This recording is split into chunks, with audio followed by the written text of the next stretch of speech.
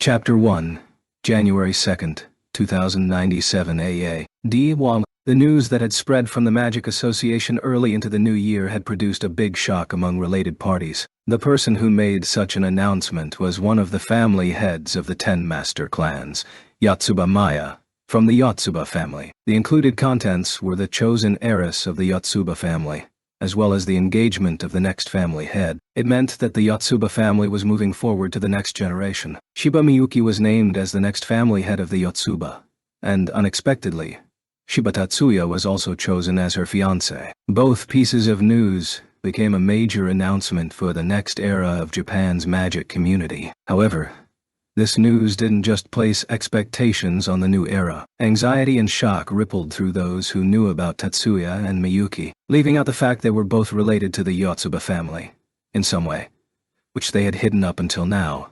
It was revealed they were also not real siblings. The emotional rivalry among the girls and boys had perhaps seen this as a bolt from the blue, which was a natural outcome with the events as they were. Among those to be jarred from this was the Ikiju family's eldest son from the 10 master clans, Ichiju Masaki. January 2nd, 4 p.m. Masaki came back from the New Year's ritual and went to his father's parlor after being summoned. It was rare for Masaki's father to be around the house at this time. He was usually moving around the seabed looking for resources for his mining company, as that was the official family business. Otherwise, he would be overseeing the training of magicians under the Ikiju family, hence he wouldn't return home before dinner. However, during the first 3 days of the new year, he had to receive greetings as the head of the Ikiju family of the 10 master clans. For better or worse, his obligation as a family head required him to stay put in the house. The Ikiju family's mansion has a Western-style partitioned structure,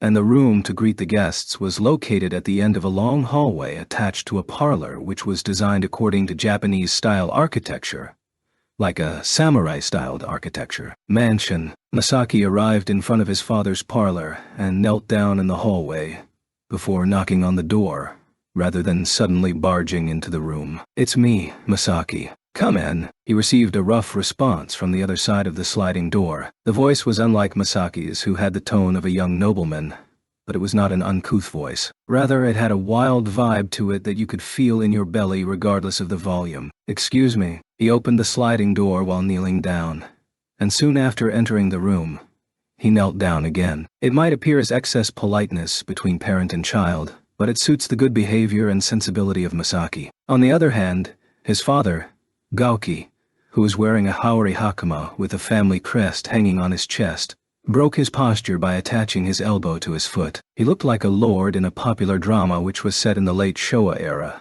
but Gaoki was spared from scrutiny for his rough attitude. Masaki sat in front of his father. They didn't resemble each other well for a parent and child. The Ikiju family's son and daughters take after their mother, and that was a widely known fact. Gaoki was 42 years old this year, and if he was to be described in one word, it would be manly. His whole body was overly tanned, and on his head was short and cropped hair, all acquired due to the long time he spent under intense sunlight. His appearance suited his dignity quite appropriately for his age. In contrast, his body did not appear to age as much.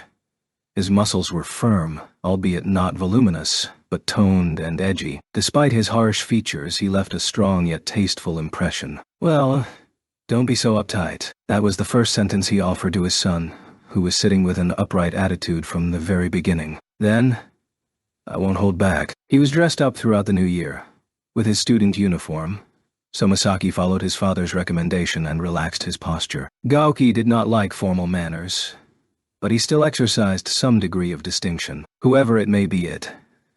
As a member of the 10 master clans, or as the Ikiju family head, any human being must exercise the appropriate behavior. Now, as soon as he asked his son to not be uptight, he was acting as Masaki's father, instead of the head of the Ikiju family. "Masaki, it'll be hard to answer this question honestly to your parent when you're at this age, but please make your best effort." "What happened? Is it something serious?" It was unusual for Gaoki to give such a prelude. He was usually a cut-to-the-chase, blunt-to-a-fault kind of person, especially towards his own son. Masaki was naturally mystified. However, Masaki also decided to go along with him, since he was already there. "You really need to answer honestly. Do you know a girl named Shiba Miyuki?" Why are you asking such a thing? Masaki spoke in a panicky voice, which indicated that he had a positive answer to the question given. Do you, Masaki? However, Gauki wanted a clearly worded answer, so he asked Masaki again straightforwardly. I know her. He still didn't know what his father was thinking. After being persistently asked, Masaki decided to answer obediently. When and how did you meet her? Masaki almost shouted.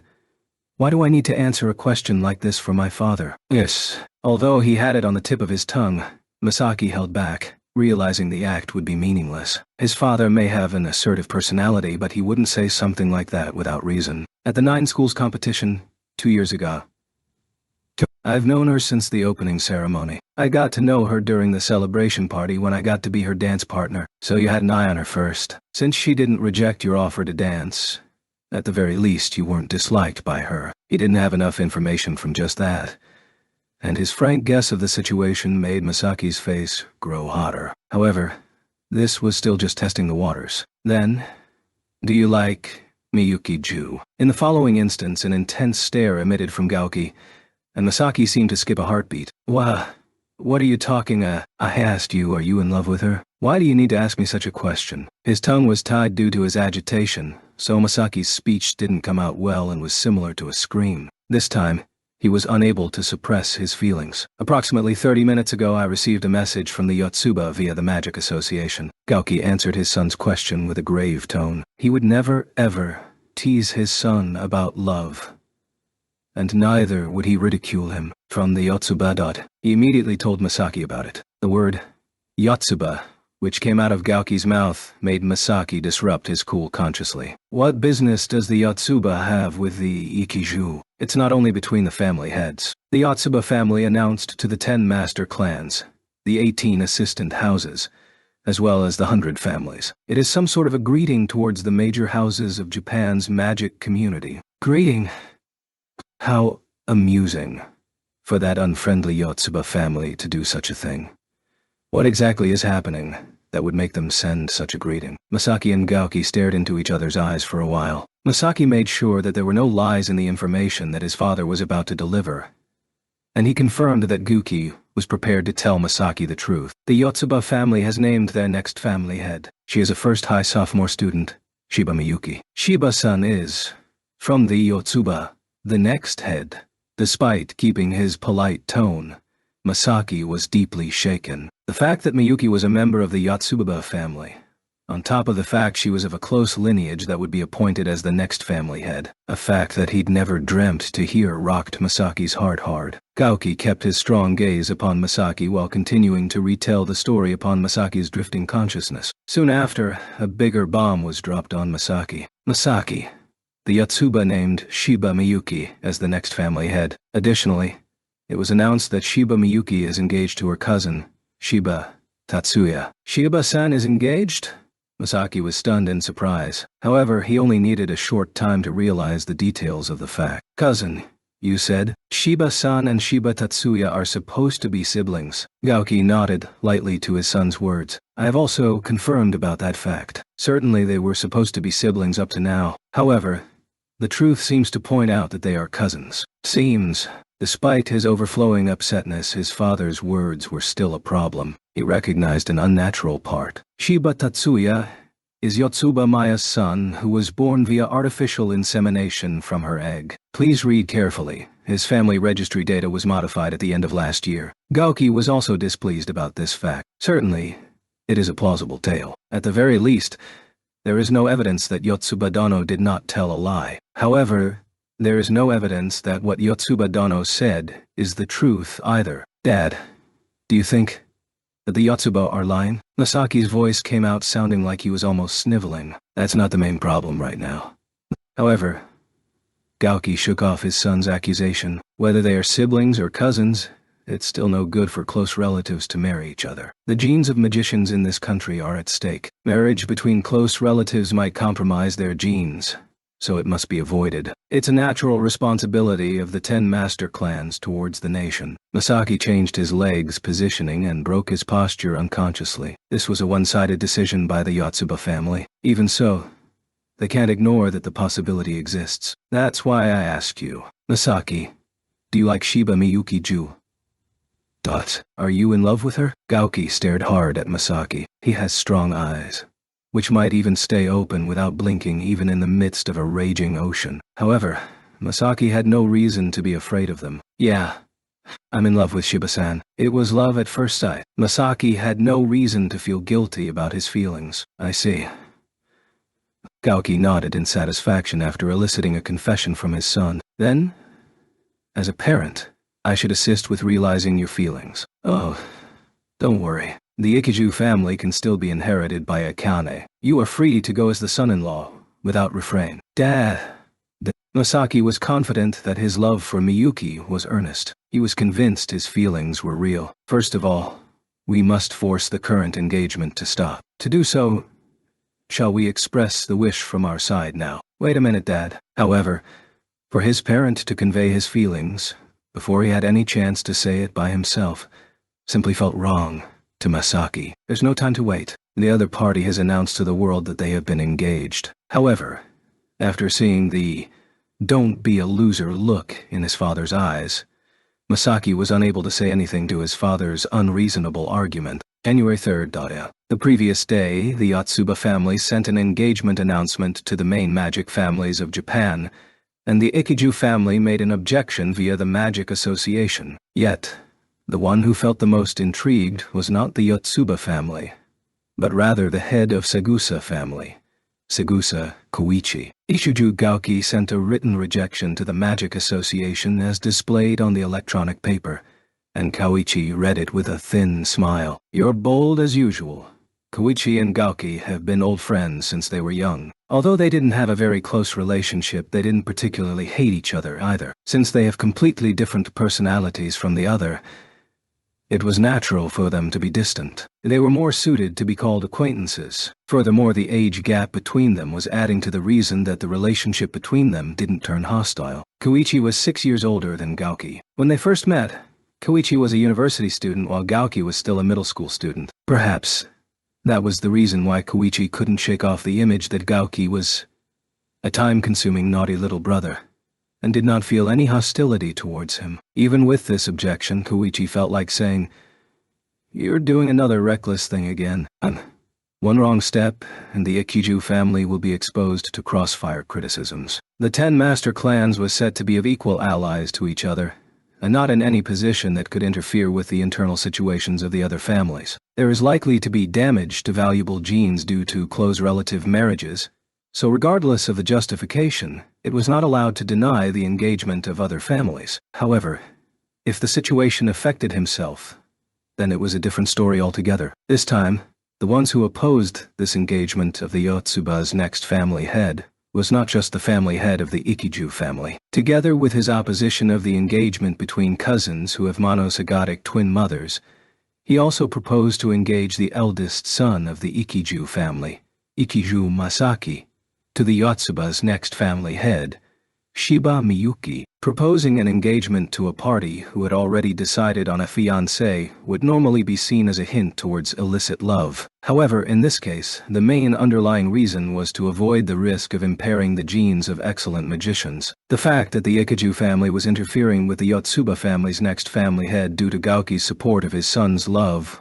was unknown to Koichi. It would be impossible for Koichi to come out with such a gamble for the love of his children, but the Gauki he knew of from the past would be able to do so. However, it doesn't really matter with this kind of timing. The fact that Shiba Miyuki was going to be named as the next head of the Yotsuba family, and that Shiba Tatsuya would be chosen as her fiancé were already deduced by Koichi. Despite being a freshman, Shiba Miyuki had mastered high-end magics like Inferno and Niflheim, and she also exercised an unknown deadly magic during the Yokohama disturbance. The range of that magic and the effect of which were unknown as an interpersonal magic, but its power was comparable to the meteor shower from what the Segusa family researchers have predicted. Then, Shiba Tatsuya, who holds the strongest counter magic and unidentified decomposition magic, as well as a miraculous kind of magic. Koichi also received a report that Tatsuya was likely to be the strategic class magician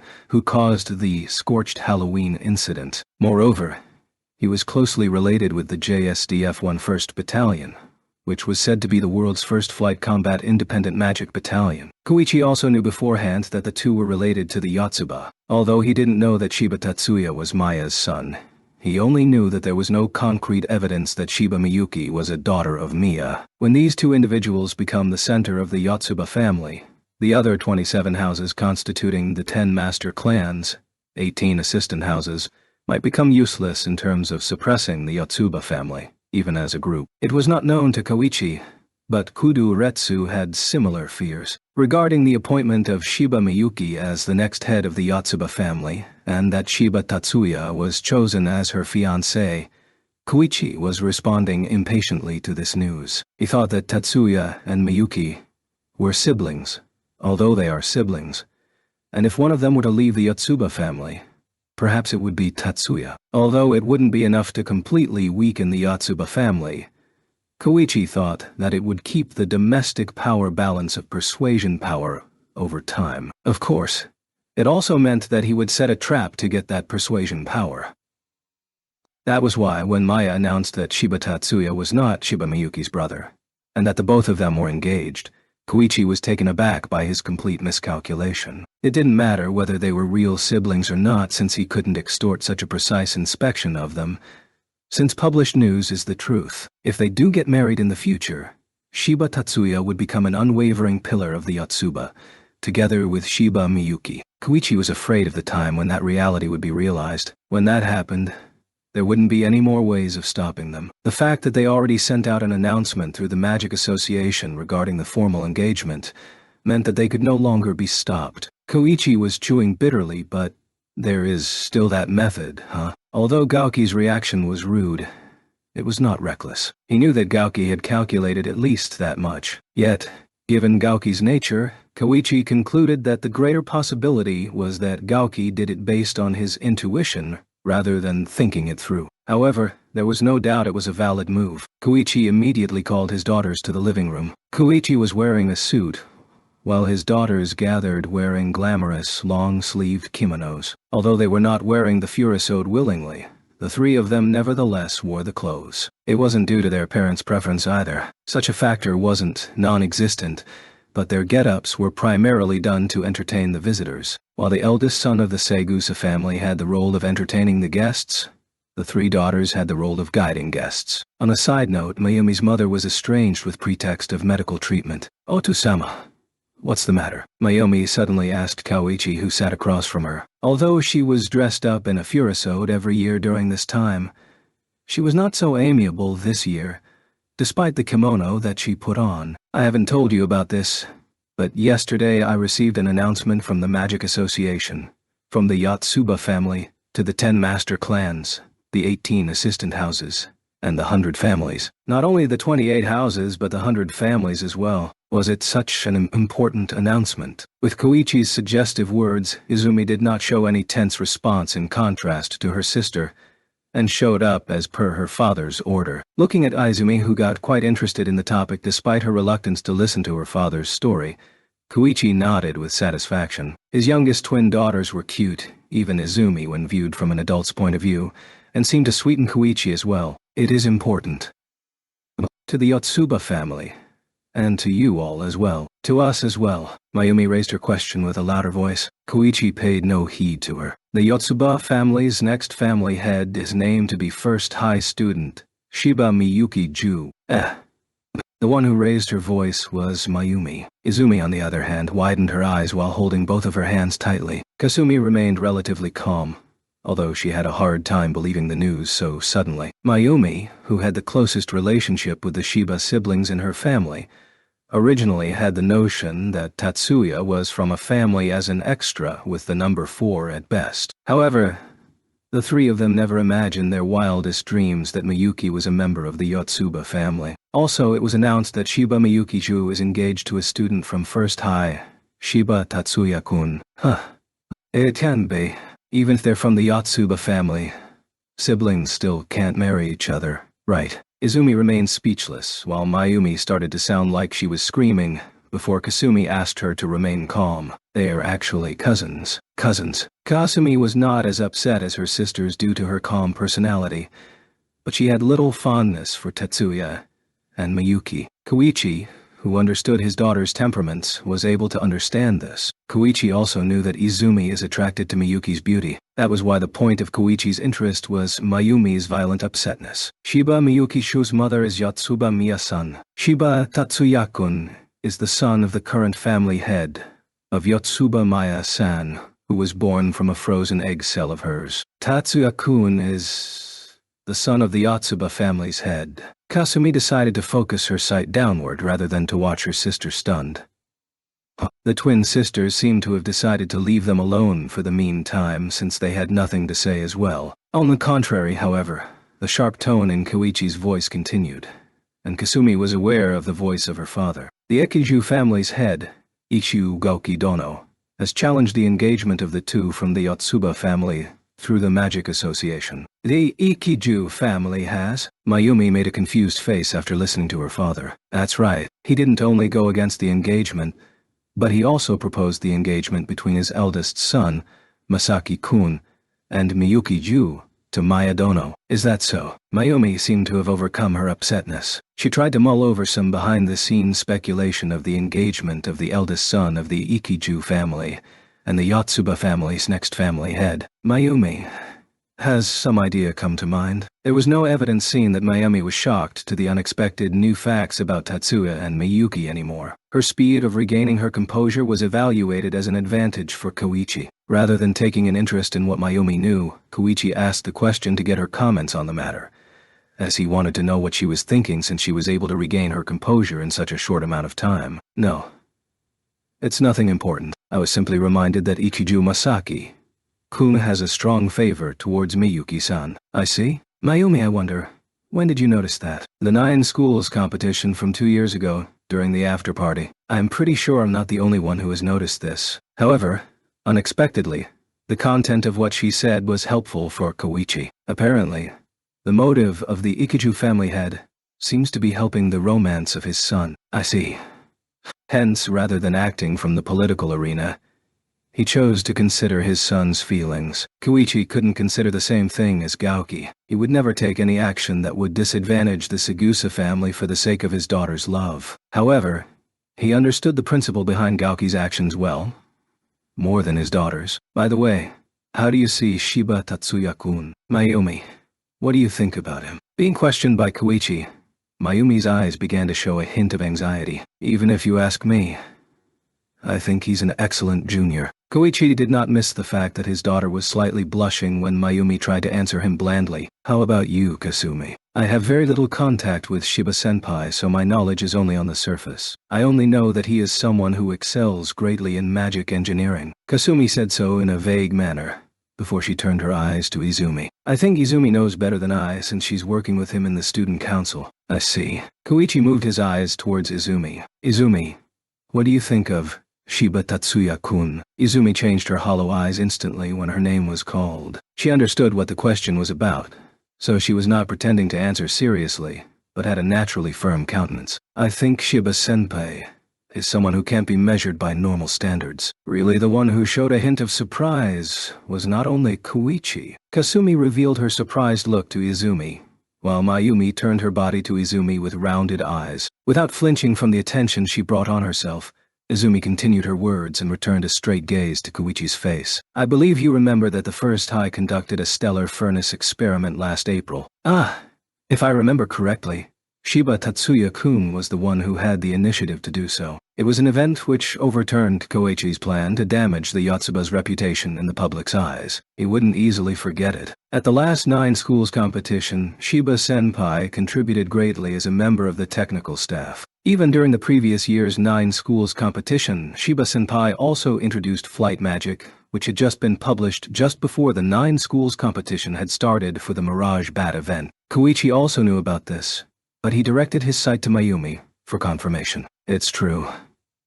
He did implement the flight magic to the specified CAD. He also developed a new magic, which has been recorded in the Magic Index. This year he was selected to improve high-level magic such as Invisible Bullet and Phonon Mazer. Mayumi further added to Izumi's testimonies. That's something else. What his daughter said were all known to him, yet he looked naturally surprised as if he was hearing this for the first time. However, what I find unfathomable about Shiba-senpai is that on the surface he doesn't appear to see any of his actions as achievements. Izumi did not end her comment there. Shiba-senpai and us are seeing a different world. While he lives here, he's fundamentally living in a different world.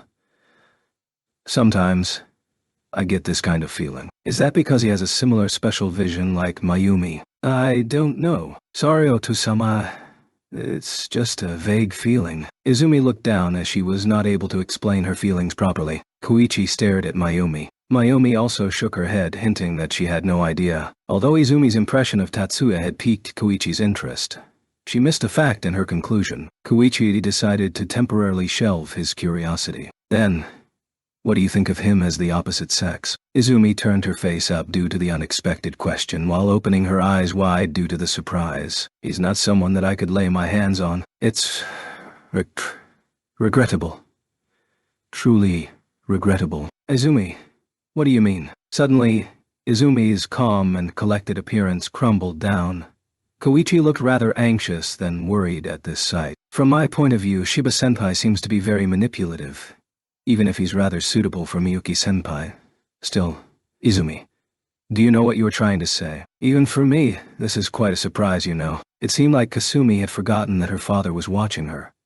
She involuntarily turned to Izumi with a surprised face. With an uncomfortable face, Koichi cleared his throat. Kasumi and Izumi shivered as if shocked by electricity, and aligned their downcast heads shyly. Mayumi, how about you? How do you think of Shiba Tatsuya-kun as a member of the opposite sex? Koichi went about without scolding Kasumi and Izumi, who were now hesitant to continue their comments, then proceeded with Mayumi. Even if you ask me, even though it was expected that she would be asked this, Mayumi's eyes wandered around in a panic. However, despite her nervousness, there wasn't a hint of dislike to be seen. There wasn't even a tinge of a troubled expression either. Shiba Tatsuya-kun is 2 years younger than Mayumi, but that much shouldn't cause any significant problems, especially considering his position as the son of the current head of the Yotsuba family.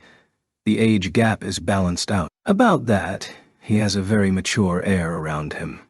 If everything fell in place neatly as Koichi planned, this might go well. Aligned with Gauki's pace, he might be able to destroy Maya's plan. Mayumi, if you have such feelings, you should officially date him. Koichi told her so with respect to his plan. I disagree. Kasumi raised her objection. Kasumi, restrain yourself. Not only did she disturb him in an untimely manner, it was also a behavior unsuitable for a high school student. This time, Koichi reprimanded her instantly. I'm terribly sorry. Kasumi was also aware that her attitude was inappropriate. Although she was unhappy, she did not rebel against her father. Odu-sama, if Wani-sama has such feelings for Shiba-senpai, I would suggest for her to have a proper relationship with him, but I'm also against this. Izumi, do you have any reason? Koichi, though serious in dealing with Kasumi, did not intend on immediately reprimanding Izumi, but instead wanted her to continue. Although Izumi's polite manner of speaking was part of the reason, the main reason was Koichi doted on Izumi more. For a female to actively approach a male who has already formally announced his engagement to the public, if news got out of this, it would be absolutely unacceptable. The Ikiju family can only do what they're doing because Ichiju-san is a male. Shiba-senpai is a male, so he can just laugh it off if his love gets snatched away. But for Miyuki-senpai, it would very likely hurt her. Is that so? When it came to such unique female sensibilities, even Koichi could not refute them. In fact, just asking such a thing already pushed him to his limit. Yes, the one who exclaimed thus was Mayumi. To ask a guy who has just announced his engagement, if word got out that would be unacceptable. Not to mention I'm older than him. I don't want to spread rumors that I'm a senpai who tempts her kuhai or that I'm lacking in morals. Is that so? Koichi could only leave things in such a disadvantaged position. Henceforth, Koichi never again brought up the issue of the Yotsuba family announcement of the engagement. From this point out, he had to fully focus on matters concerning Miyuki and Tatsuya, since they were now known to be from the Yotsuba family. Koichi dismissed his daughters after that, after 8 p.m. In the evening, visitors to the Sigusa household had all but left. There were no more prior engagements to any dinner banquets before tomorrow. Koichi and his daughters changed out of their kimonos into normal clothes, and he finished dinner before settling himself in his study. This did not differ much from his normal routine. Although having dinner with his daughters was a rare sight, retiring back to his study after dinner was a perfectly normal occurrence. After completing the work required of him as a head of the 10 master clans and that of a businessman, as well as reading the reports of clandestine operations, the call that Koichi had been waiting for finally arrived. New Year's greetings. Saigusa Dono. Happy New Year, Ichiju Dono. Apologies for having you specially make this call. Ichiju Gauki was precisely the person Koichi was waiting for. No, I'm the one who made you wait. Sorry, I didn't have to wait long at all. It was 2 hours ago when Koichi sent his request for Gauki to give him a call when Gauki was free. Hence to say that he didn't have too long to wait really was too subtle. Then, what you wanted to discuss. Is it about the Yotsuba family? Although in terms of age, Koichi was older than Gauki by 7 years. The one speaking to the other in familiar terms was Gauki. However, there was an unwritten rule when it came to the heads of the 10 master clans owing to their equal standings, and it was Koichi's attention to formal speech that was inappropriate. Koichi was probably the only one from the 10 master clans who was such a stickler for those kinds of details. Yes, but to be accurate, it's about the request Ikiju Dano made of the Yotsuba family, specifically about your son. While Koichi said so with a smile, Gauki started frowning. Please, don't pretend as if you know everything, will you? As Gauki's response was within his calculations, Koichi replied unhurriedly, I am considering supporting your son's pursuit of love. Perhaps complaints about Gauki's highly unreasonable act had already started to show. To move the conversation forward, Koichi clearly stated his intentions before Gauki got annoyed. Is that so? Thanks. Gauki thanked Koichi while trying to guess at his true intentions, causing Gauki to reveal a weird expression. I, too, am saddened by the engagement announced by Yotsuba Dono. Gauki's expression changed from one of surprise to agreement. Compared to feeling sorry for his own son, objecting to the next head of Yotsuba family's engagement was a more palatable excuse. Then, I'll assume Saigusa Dono feels that the marriage between two close relatives that the Yotsuba family is proposing is too dangerous. Yes. Exactly. I also frequently hear of the next head of the Yotsuba family, Shiba Miyukiju's outstanding qualities from my daughters. This was a lie. Koichi and his daughters didn't even hold conversations frequently. Intel on Miyuki and Tatsuya had been entirely obtained through private investigations. If he was honest about it, however, the question of how Koichi knew about Miyuki and Tatsuya despite the Yotsuba family covering up the two's relationship would arise. Whether or not Koichi had been secretly conducting investigations would also rise into suspicion. So it was more convenient to simply say he had heard it from his daughters. It's impossible to overlook the possibility of her talents not being passed on after all. Koichi's words were meant to echo Gauki's intentions. Unexpectedly, however, Gauki bit his lips unhappily, which was outside of Koichi's calculations. Not only Miyuki-ju, Shiba Tatsuya-kun too is a magician who has achieved victory over my son, although I might sound like an idiot for saying so. But I think those that win over Masaki are pretty valuable. Yes, it is as you say. Koichi immediately corrected his stance. Though Gauki might think himself stupid just now, winning over Masaki was definitely a huge accomplishment. In actuality, when the third high team led by Masaki lost to the first high team led by Tatsuya in the 2095 9 schools competition, the shock was so great that the Magic Association almost convened an online meeting via its direct line to discuss their response. Shiba Tatsuya-kun's abilities must be treasured as well. Koichi's was not merely paying lip service with his immediate agreement with Gauki's words. Then, Saigusa Dono, what do you want to do? Is it to plead with Yotsuba Dono to dissolve their plans for marriage, or to support my son? Although Koichi appeared to support him on the surface, Gauki revealed an unhappy face, obviously suspecting that Koichi was trying to make use of his son. That was beyond Koichi's calculations, or rather perhaps, it was even within his calculations. In truth, I am considering having Shiba Tatsuya-kun become my son-in-law. Here, Koichi had revealed that he was acting humble, while bowing down his head. Gauki couldn't help but waver for having arrived at the same conclusion as Koichi. Isn't your Mayumi-ju currently dating the young son of the Itsuwa family? Gauki probed Koichi with expression and tone, speaking of his inability to hide his surprise. Yes, putting aside the lack of progress between Mayumi and Hirofumi, the two do not seem to intend on continuing the relationship, to the extent that they might be going back to square one. If it's Shiba Tatsuya-kun, Are you saying that Mayumi-ju thinks that way too? For Mayumi, Shiba Tatsuya-kun is also a Kouhai. But for her to feel that way should not be a surprise. Mayumi is already 20 now. And as a father, she is approaching the age when I wish she would start making plans for marriage. Gaoki's intuition was telling him that Koichi wanted to make use of the Ikiju family.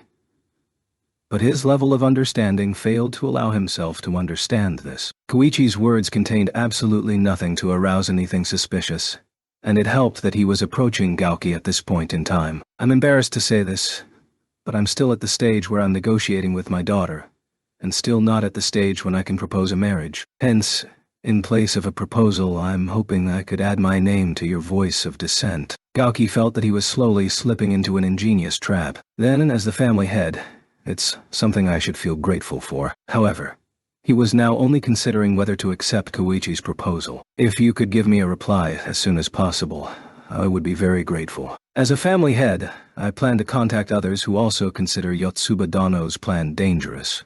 What do you think? If such people really exist, please do introduce them to me. It wasn't really a request made of Koichi, but rather Gaoki trying his best to maintain his position as the main party involved. However, in the current state of affairs, it was all Gaoki could do. Oh, of course. Koichi, while smiling, nodded. Gaoki understood from the start that to see through Koichi's real thoughts on the phone was impossible, so he gave up. Then, I'll send you the original document sent to the Magic Association later. In case of any errors, I'll send the co-signed document back to you first, so please do a thorough check. Understood.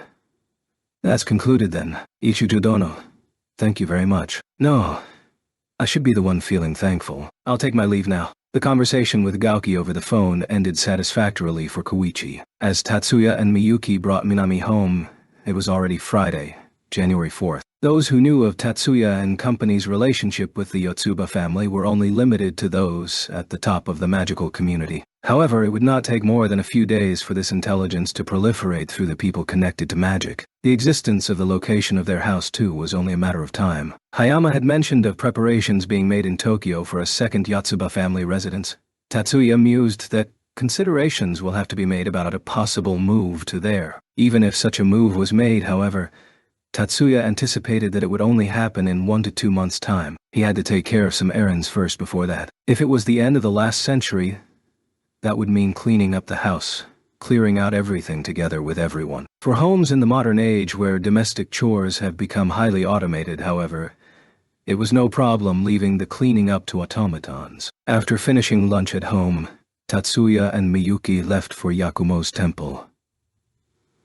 Kyuchuji Temple, leaving Minami behind. Tatsuya changed into a suit, while Miyuki changed into a kimono. Riding Tatsuya's motorcycle was out of the question.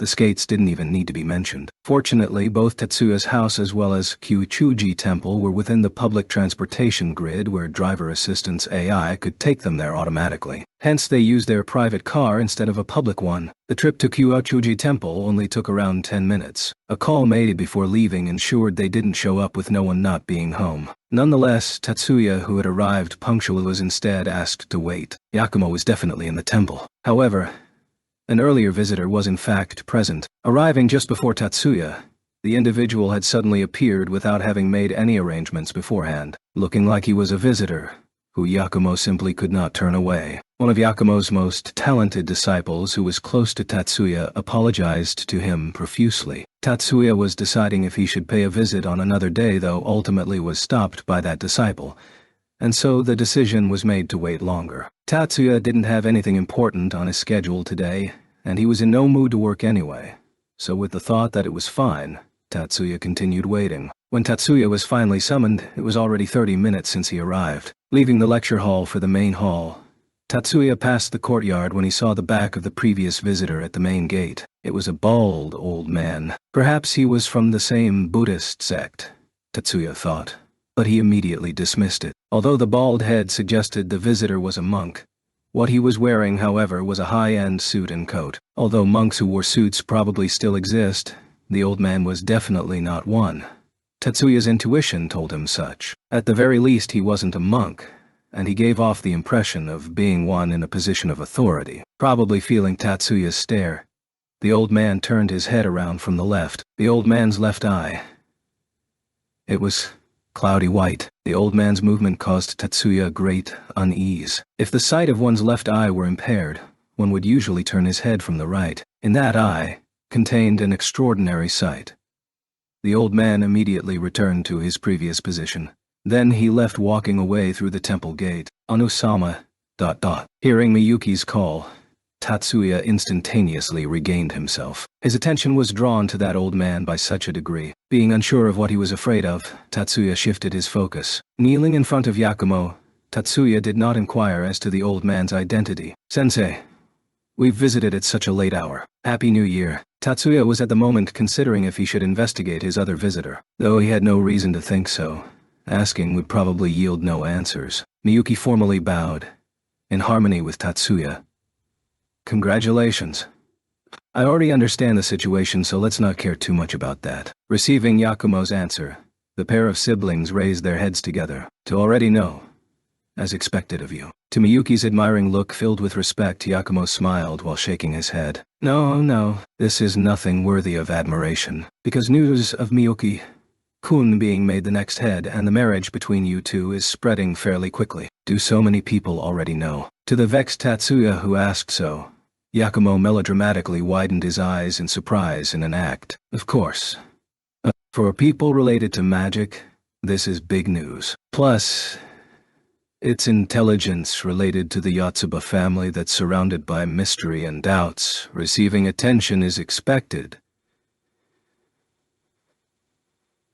In addition to that, it's almost time for the 10 Master Clans Conference, especially since this year's the quadrennial 10 Master Clans Selection Conference. Events that happen just before it would be impossible to keep a lid on." Tatsuya furrowed his brows while Miyuki appeared distressed. Although the notice was limited to the 28 houses and the 100 families, news would rapidly spread once the Magic Association made the announcement. This news was originally meant to let third parties know of Tatsuya and Miyuki's existence. To let the majority of those related to magic remember this was another intention of the Yotsuba family. That was at most only Maya's plan, though. Tatsuya did not wish for things to be done this way. Putting aside the rumors on the street how first high students would react during the new semester was more than enough to depress the two. Speaking of which, to think that you two were not siblings but cousins, and engaged to each other. Yakumo laughed nastily. "Even I was completely cheated. Congratulations." Hearing Yakumo's congratulations, Miyuki blushed while shifting her line of sight. However, Miyuki's expression froze at Yakumo's next sentence. "Well, where does the truth end? We heard that it is all true." As Yakumo revealed a smile filled with interest on one side, Tatsuya, immediately turning expressionless, replied without confidence. So you heard, huh? Since I have no memories on this matter, I can only learn from others." Is that so? Is that so? Even if it's Tatsuya-kun, he wouldn't remember what happened immediately after you were born. Not to mention things that happened before that. You will only be able to know of them by hearing from others. You have a point. Yakumo smiled while glaring coldly at Tatsuya. Tatsuya, as if saying, "It's just as you've said," lowered his head silently. After this, only small talk took place, and after about 20 minutes had passed, Tatsuya and Miyuki stood up. Yakumo, as if naturally, stood up as well, following behind the siblings. Under such circumstances, regardless of any misgivings they might have had, Tatsuya and Miyuki understood that it was meaningless to Yakumo. The two, thus sandwiched between the disciple tasked with leading the way and Yakumo, proceeded towards the gate heading to the parking lot. At the gate, Miyuki and Tatsuya stood properly once more, preparing to say their greetings once more. However, the one faster to speak was Yakumo. "Tatsuya-kun, no. Tatsuya-kun, tomorrow I will give you a more rigorous training. You would better prepare yourself mentally." Tatsuya, unprepared, widened his eyes. Yakumo's words just now implied that Tatsuya need not mind this matter and should come here to train as before. Yakumo meant this. Despite Tatsuya's identity as being someone from the Yotsuba family going public, getting along like how they used to is just fine. "Please take care of me this year as well, Sensei." Although Tatsuya did not reveal any indication that he was moved. "Sensei, thank you." Though in Miyuki's eyes, tears welled up. On the day after Tatsuya paid his visit to Kyuchuji Temple, He left Miyuki at home to head to the JSDF 101 Brigade base, situated in Tsuchiura, Ibaraki, to pay a visit. The destination was the independent magic-equipped battalion headquarters. It was not for training, but rather to greet Kazama. Although Tatsuya was in a normal suit, the ID card he held was no less different than that held by a regular soldier. He only needed to pass through a card scanner and a bioscanner before Tatsuya easily passed through the gate, after which he walked towards the building that the independent magic-equipped battalion was in. Tatsuya initially planned to go straight to where Kazama was, but in the sturdy plaza spanning 3 floors both above and below ground, he saw a familiar figure, so he walked towards it. "Happy New Year, Special Lieutenant Uguro." "Happy New Year and congratulations, First Lieutenant Fujibayashi." As they saluted one another, Tatsuya and Fujibayashi exchanged New Year's greetings. Tatsuya, though, appended his congratulations not only for the New Year's well wishes. "Thank you, Special Lieutenant. The increase in salary at this point really sincerely makes me happy," Fujibayashi replied in a joking manner. Tatsuya felt that her words contained some complex undercurrents, but did not point them out right then. "I also wish to give my New Year's greetings to the Lieutenant Colonel. Of course, the commander is waiting for us as well. Let's go." Fujibayashi gave a bright smile before turning around. Tatsuya followed behind her. "It's Fujibayashi. Come in." Kazama gave his permission to enter the room, in response to Fujibayashi's knock on his door. There was only one person in the commander's office. "Excuse me, I brought Special Lieutenant Uguro along. The two of you, stand there and wait a moment." As he was speaking, Kazama operated the end of the desk. At the wall near the entrance, a part came down to the height of his hand, and stopped as it became parallel to the ground to form the seat of a chair. Tatsuya and Fujibayashi sat down on the chairs that were prepared. There were cushions placed on the seats, so it didn't feel uncomfortable sitting on them. Kazama continued repeating movements using his stylus on the monitor reclined at a 15-degree angle, as if signing documents before raising his head. Fujibayashi and Tatsuya stood up together in front of the table where the monitor was stowed away. Tatsuya moved forward half a step before saluting Kazama. "Commander, New Year's greetings to you. Also, congratulations on your promotion this time." "Well, Special Lieutenant, I'm looking forward to your being active this year as well." "Yes, thank you very much." Kazama loosened his expression, then stood up. Behind Tatsuya and Fujibayashi's backs appeared a sofa that came up from underneath the floor. "Well, sit down." While saying this, Kazama sat down on a simple inflatable sofa. Tatsuya then sat down on the sofa by the door as well. The ceiling descended between the two, forming a suspended coffee table. A teapot, teacups, and saucers had already been prepared on the table. Fujibayashi, still standing, picked up a kettle, filled the teapot up with hot water, then poured the tea into the teacups after a while. She then placed the 2 teacups on saucers and teapot in front of Kazama and Tatsuya. Smiling in response to Tatsuya, who thanked her, Fujibayashi started moving to the left of Kazama. "Although I don't think you have any matters which you specifically need help with. You didn't come here today just for New Year's greetings, did you?" Kazama asked Tatsuya as he picked up the teacup. Although the cup was not filled with boiling hot water, the teacup made of thin celadon should still have been pretty hot. Kazama, however, did not reveal any reaction to it. "I heard the commander received a promotion, so of course I can't pretend I didn't know about it." In response to Kazama's direct question, Tatsuya answered while smiling. Although it was just to be civil, the smile was not accompanied by any emotions. Instead of a sincere expression, a smile was chosen instead. Although it's called a promotion, Kazama responded to Tatsuya's faked smile with a smile of his own. However, Kazama's was a forced smile. "My salary hardly increased, and compared to my contemporaries, I'm already one of the last. Well, even though I feel better that I was promoted, it's a good thing that situations where my subordinates will be put under pressure will disappear." Just as Kazama had said, in the official routine orders sent out on January 1st, the promotion list wasn't limited to just Kazama. As Tatsuya pointed out, Fujibayashi was promoted from a 2nd lieutenant to a 1st lieutenant. Sanada and Yanagi were both promoted from captains to majors.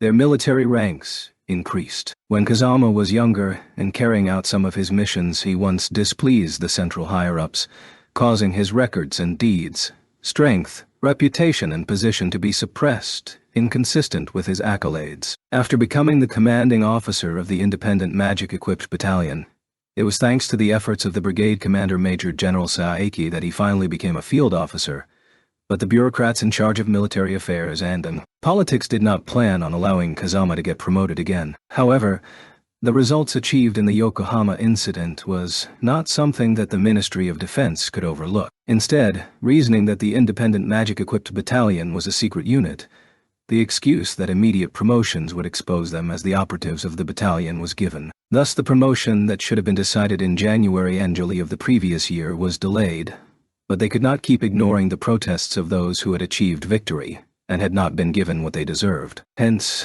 they could only send out the routine orders that Kazama was among the ones being promoted. He was accompanied by Sanada, Yanagi, and Fujibayashi, the three of whom received similarly delayed promotions by 1 rank. A raise in rank shouldn't be a bad thing, even if it's just a little.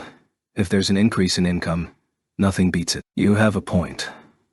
Speaking of the matter on the special lieutenant's income, my feelings are a little complex. The difference in my income isn't that great. Since CADs are a product of the budding magic engineering sector, its market remains very small. Tatsuya and Kazama both smiled at the same time, after which they simultaneously tightened their expressions. Lieutenant Colonel, how are the anti-spy measures? They are complete. In response to Tatsuya's question, Kazama nodded while answering. Tatsuya took in a small breath of air. Lieutenant Colonel, has the structure of the independent Magisquipped battalion changed? There are no changes this time. Because our independent Magisquipped battalion is positioned as a secret unit, the Major General feels that it's not a problem even if the ranks and the job scopes don't match up. Understood. Tatsuya was deployed with the independent Magisquipped battalion as a special forces soldier, and his identity was closely related, in a personal way, with Kazama or Sanada. If the head changed, then considerations had to be made if he would be affected as well.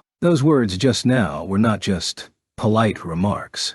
Rather, they were instead sincere in respect to the interests of the Yotsuba family. If he must be placed under the command of someone who couldn't be trusted, he would have to re-examine if he should cut ties with the military. This time, however, it looked like this worry was unwarranted. Tatsuya, we can be just like how we were before.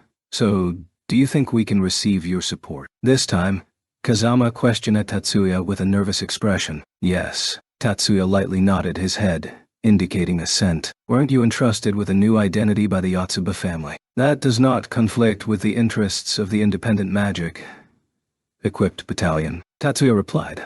Not with the JSDF, but with the independent magic equipped battalion, in response to Kazama's question, after he consciously thought about it. At least, for now. The meaning of then adding "for now," Kazama clearly understood. Is that so? In this way, Kazama quickly accepted it. We predict that in the coming months, the international situation will start to escalate rapidly, including within Japan. Even if it doesn't reach the scale of another world war, the possibility of mid-level military conflicts happening in the near future, specifically within a year, in the East Asia region is significant. Are we referring to the Army Staff's views, or the General Staff's views? Leading up to World War III, which lasted for 20 years, the JSDF as an organization changed on a massive scale. The Ministry of Defense was shuffled into the Consolidated Joint Staff, which now included the general headquarters of the Defense Army, Defense Navy, and Defense Air Force. The Joint Staff became affiliated with the Joint Staff Office and reports directly to the chairman of the Joint Staff,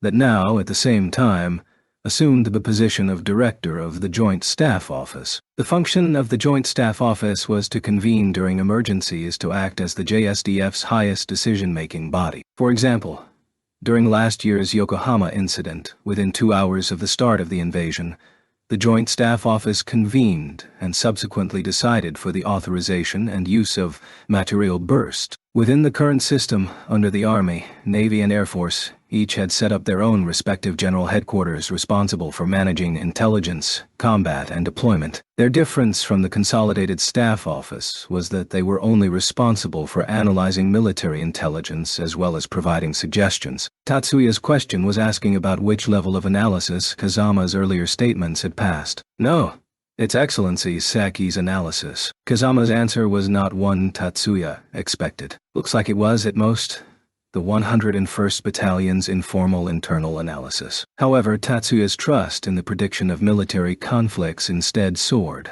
It came from an excellent and experienced expert without considerations of politicians' judgment, Without considerations for popular opinion or political bias, it could be said that it was the result of pure analysis. Although Tatsuya did not at all want the prediction to be realized, he didn't have the confidence to optimistically pronounce it as baseless. Although the Ten Master Clans is an organization for the protection of magicians' rights, they will not shy away from the duty of national defense. Based on this, the Yotsuba family and the JSDF share the same interests. I won't involve you with matters unrelated to national defense, meaning I won't impose upon you any obligations. Tatsuya, I'm looking forward to working with you this year. With the same phrase that started it, Kazama ended the conversation with Tatsuya. After greeting Kazama, Tatsuya had originally planned to greet Sanada, Yanaji, and Yamanaka. That's to a warrior show. Tatsuya had originally planned to greet Sanada. However, Yamanaka was not in the base at the moment, while Sanada and Yanaji were currently occupied. In a dilemma as to whether he should wait somewhere or go straight home, Tatsuya was invited to the officer cafe by Fujibayashi, who helped ascertain the three's status instead. The time now was 10:50 a.m.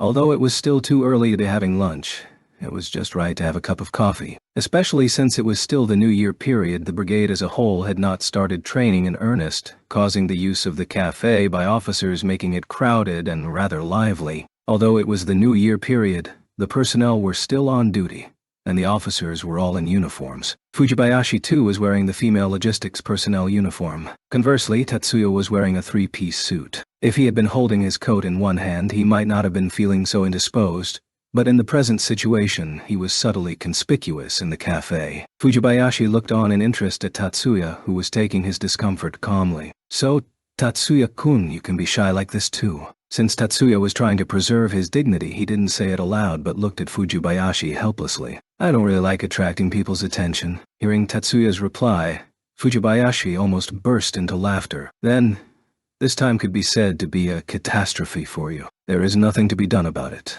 especially since the choice to refuse doesn't exist. Fujibayashi, as if attempting to probe Tatsuya's innermost feelings, gazed at Tatsuya. Is this about the marriage? Of course. Do you hate it? It's only that there is no other way. Being ordered to get engaged to someone who has always been your sister, my brain can't switch tracks so quickly. Especially understanding that Miyuki must have a fiancé makes it harder to resist. Tatsuya's reply was merely a polite remark. It wasn't because he was required to be the fiancé, but probably rather because he absolutely could not let go of Miyuki. If anybody who knew the siblings' feelings for each other could think of it, it wasn't difficult for Fujibayashi to see through Tatsuya. However, out of Fujibayashi's mouth didn't come words of teasing Tatsuya. A fiancé is necessary, huh? Tatsuya looked at Fujibayashi, surprised. However, he didn't ask about it, because considering Fujibayashi's age, it was easy to infer that her relatives must have demanded she get married. Recently, it's been irritating. Speaking of which, I've been told I should be getting married too. Although Tatsuya wanted to avoid the topic at hand, it was instead brought up by Fujibayashi, even though I also know that I'm already at this age. Considering the modern trend of magicians being required to marry early, it wasn't difficult to imagine that Fujibayashi was under enormous pressure from her family. It was because of this that Tatsuya didn't say anything to Fujibayashi. Precisely because of knowing Fujibayashi's reasons for not wanting to marry, it was even harder to say heartless things. I know, it's about time to properly straighten out my state of mind. If I keep being stuck on that person, he probably won't be happy either. Today, unexpectedly, Fujibayashi stepped on a landmine even Tatsuya wanted to avoid. Compared to the other officers' curious eyes, listening to Fujibayashi's words now, instead, made Tatsuya even more uncomfortable. In the defense battle in Okinawa in the year 2092, Fujibayashi lost her soon-to-be married fiancé. Even though it was one arranged by their parents, she was still never able to forget him. Her fiancé was new. He was killed in action in his first deployment. Fujibayashi, who was previously a researcher, also became a uniformed military personnel because of the death of her fiancé. She didn't hate the military for losing him, but perhaps because in his place, she wanted to fulfill his dreams. Tatsuya had not heard the details to this degree. What Tatsuya understood was that Fujibayashi was unable to forget her fiancé who was killed in action, and the people surrounding her could not forgive that. Ah, sorry. To make you listen to my complaining, it would only annoy you, Tatsuya-kun. Sensing Tatsuya's difficult position, Fujibayashi was embarrassed and hurriedly apologized. No, I think your family is only worried about you. To the Fujibayashi of now, Tatsuya could only say something to this degree. Just as Yakumo had said, rumors of Tatsuya and company had speedily spread among the magicians. Shizuku, is it true? There's no mistake. Moving her line of sight away from the Honoka who was standing on the other side of the table, Shizuku replied with difficulty. Miyuki is the next head of the Yotsuba family. Yeah. As if losing her strength, Honoka lightly sat back down. In front of the two were bite-sized cakes and red tea. Today was Sunday, January 6th.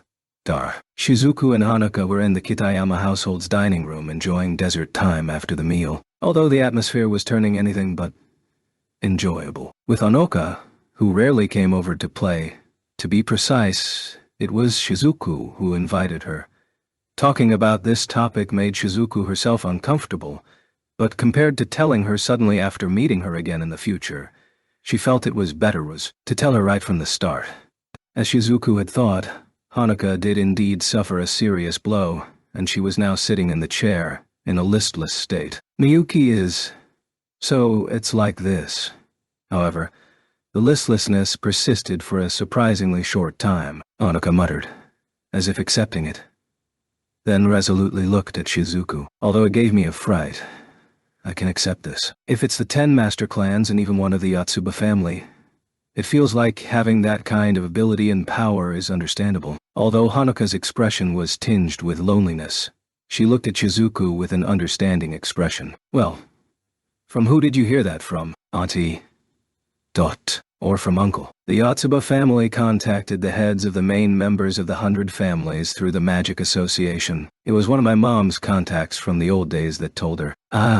If Papa were home he might have told me. Honoka's dad was a subordinate of a strong member of the 100 families. Because the news was not specially designated a secret, the possibility that the source of the rumors came from the workplace wasn't low. Initially, Shizuku was feeling slightly lucky at the fact that Honoka's dad was not home. Honoka's dad did not know about her being in love. Just bringing up anything related to Tatsuya and Miyuki to her dad might have caused him to warn her to stay away from the two.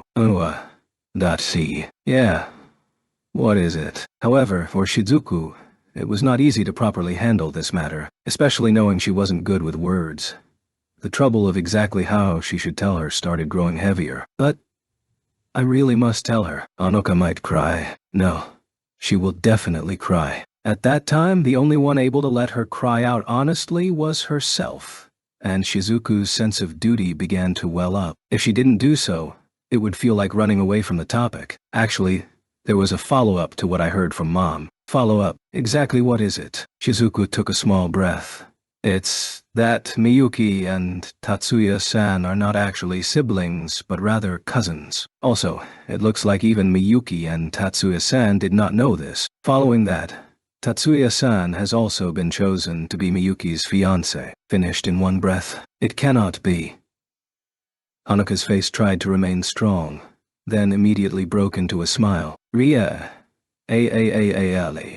Shizuku. Just stop with this type of cruel joke. April Fool's is still 3 months away. Honoka waited for Shizuku to smile as well, waiting for Shizuku to reply with something like, I've been found out, with an expression without malice. However, Shizuku only looked into Honoka's eyes with a calm expression. Hey Shizuku, stop joking.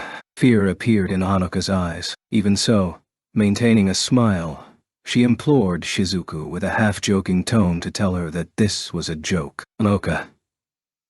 However, Shizuku's tone wasn't what Honoka was waiting for, but was a sincere tone. It's true, Honoka asked, while shaking. Yeah, Shizuku affirmed painfully. How could? Honoka stood up, wanting to run out of the dining room. Honoka, while her back was tightly hugged by Shizuku. Let go of me. Honoka struggled with slightly rough actions. She was not in fact conscious of who it was that hugged her. More importantly, even where she herself wanted to go. No. what she wanted to do. She did not know. However, a type of survival instinct to escape from what she feared made her want to run with all her might, away from the darkness. With the hands pushing away, their strength was totally uncontrolled. Kaya, a wail, as well as the sound of a body hitting the table, the sound of the grinding of table legs, the sound of chairs flipping, the sound of forks being strewn across the floor, and of utensils breaking, followed by a moan suppressing the pain, which pulled Hanuka's consciousness back to the present scene. What she saw upon turning her head in panic was Shizuku lying beside the flipped chair, while on the floor behind her were fragments from all the broken utensils. Shizuku. Sorry. Yes, are you all right? Forgetting what she was crying about, changing into a face like she was about to cry about something else, Hanuka hurriedly ran to Shizuku's side. It's nothing. Lightly holding onto the hand that was trying to help her, Shizuku stood up almost with her own strength. It was only a light bump. There's no injury. This sentence was not said only for Anoka's benefit, but at the same time also for the maids who had rushed in upon hearing the commotion. Shizuku stood up as if wanting to prove her point, not revealing a single sign of pain. However, upon looking down at the skirt of her dress, she frowned slightly. Spilt on myself as expected. Let's change in my room. The skirt of the dress was ruined by the milk tea that was sent flying. Let me help. The speech of one of the maids was cut off by the expressionless Shizuku. No need. Compared to that, I'm sorry to bother you with this instead. Understood. However, the maids, knowing that this family's Oju-sama did not like people helping her enter the bath or change clothes, no longer brought up the above-mentioned request, and immediately attended to Shizuku's request. Anoka, come with me. Yeah. Shizuku got slammed onto the table and the floor. Although slightly exaggerated, the shock that Hanuka had received just now was overshadowed by the shock of pushing her to the ground, and she agreed to Shizuku's words without even thinking about it. That, Shizuku. I'm sorry. I was so violent against you. Upon arriving in Shizuku's room, Hanuka looked like she had already calmed down. In the room with only the two of them, what Hanuka said was an apology to Shizuku. Don't mind it.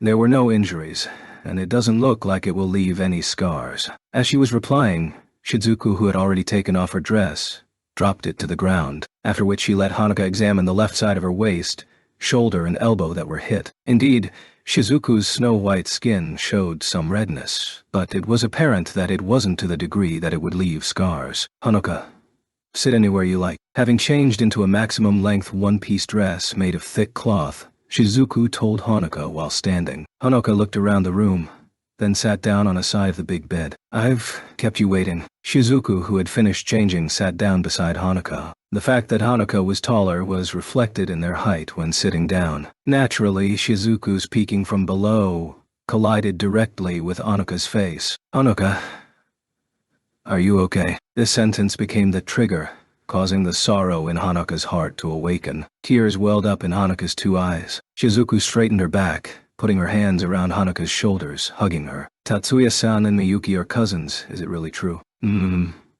Tatsuya-san and Miyuki. It's confirmed that they're engaged. While sobbing, Hanuka asked. In response to the question she had already answered once, Shizuku tightly hugged her friend as an answer. How could this be? It's too cruel. Just like a dam breaking. Hanuka started crying continuously. Tatsuya-san said before, clearly that they were siblings. Miyuki, too? Said that we were friends. Shizuku, without saying anything, put one knee on the bed and hugged Hanuka's head tightly against her chest. As the sounds of Anoka's crying started to weaken, not stopping but rather tiring from crying, Shizuku remained hugging Hanuka tightly against her chest while moving her lips towards Anoka's ear. Hanuka, you have 3 paths to choose from. Anoka's body revealed a reaction different from sobbing. Confirming that her words had indeed been registered, Shizuku continued speaking. The first path would be to give up on Tatsuya-san. I'm afraid this is the option that will hurt the least. Hanuka did not react. She was waiting for the next option. The second path would be to still not give up, continue to go on the offensive against Tatsuya-san. Tatsuya-san views Miyuki as a sister. I am pretty sure this point is true. For Tatsuya-san, and for Miyuki, the matter of them not being siblings should be very surprising. Is that so? Hanoka's voice was mixed with crying. Shizuku specifically did not use words such as probably, and I think, tersely making a stronger statement. Miyuki probably saw Tatsuya-san as a love interest of the opposite sex from the start, but Tatsuya-san's feelings are at most love for a sister. Hence, to suddenly confirm their engagement, Tatsuya-san should be confused as well. But they've already confirmed their engagement. They've only yet to reject it. It doesn't mean he has accepted it, hence the chances are not zero. Shizuku did not say there was a chance, but rather was not zero. As for its meaning, to the Hanoka of now was rather easy to understand. The third path is, Shizuku briefly sucked in a breath of air and then said so hesitantly. The third is the matter of becoming Tatsuya-san's mistress. Mistress. Perhaps it was too much of a surprise. Hanoka raised her tear-stained face to look at Shizuku. Of course, it doesn't need to be right away. Miyuki might not immediately become the head of the Yotsuba either, and I think the marriage is something for the future. Becoming his mistress is a matter for after Tatsuya-san and Miyuki get married. Being a mistress, Hanoka, you can't bear to not have Tatsuya-san all to yourself. This.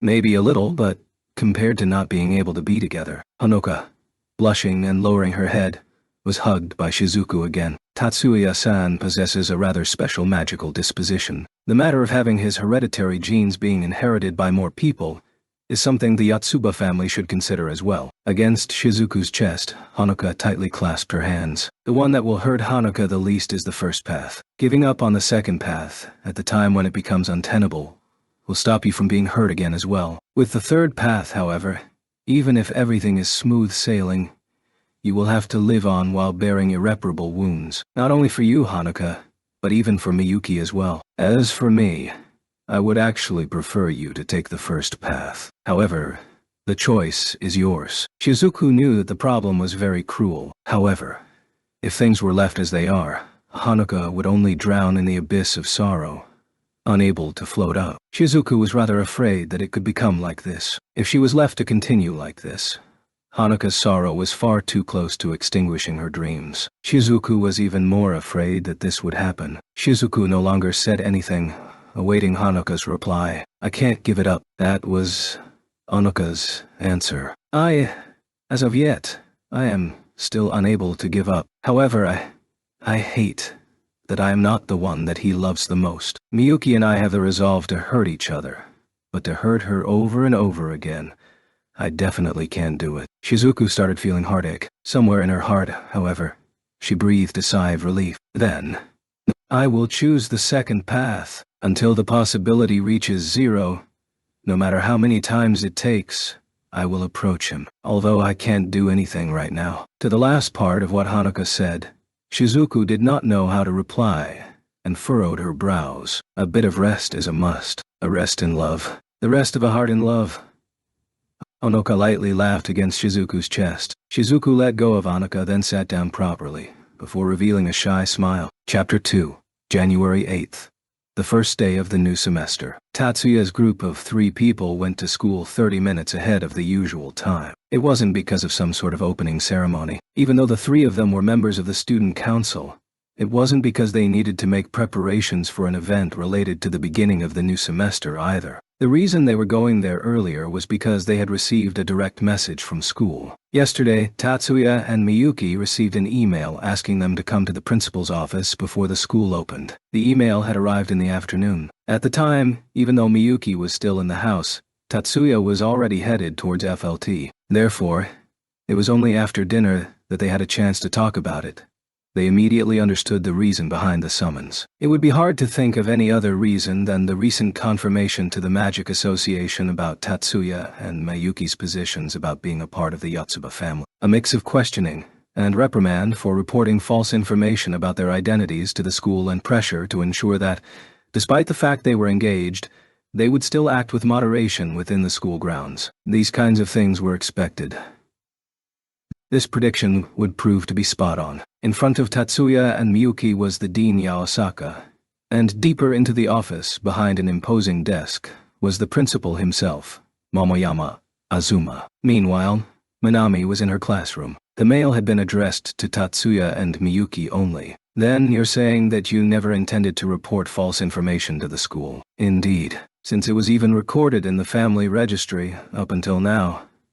I too believed it. Momoyama could have been frowning due to the militaristic tone of Tatsuya, or it could have been because of his composed attitude devoid of any tension that he felt was bordering on insolence. Yaosaka had become quite perceptive of the principal's mood changes over the years, and he was starting to get nervous himself as he continued to interrogate Tatsuya. Then that means the family registry was falsified. In the eventuality that your custodians intentionally falsified official papers, there is a possibility of you being erased from the school registry. About that, I have heard that you have already received a letter of apology from my father as well as documents explaining this whole affair. I certainly received such a letter, that there was a writing error from your departed mother on your birth certificate, and that you had never noticed until now.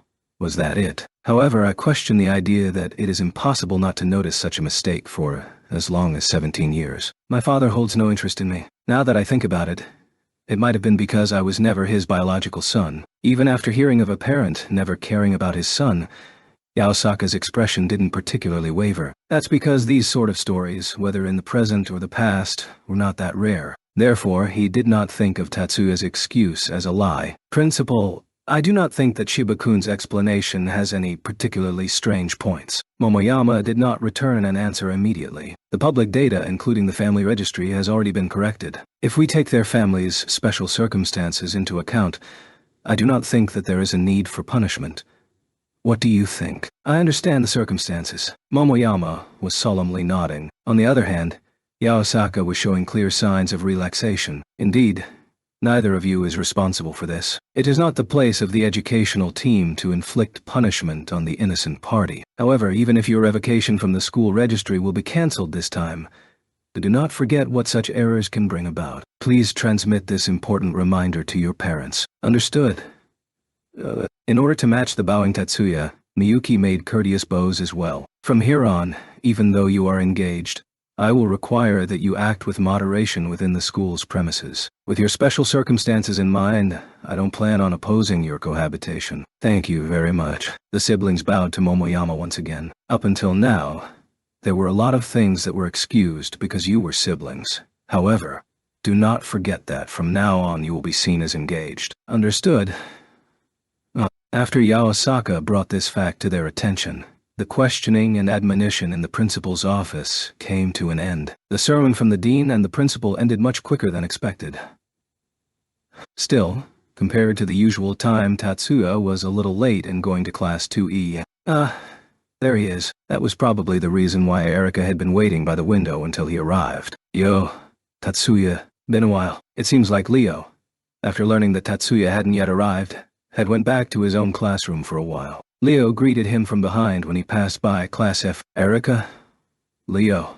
Long time no see. Tatsuya stopped in the hallway and answered them like this. By the way, the reason Erika's name was the first to come out of his mouth was because otherwise she would enter a bit of a sulking mood. Tatsuya-kun, when did you return from Tokyo? The moment Erika inquired so, Tatsuya recalled that he had made a promise to report as soon as his business was finished. 4 days ago. Sorry about not keeping you informed. Tatsuya wasn't the type to forget things. To be more precise, he was unable to forget things. However, this once, he didn't even have the spare time to remember it. It's okay.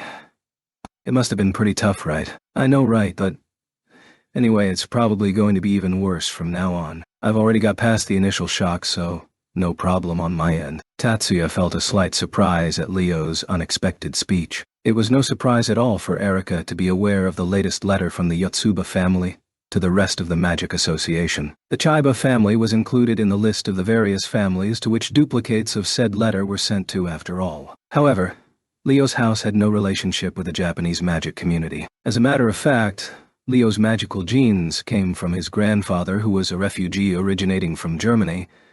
He has no blood ties to any other magician family that Japan exploits. That is why he shouldn't have the means to get information from the Magic Association nor even hear rumors from any of the houses that are part of it. Has the information about me, Miyuki, and the Yotsuba family's relationship already spread that far? The answer to the question Tatsuya was asking himself was soon afterwards given to him. As soon as he entered the classroom, All of his classmates' stares gathered on him, then immediately turned away. "Good morning." Tatsuya more or less understood what the others were thinking of him.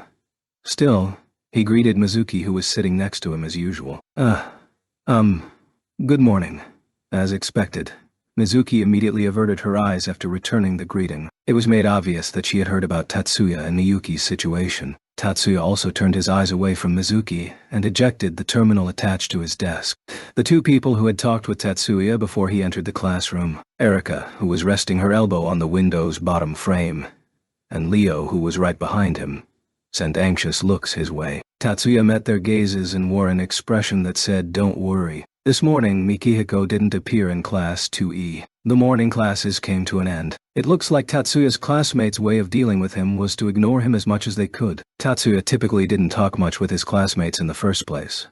However, it was the first time not even a single person addressed him for half a day. Despite the fact he had kept his distance, it had been a daily occurrence that people asked him for help when they had problems. Tatsuya didn't care about his classmates' stares, even if they were filled with ill will or hostility. If they were ready to ostracize him, then he would just have to shut out and deny their very existences. It's not as if Tatsuya hated humans, but at the same time, it's not like he particularly liked them, himself included.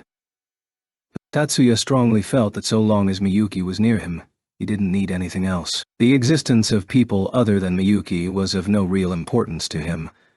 Although it was preferable to have people around in order to live a pleasant school life, it went no further than that. For that reason, however, he wanted to maintain at least reasonably good relationships so as not to let them turn into clear hostile ones. In the current atmosphere, it would be unpleasant to make the first step.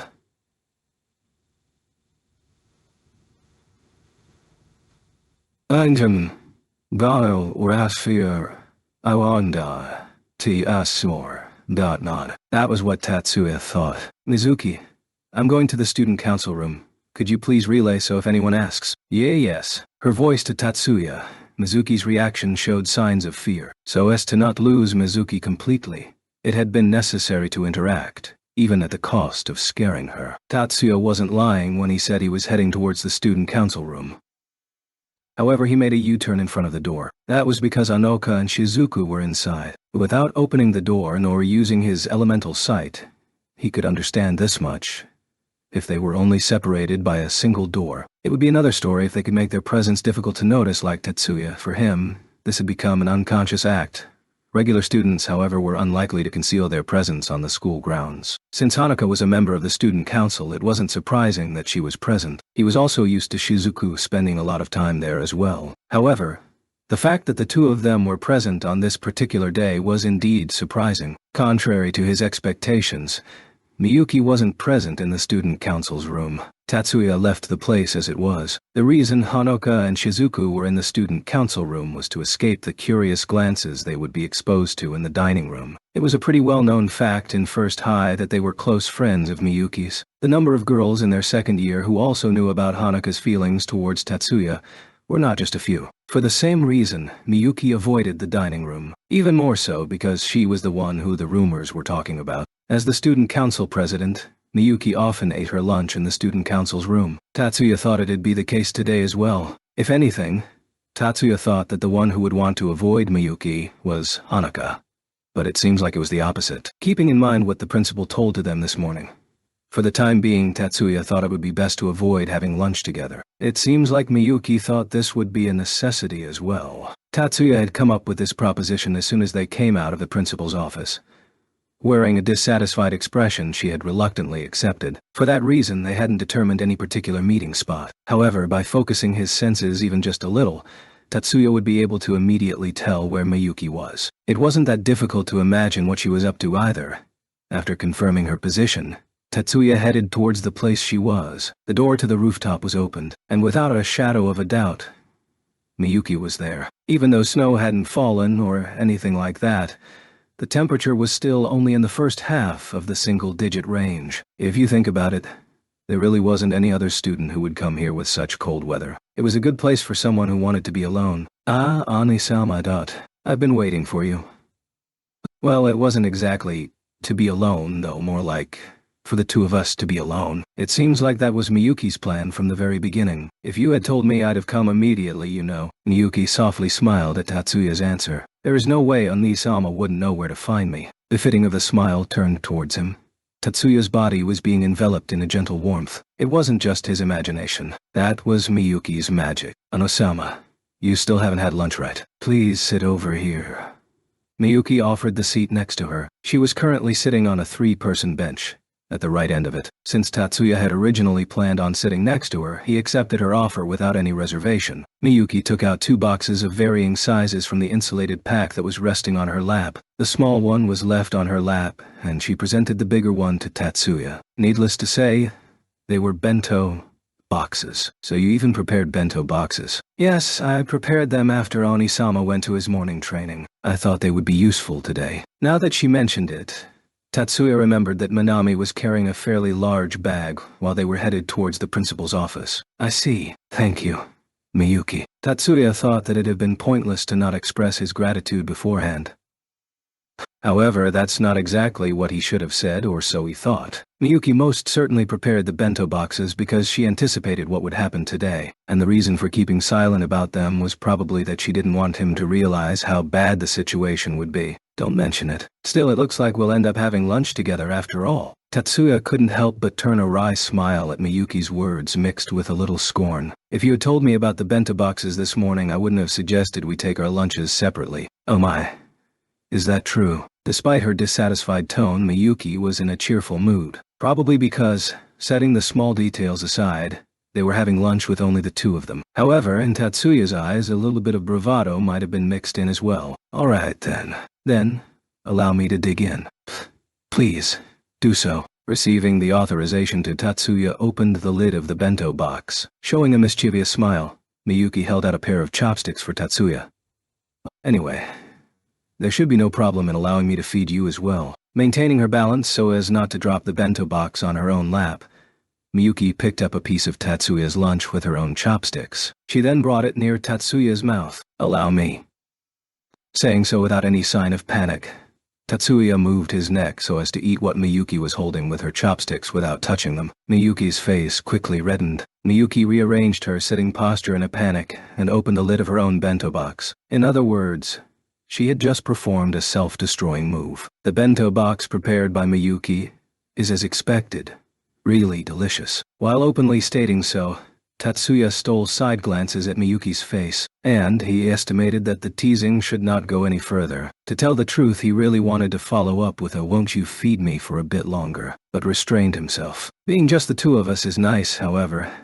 Having only the wintry skies as scenery can get pretty depressing. If we could find a suitable, unused classroom, I'd like to relocate there from tomorrow on. Tatsuya didn't want this little joke to take a bad turn, so he changed the subject. Miyuki, who was hanging her head down, looked up at him. Is it okay for us to eat together from tomorrow on? I think it might be preferable to do it like this for a while. Although the days when the student council has a lot of work will be different. Even though that was going in the opposite direction from what they had planned this morning, Miyuki didn't object. Let's find one before the end of the day. Clenching her hands into fists, Miyuki powerfully declared so. I'll search for one on my own as well, so don't push yourself too hard. At Tatsuya's smile, the younger sister's burning enthusiasm calmed down. How was Class A?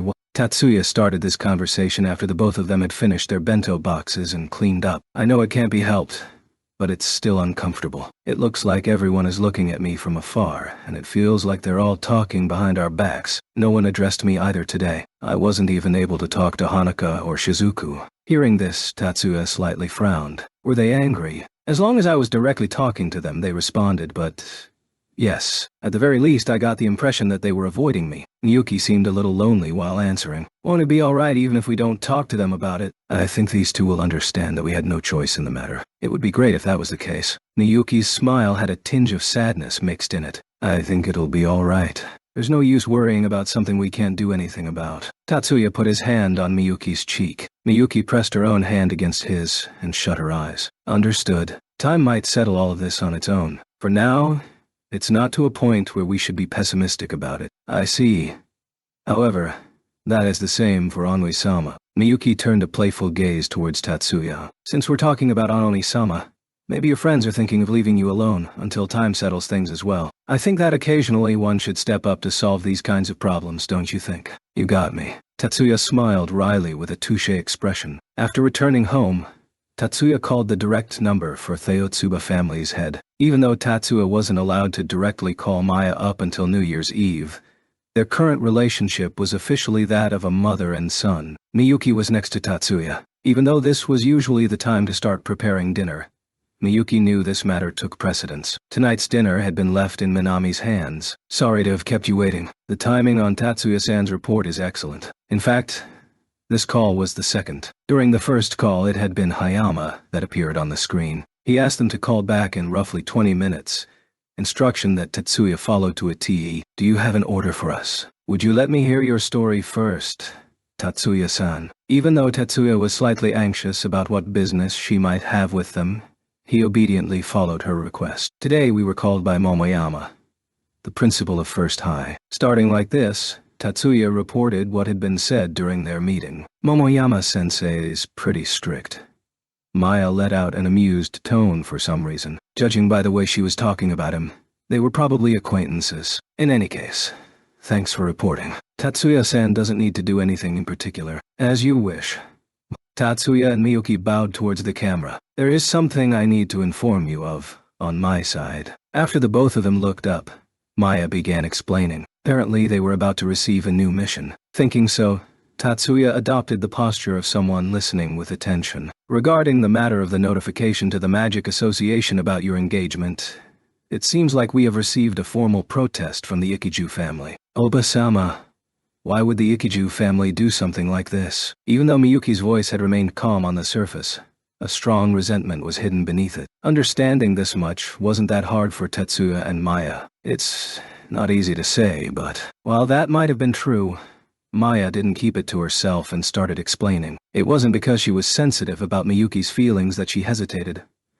Rather, it seemed like she was thoroughly enjoying the sight of Miyuki, struggling to keep her emotions in check. The Ikiju family's argument is that the blood ties are too close. The talent of a magician is a property of the nation.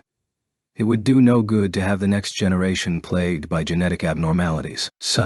Surely this isn't all there is to it. Interrupting a Miyuki that was about to shout, Tatsuya presented Maya with a question. The prevention of future generations' gene abnormalities is not a concern limited to magicians. That is why the law might forbid a marriage depending on the degree of kinship. This might not be the only reason, but it certainly makes up the largest portion of their objection. Conversely, the 10 master clans shouldn't have the power to question the validity of a lawful engagement. Surely the Ikiju family had something else to say. Hearing Tatsuya's point, Maya expressed a satisfied smile and nodded. It's exactly as you said, as expected of Tatsuya-san.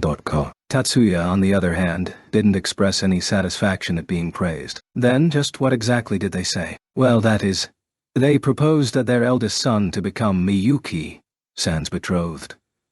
Please decline. To Maya's answer, Miyuki's voice rose in a flash. Miyuki. It's all right, Tatsuya-san. Although Tatsuya was about to reprimand Miyuki for raising her voice like that, Maya showed tolerance towards her pleasant response. It is natural that Miyuki-san is angered. I also have a problem with the fact they replied with a notification of marriage with a marriage proposal of their own. In that case, the rejection answer? Miyuki expectantly asked this. No, not yet, Miyuki-san. I don't plan on answering the Ikiju family for a while. However, contrary to her expectations, Maya's answer was a subtle no. If that is the case, won't our position suffer? Maya answered Tatsuya's question with a nod carrying the meaning of an I know. I do not intend to leave it as is forever. That's why the two of you shouldn't worry about it too much, all right? No imprudent moves, is it? Indeed. You two just have to happily spend time together as usual. To Maya's sentence, who emphasized the word happily, Oba-sama. Miyuki looked away with an embarrassed expression. Understood. However, Tatsuya bowed towards the camera while keeping a serious expression. Even though it was now the second day of the school semester, there was no change in the current life of Tatsuya and Miyuki at First High. The other students hesitated to approach them, but they were unable to hide their curiosity. Oh well, This isn't the kind of situation that can get better in just a single day after all. It could easily get worse in a single day, however. Originally, Miyuki had a tendency of being idolized in first high. Appearance, ability. Just because of those two traits of hers alone, she was hard to approach. And now, lineage was added to the mix. Not only her classmates and underclassmen, but even her upperclassmen were nervous in her presence. On the other hand, the number of people who deep in their hearts felt fear towards Tatsuya were not just a few. Fear.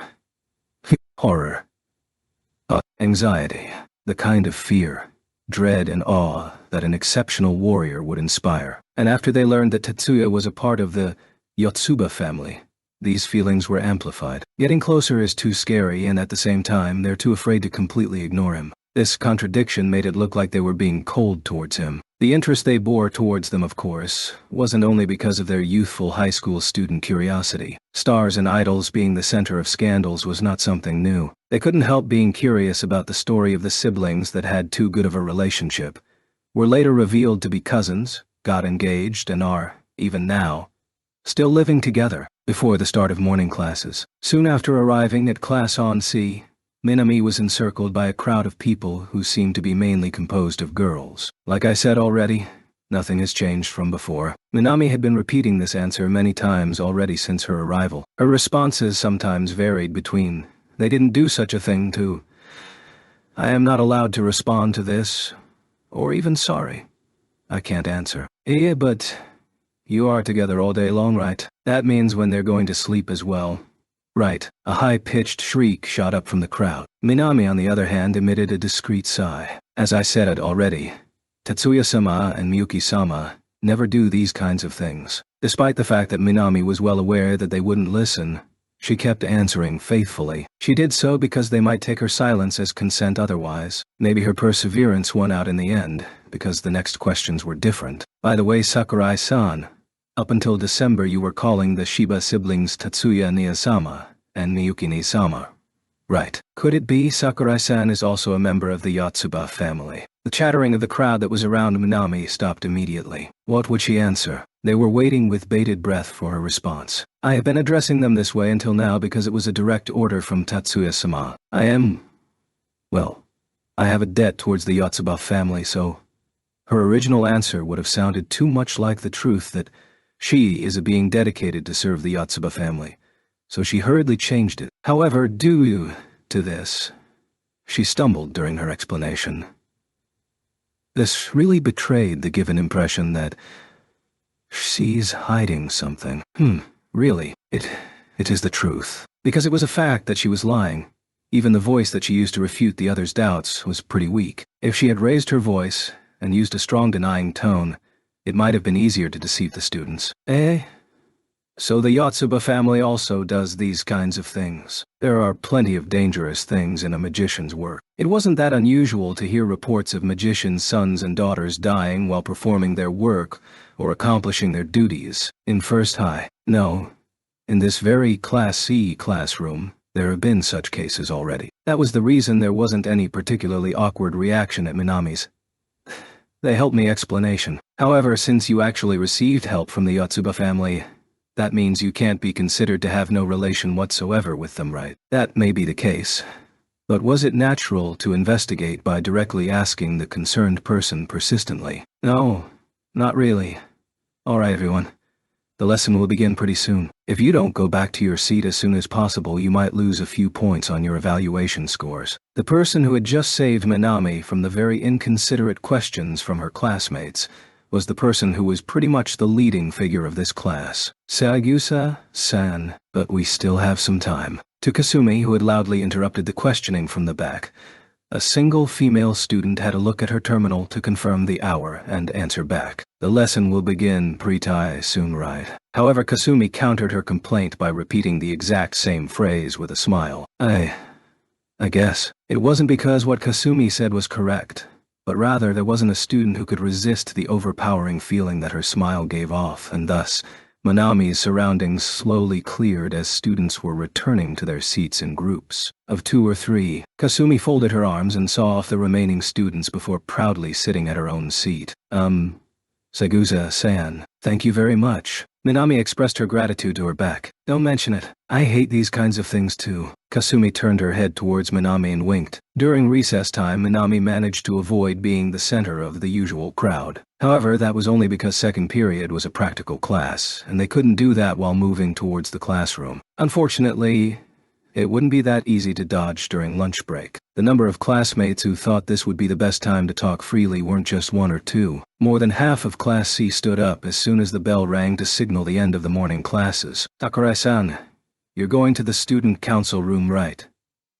Let's go together. However, the one who was the fastest in inviting her was Kasumi. In a sense, it was a natural result since the seating arrangements for the first years was the traditional gender-based syllabic order. Kasumi's family name was, of course, Saigusa, while Minami's was Sakurai. In other words, Kasumi's seat was just in front of Minami. So it was indeed natural that, given everyone reacted at the same time, Kasumi would be the first to reach her.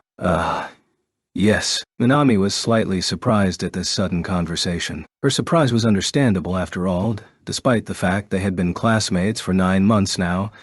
It was the very first time that Kasumi directly invited her somewhere. Kasumi didn't have anything against Minami herself. Since she was a close acquaintance of Tatsuya's, however, she kind of avoided her up until now. And suddenly, this happened. Minami wasn't the only one who was surprised. Come on, let's go. Being urged on by Kasumi, Minami reached the bag that contained her bento box in a bit of a panic and stood up from her seat. Well, Segusa-san. They were headed towards the stairs leading to the student council room when Minami matched Kasumi's pace and started up a conversation.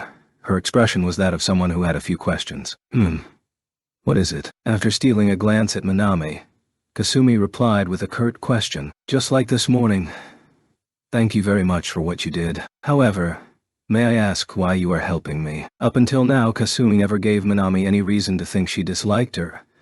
But it's not like she gave her any reason to think she liked her either. That certainly wasn't just an impression on Minami's part. It was a fact that there had never been any degree of conversation above the expected minimum between the two classmates. Minami herself never really tried to proactively talk to Kasumi, hence why she still couldn't understand the reason behind her actions. I told you before that I hate these kinds of things. The smile that Kasumi turned towards Minami seemed a little awkward. The reason was that being openly told by someone who you aren't well acquainted with to begin with, "You helped me," was a little too much for Kasumi.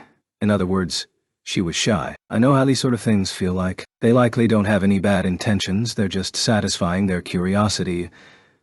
But they can get pretty insensitive sometimes. You're right. Minami wasn't hurt because of the barrage of inconsiderate questions in itself, but by the fact that there were a lot of questions she couldn't answer due to her position. Still, since she also wanted the other side to take her feelings into account, she couldn't help but nod at Kasumi's words. Sigh. I also have had quite a few bad experiences. Minami understood that she was trying to cheer her up. Kasumi unintentionally referred to herself using boku, something she had never done at school. Kasumi didn't notice her blunder. When it reached her ears, Minami was a bit taken aback.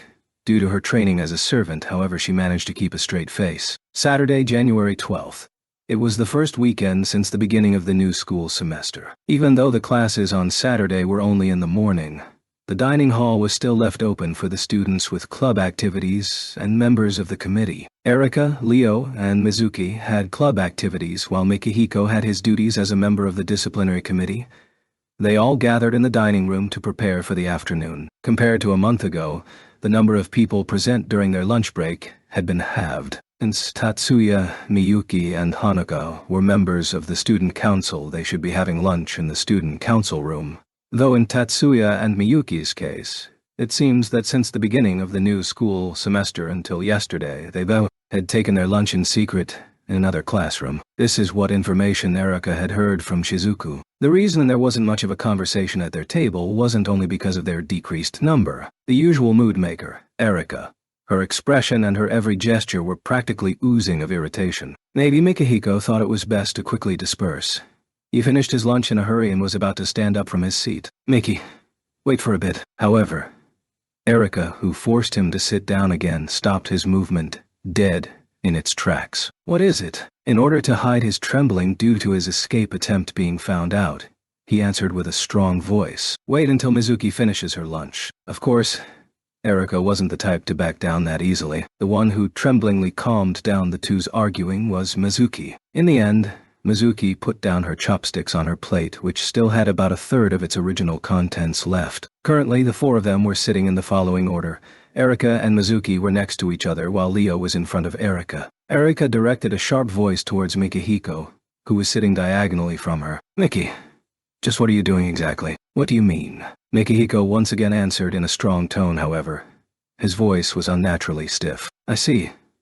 So, you won't understand unless I say it directly. In that case I will. Erika swung her palm down on the table. She paid no attention whatsoever to the numerous stares that turned towards her due to the loud sound she had just made. I'm asking you, why the hell are you avoiding Tatsuya-kun? The dining room instantly became silent. Everyone's gazes were concentrated on Erika and Mikihiko. While Erika could ignore the others' stares, Mikiko didn't have such composure. I'm not really avoiding him or anything. Huh?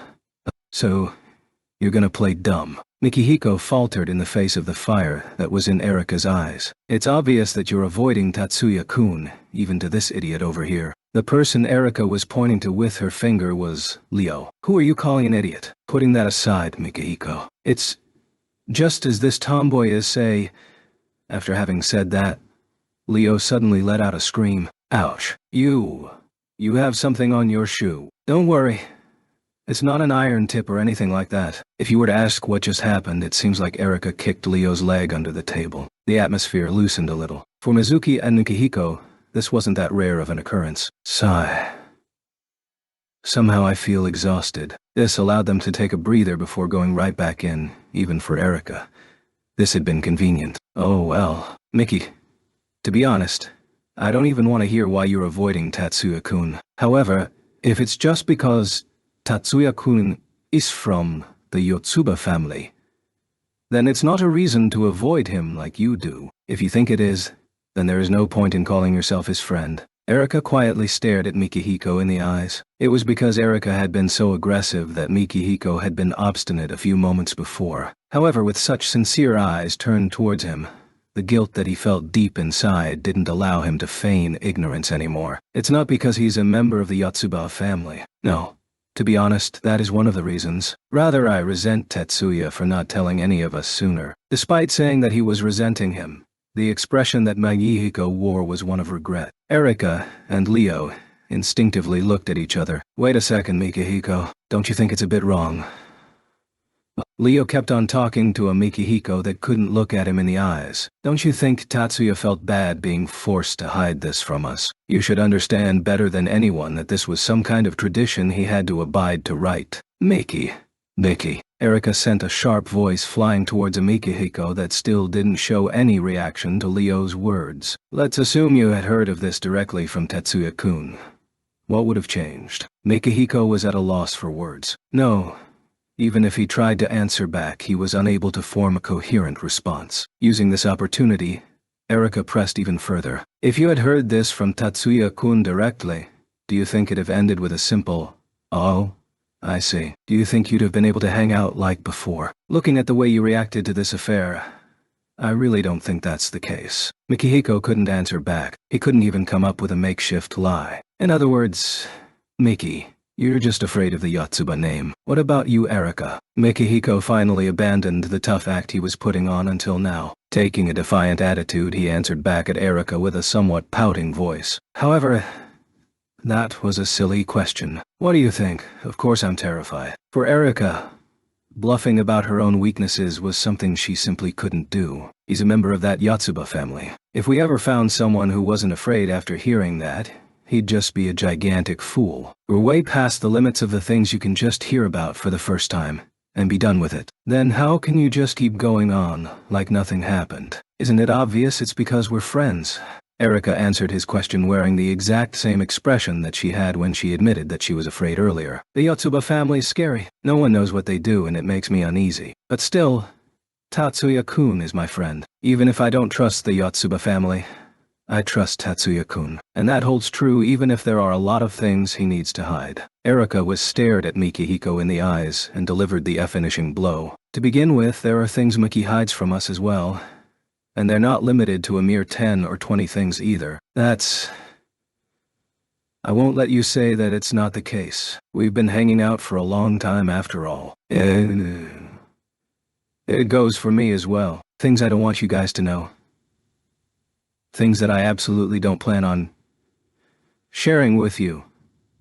There are a lot. Mikihiko looked away awkwardly. The reason was, he actually had an idea as to what her things she doesn't want known was referring to. There were things he couldn't share with us. Well, of course, we're not married or anything, so isn't it actually normal? Mikihiko looked away dejectedly. As he was right now, he didn't have any excuses left. Oh, Erika and Leo were able to find so quickly the correct way to deal with all of this. Outside of Mikihiko's field of view, Erika stole a glance at Leo. I guess that's because I've never faced a Yotsuba. I don't even know how dangerous Yotsuba magicians are. However, I know Tatsuya. Despite knowing how dangerous Tatsuya can be, I also know that I can trust him to the end. Leo felt embarrassed at his own speech and forced a clumsy smile before continuing. Well, it might be a misunderstanding, though I figured it out on my own. I understand why he was keeping silent about it, and above all I trust Tatsuya because he's my friend. Letting this possibility ruin our relationship would be stupid. Leo, you're an amazing guy. Mikihiko wasn't the only one watching Leo with an amazed expression. Erika was the same. When she caught Mikihiko's eyes turning towards her, she hurriedly regained her composure. Was it the same for you, Erika? Not exactly. Even I wasn't able to immediately come out with the appropriate reaction. However, I didn't need to dwell on it for 3 or 4 days. Erika learned about Tatsuya's lineage in February of last year. Even if she was aware of that fact, the shock she received was exactly the same as the others. However, even if their situations were different, Erika managed to recover from the mental damage in less than a day. If Erika hadn't suffered the same kind of shock, then it would have been impossible for her to understand Mikiko's dilemma to this extent. That's what he thought. However, he couldn't come to terms with the fact that while he had been indecisive, she had overcome the trauma. I see. Mikihiko shut his eyes and ceased all movement. His posture didn't have the serenity of someone meditating, but the suffering of an internal conflict. I understand. After opening his eyes, Mikihiko reported so to Erika. I also think of Tatsuya as a friend. I will do my best. On Monday of next week, everything will be settled.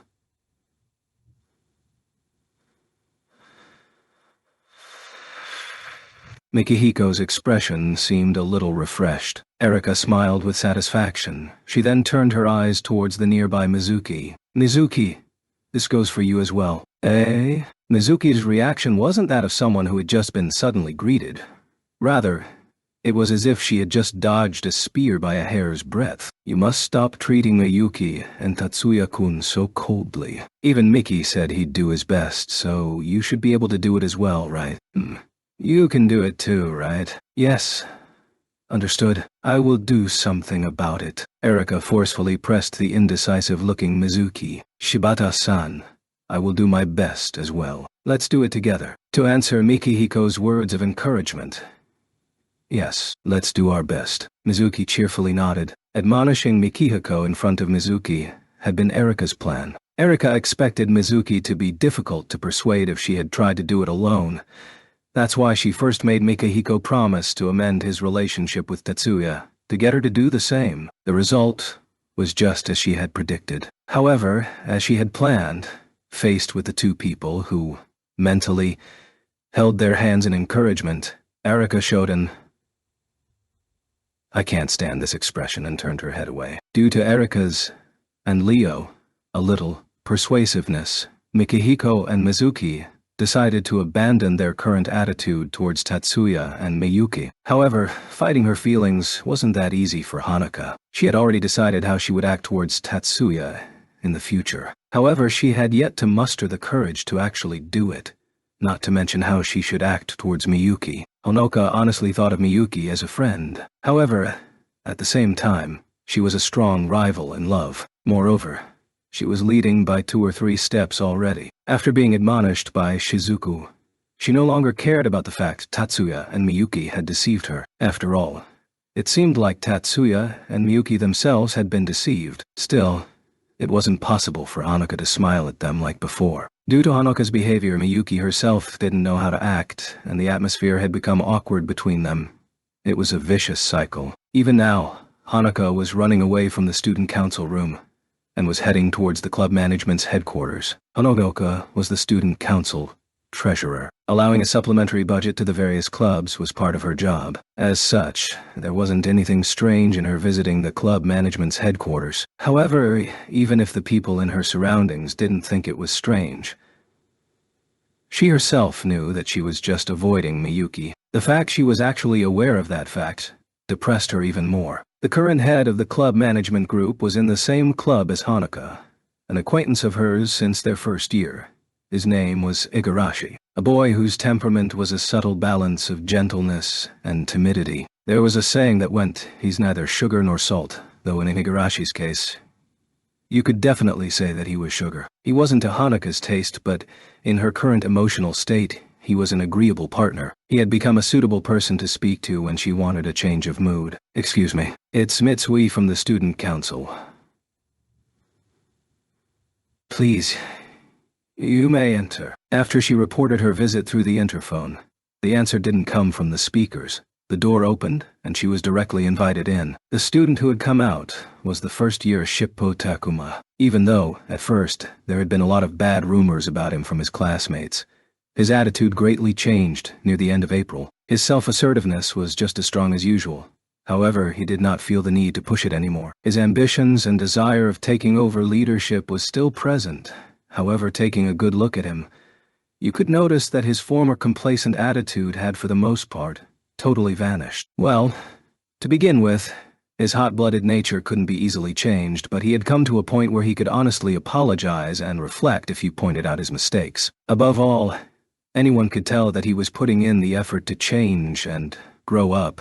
He thus garnered the sympathy and even trust from his classmates. It had accumulated to a point where during the 9 schools competition, he had spontaneously become the manager of the 9 first years registered on First High's team. Without any arrogance, he steadily increased his abilities. As of today, not only his classmates but also various seniors openly recognized his efforts. Honoka as well bore ill will towards Takuma at first, after the incident with Tatsuya. However, right now, she didn't have a bad impression of him. She could humbly recognize that he was a promising junior. "Excuse me, I had an appointment with President Igarashi." "With the president. There was a call just a few moments ago, and he had to go out." Honoka reported that she would be coming over just before going out of the student council room. However, it seems like some sort of trouble had risen. Even though the former President Hattori's efforts had been concentrated on abolishing the stigma that only top students could attain important posts, Igarashi seemed to have had a negative effect on people's attitudes. Honoka thought it would be great if that was just a coincidence. Even though she shouldn't be one to worry about others' situation considering her own mental state, this was undeniably her good nature speaking. In that respect, Honoka couldn't really complain about Igarashi. Was it urgent business? Well, Honoka thought it couldn't be helped and started to go back. She was stopped by Takuma's voice. "Yes, but since he is not present, I thought I would come back later." "Wait a moment, please." Was Takuma in charge of the communications? Rather, he took the wireless headset that had a microphone attached. It was a device that had integrated brainwave assistance. He put on the headset and turned towards the desktop terminal. "This is headquarters.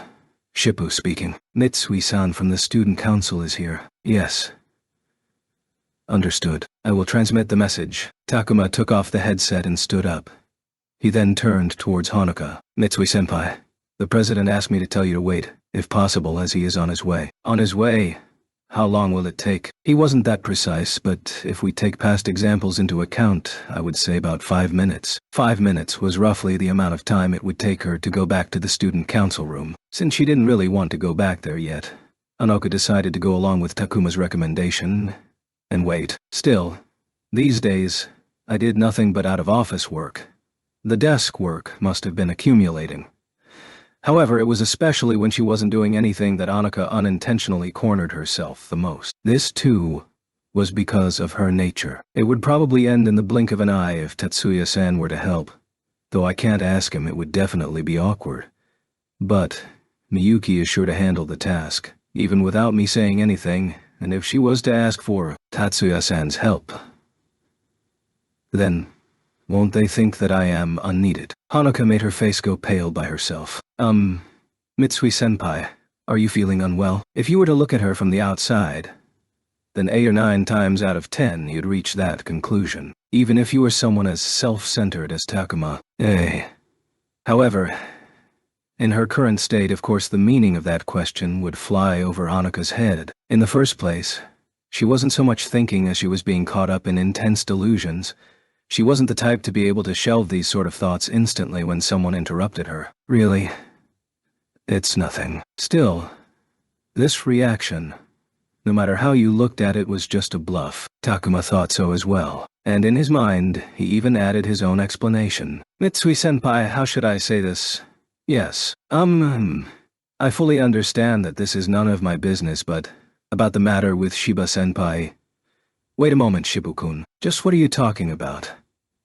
A flustered Hanuka tried to stop the words coming out of Takuma's mouth. However, even if Takuma was wrong about Hanuka's condition, he certainly wouldn't misunderstand the reason for her depressed attitude. It was precisely because he was right that Hanuka was flustered. What Takuma was about to say, Hanuka didn't want to hear it. I think you should give up on Shiba-senpai. Despite that, Takuma had said it. Stop, Dari. But at this rate, senpai will suffer from it. Takuma had changed his attitude these days.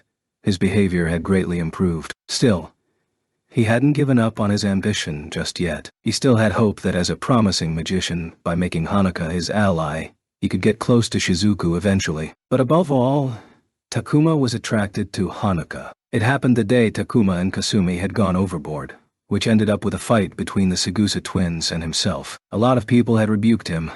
Hanuka, however, had stretched a helping hand towards him. Speaking objectively, the only thing she did at the time was lean on him and ask, "Can you stand?" It wasn't as if she had lent him her hand or anything. What started with the one-sided embellishment of that memory hadn't yet bloomed into fully romantic feelings. They didn't really have many occasions to talk to each other either, so that description was appropriate. Though today, by chance, the two of them were all alone.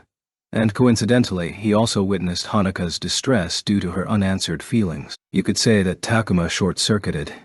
He was running wild. Senpai.you, Hanuka closed her eyes and covered her ears with her hands. Takuma stretched his arm towards Hanuka's hands. Shippo, what are you doing? However, that was as far as he would go. The voice of President Igarashi, who had just arrived at the headquarters, stopped Takuma's rampage. Igarashi was not alone. Shizuku walked out abruptly from behind him and stopped in front of Hanuka. She buried Hanuka's head in her chest. Shizuku? Yeah. Shizuku gently patted Hanuka's back several times to tell her that everything was all right now. The stiffness left Hanuka's body. Shizuku turned cold eyes towards Takuma, while still holding Hanuka. What were you saying? The tone of her voice was fitting for the look she was giving him. Well, that's... Takuma had intended to finish his sentence that started with, by saying I'm worried about you. Trying to seduce someone when they're feeling down, you're the worst. Shizuku had accused him. Still, it wasn't entirely wrong. The reason Takuma wasn't able to answer was certainly because he himself was conscious of that. Let's go, Hanuka. Shizuku took Hanuka out of the club management's headquarters. No word of protest came out of Takuma's mouth. Igarashi, who had come to fulfill his promise, could do nothing but stand there dumbfounded. That day, Hanuka didn't return to her house. As usual, they were coming home from school separately from Tatsuya and Miyuki. When they arrived at the station, Hanuka was ordered by Shizuku to stay at her house. She didn't even ask if she was okay with it. It was a unilateral decision. It's not like staying at Shizuku's house was unpleasant or anything. She was aware of her own current indecisiveness, and if she was left alone, she would probably feel depressed very quickly. That is why Shizuku's invitation was welcome. She had dinner with Shizuku's parents, who had hurried back home, and as usual they stepped in the bath together. However, once there, the usual chattering didn't come out. What differed from usual was the fact that Shizuku took Hanuka to her room afterwards. Hanuka had her own room in the Kitayama family's house. Although it was just a guest room on paper, the reality was that this was a room for her use only. The interior matched Hanuka's tastes, and you could even find her underwear in the closet. Though aside from that, there wasn't much Annika herself used in this room. When Annika stayed overnight, she would usually hang around in Shizuku's room, and even sleep there in fact. Today, however, Shizuku took her towards Anika's room. Annika obediently sat in her bed, compared to just a few moments ago, however. While she had been wearing a happy expression during dinner, a grim, painful one now floated on her face. Shizuku sat in front of her. She kneeled on the floor, Caesar style. Of course, sitting on the bed, Anika's face was higher. Shizuku looked at the downcast, pained face of Annika directly. Annika. I know. Annika tried to escape Shizuku's look by looking even more downwards. You're probably pitying me right now. With a trembling voice that threatened to turn into sobbing any minute, Annika said so. Even though I'm completely fine. But you're making such a face. Eh? Annika lifted her head. Shizuku's stare hadn't changed from the time she sat on the floor. It was still fixed on Annika. Annika, this entire week you wore such an expression. What kind of expression? A crestfallen one. Annika couldn't help but gape in shock. It can't be. Even worse than Shippo's. Without holding anything back, Shizuku pointed that out. Everyone in your surroundings who's looked at you has said the same. I don't want that. I don't want others to take pity on me. It doesn't matter what Annika thinks. They're thinking like that for their own good. Shizuku firmly grasped both of Annika's hands away from covering her eyes, and she stared straight into her eyes. They're showing sympathy because they pity you. But doing so, they can reassure themselves that they're not miserable. I'm not miserable. Shizuku nodded at the words Annika managed to squeeze out. Annika matched Shizuku's gaze by her own volition. I know that Annika isn't miserable. It's just that everyone else doesn't know that. Shizuku had been looking at nothing but Annika this entire time. They don't know about Annika's determination. They don't know that Annika is strong. Annika nodded with her eyes. That's because Annika didn't show them that she wasn't miserable. Shizuku released her hands and stood up. Annika. This time, it was Shizuku who was looking from above. Monday. Annika inhaled with a serious expression on her face. Show me that there's no reason for anyone to pity you. Without waiting for either a yes or a no from Annika, Shizuku left the room. Sunday, January 13th.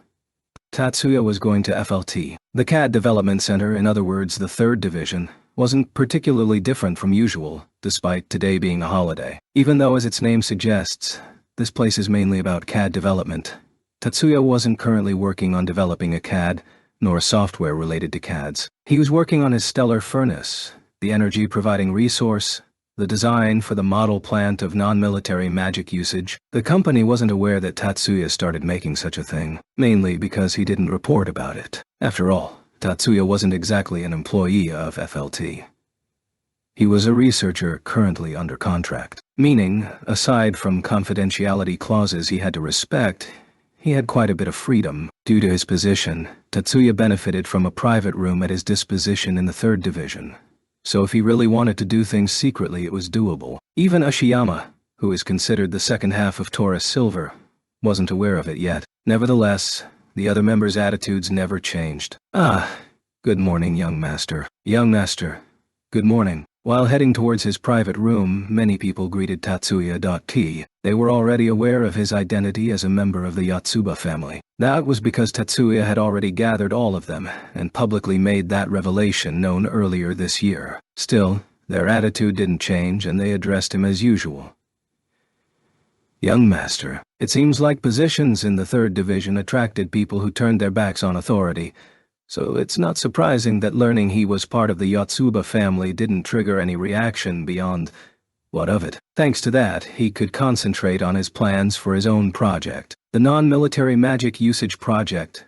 Extract both useful and harmful substances from the coastal area of the Pacific, using electricity generated by the stellar generator. Construction plan. Escapes. It was the means of escape for magicians from their fate as living weapons. At first, this project was made as a means to escape from the Yotsuba family's influence and provide him with the means of living afterwards. Even though his motives were now slightly different as a part of the head family of the Yotsuba, it didn't change the fact that it would be a large advancement for the non-military applications of magic. With the nuclear fusion reactor operated by magic, stable electricity and fuel can be produced. Moreover, an important position in the industrial society can be secured just with the byproduct of supplying mineral resources from the sea. As a result, magicians will be able to provide for themselves without being forced into the military. That was the baseline thinking behind his project. The current sources of electrical power were natural energy such as the heat from sunlight, the force of the wind, the biomass. As a result of increased reliance on such renewable energy, modern industries had become extremely dependent on weather conditions. Of course, this was much preferable to a society dependent on fossil energy and nuclear fission energy. Especially for long-term development, it was crucial for mankind to actively protect the environment. However, it was undeniable that this provoked an unstable fuel delivery situation. The system behind orbital satellites equipped with photovoltaic solar panels was also one of the projects destined to lower this reliance on weather conditions for energy supply. The rough outline of Tatsuya's stellar furnace was composed of 4 crucial points. The furnace itself produces electricity. It then uses this electrical power, and from its high temperatures creates hydrogen gas by electrolysis. Thus again, using the electrical power of the furnace, fresh water is produced using reverse osmosis on seawater. The leftovers from the previous operation are thus highly concentrated seawater, in which useful resources as well as toxic substances can be extracted. Although Tatsuya's knowledge of industrial technology stayed at a high school student level, it wouldn't do any good to not cooperate with specialists for matters other than the stellar furnace itself. Even though the manufacturing of hydrogen gas and collection of all usable resources in seawater could be done directly with magic, the responsibilities of magicians would be too consequent. Using magicians as part of the engineering process itself would be mistaking the means for the end. Moreover, it wasn't what Tatsuya desired. The ones who should approach the non-magic community should be the magic community itself. It will be easier to find partners if the Yotsuba name is used.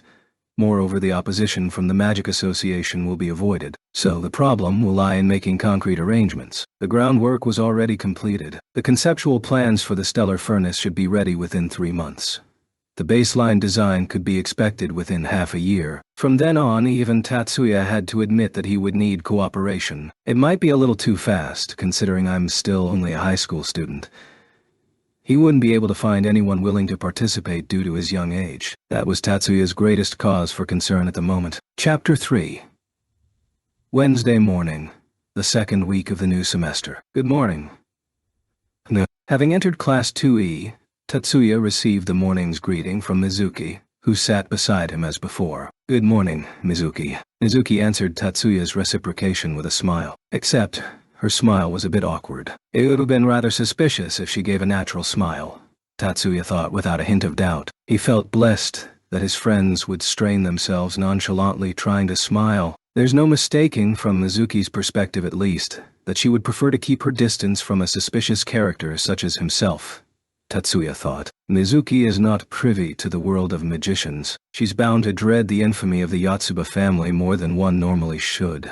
On top of that, here's a suspicious character who'd been covering up his real identity for close to 2 years now. Even then, a normal girl like Mizuki has been trying to connect with him as a friend. Tatsuya is not irritated about this. Rather, he's come to think it's normal. He approached his own seat while wearing a faint smile on his lips. A sound echoed from the windows to the hallway that were right beside Tatsuya as he took his seat. Good morning, Tatsuya-kun. Good morning, Erika. It was Erika who spoke to him from the other side of the window. She wasn't with Leo today, but Tatsuya didn't point this out. He remembered the last time when Erika had gotten mad at him for treating them like a couple. Besides, it's not like Erika and Leo were dating. Them not being together was not something strange in particular. Good morning to you as well, Mizuki. Good morning, Erika-chan. Erika gleefully nodded her head with a satisfied smile akin to a bright day in spring, no less than what Mizuki would normally do. With that smile alone, Tatsuya could tell that Erika's meddling was intended to cheer Mizuki up. Even so, what's the matter, Erika? You seem energetic. Tatsuya dared to ask.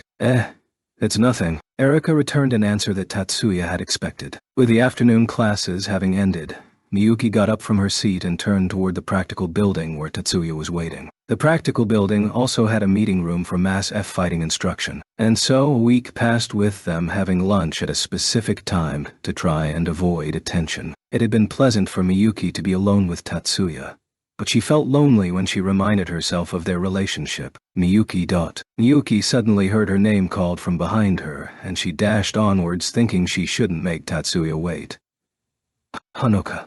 What's the matter? Honoka let out a noise. Her face was stiff with tension. Miyuki, despite wearing an unchanging expression this whole time, was also tense. It had been almost a week since her last exchange with Honoka that didn't have to do with work. No, tense would be better applied to the state of Class 2A who had fixed their eyes upon the two girls, making no sound. Oh, this must be about that thing later this afternoon, right? Shall we go to the student council room? Miyuki had been unable to instantly craft a response. She wanted to make amends with Honoka, but she didn't fathom that Honoka would meet her halfway. Would it be all right if I went along with you? Shizuku raised her voice from the side before it turned into an awkward situation where Miyuki's silence could be interpreted as her refusal. That single utterance from Shizuku was hospitably received by both Miyuki and Honoka.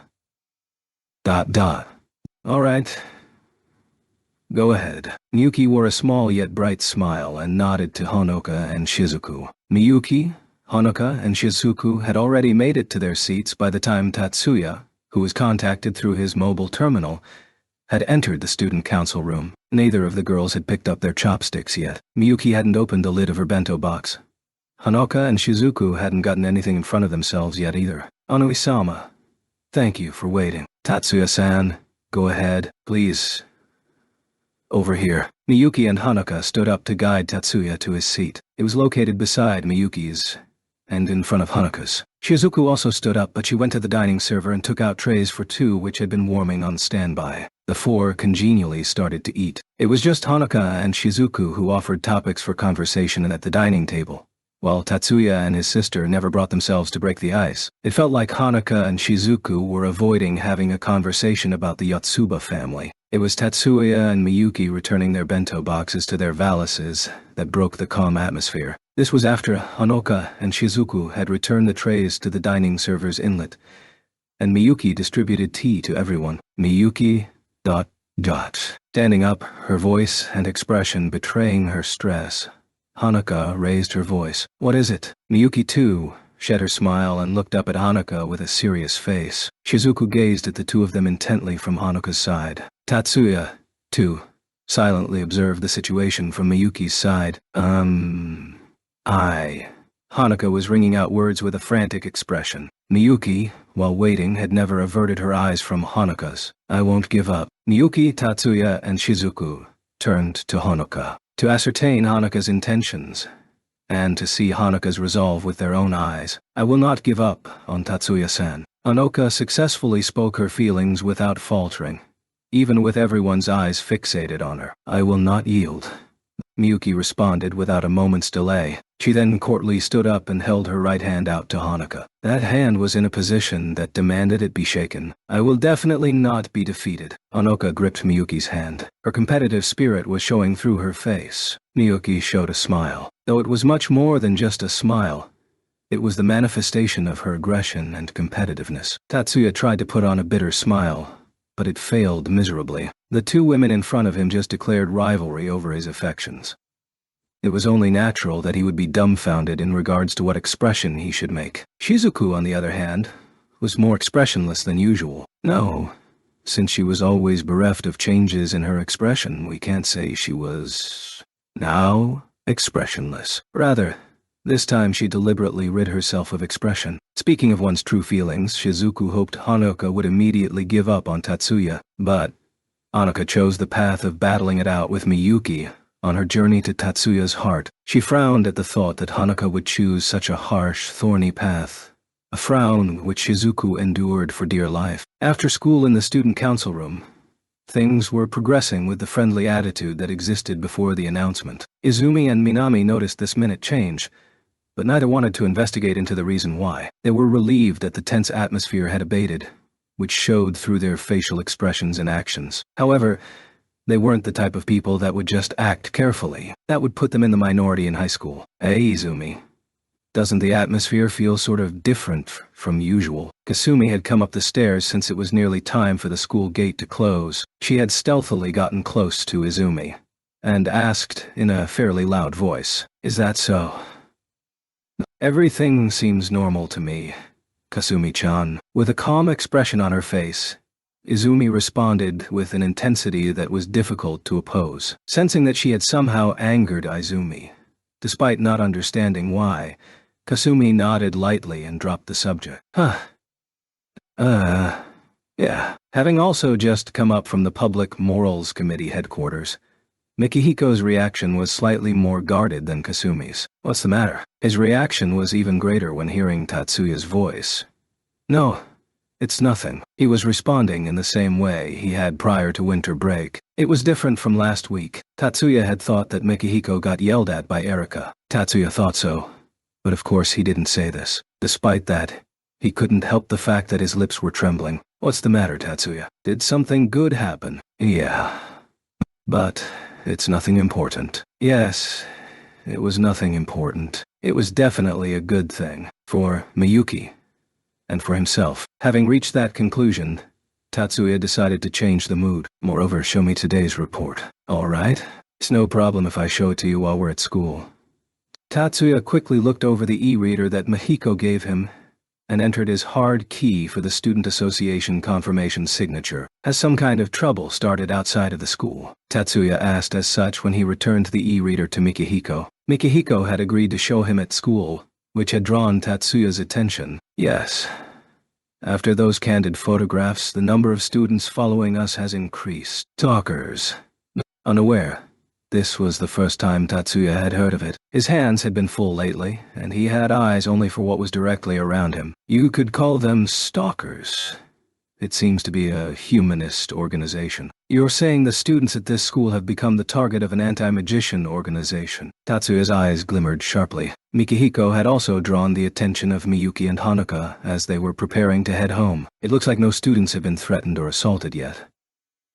That being said, ever since the group formed, some students have reported being verbally abused. Mikihiko answered Tatsuya's question in a provocative tone. Minami-chan. Returning to her designated president's seat, Miyuki spoke to Minami. Yes, President? Minami stood up and moved to stand in front of Miyuki. However, Miyuki stopped her in place with her gaze. Regarding the case we heard from the Public Morals Committee chairman, has the Student Council noticed it? One moment, please. In response to Miyuki's question, Minami hit the switch on her desktop terminal that she had already shut down. Contrary to how information systems from half a century ago worked, it booted up near instantly. The operating system appeared in the screen immediately. Minami entered a search term and then read out the results that were displayed. The number of people and events discussed at the Student Council includes 24 people, spanning a total of 38 events. They're already reporting these to the police, but there are no reports of any concrete crackdowns being reported. They're ignoring it. Hanuka had raised her voice as if to say, I can't believe it, in response to the facts Minami had read out loud. They may be speaking rashly, but a crackdown would be difficult. Shizuku replied with a sigh. Despite the candid photographs, it's difficult to present evidence of stalking. Mikihiko muttered irritably. If it had been like the obvious enemy in the Yokohama incident, they could easily counterattack and crush them. But they had no way of counterattacking a divided, vague attack coming from among the otherwise virtuous townspeople. If they raised a finger, they would be branded criminals. To begin with, they had no idea who the enemy was, or even how to defeat them. We should likely urge all students to be careful. Be on the lookout for any direct assaults, and also be careful not to overreact at risk of appearing to be in the wrong, or rather, so that you are not branded a criminal. Understood. I will handle it immediately. Tatsuya had shown concern in response to Miyuki's reaction. Saturday, January 19th. The end of the second week of the new school term. Morning lectures were over, and now it was time for club and committee activities. Kasumi and Izumi had previously dropped by the dining hall to replenish their energy. Izumi had wanted to eat lunch with Miyuki in the student council room, but she couldn't resist Kasumi, who had insisted on a whim we should eat together once in a while. Kasumi and Izumi were both popular among the Year 1 students. No, they also boasted high popularity with the Year 2 and 3 students, but they were especially popular people to the Year 1 group. The twins weren't the type to be very helpful, so they couldn't form factions like the Kasumi Army or Izumi Guard. But at the same time, they were unrelated to any factional disputes, so they were adored as though they were everyone's idols. It left a stark contrast compared with Takuma, who steadily formed the Shippu group, because of his outgoing assistance. Kasumi and Izumi didn't normally have anybody in particular who followed them around, so it wasn't difficult for them to keep to themselves. On the other hand, when it came to lunch, they had continually accumulated a group of Year 1 students with their lunch trays in hand. What stood out about the two was that the students who came close to them were mostly girls. That said, boys weren't intimidated by them like they were by Miyuki, so the boys could express affection for them much like they would for a mascot. For that reason, although they constantly had lots of people around them, not a single one would interrupt them when they were talking. Under these circumstances, the two of them engaged in unrestrained conversations while slurping their noodles. Izumi ate, true to her proper image, but Kasumi also ate carefully. She slowly cut her kakiyage into bite-sized pieces and ate them with good manners. She never talked with food in her mouth, which meant her pace was fairly slow. Without a doubt, this calm lunch scene made it hard to guess what they were talking about. In these last 2 or 3 days, the atmosphere at school has become really gloomy, hasn't it? Those rumors about Shiba-senpai and Miyuki-senpai. It'll be a problem if Senru people like them run around making a fuss all the time.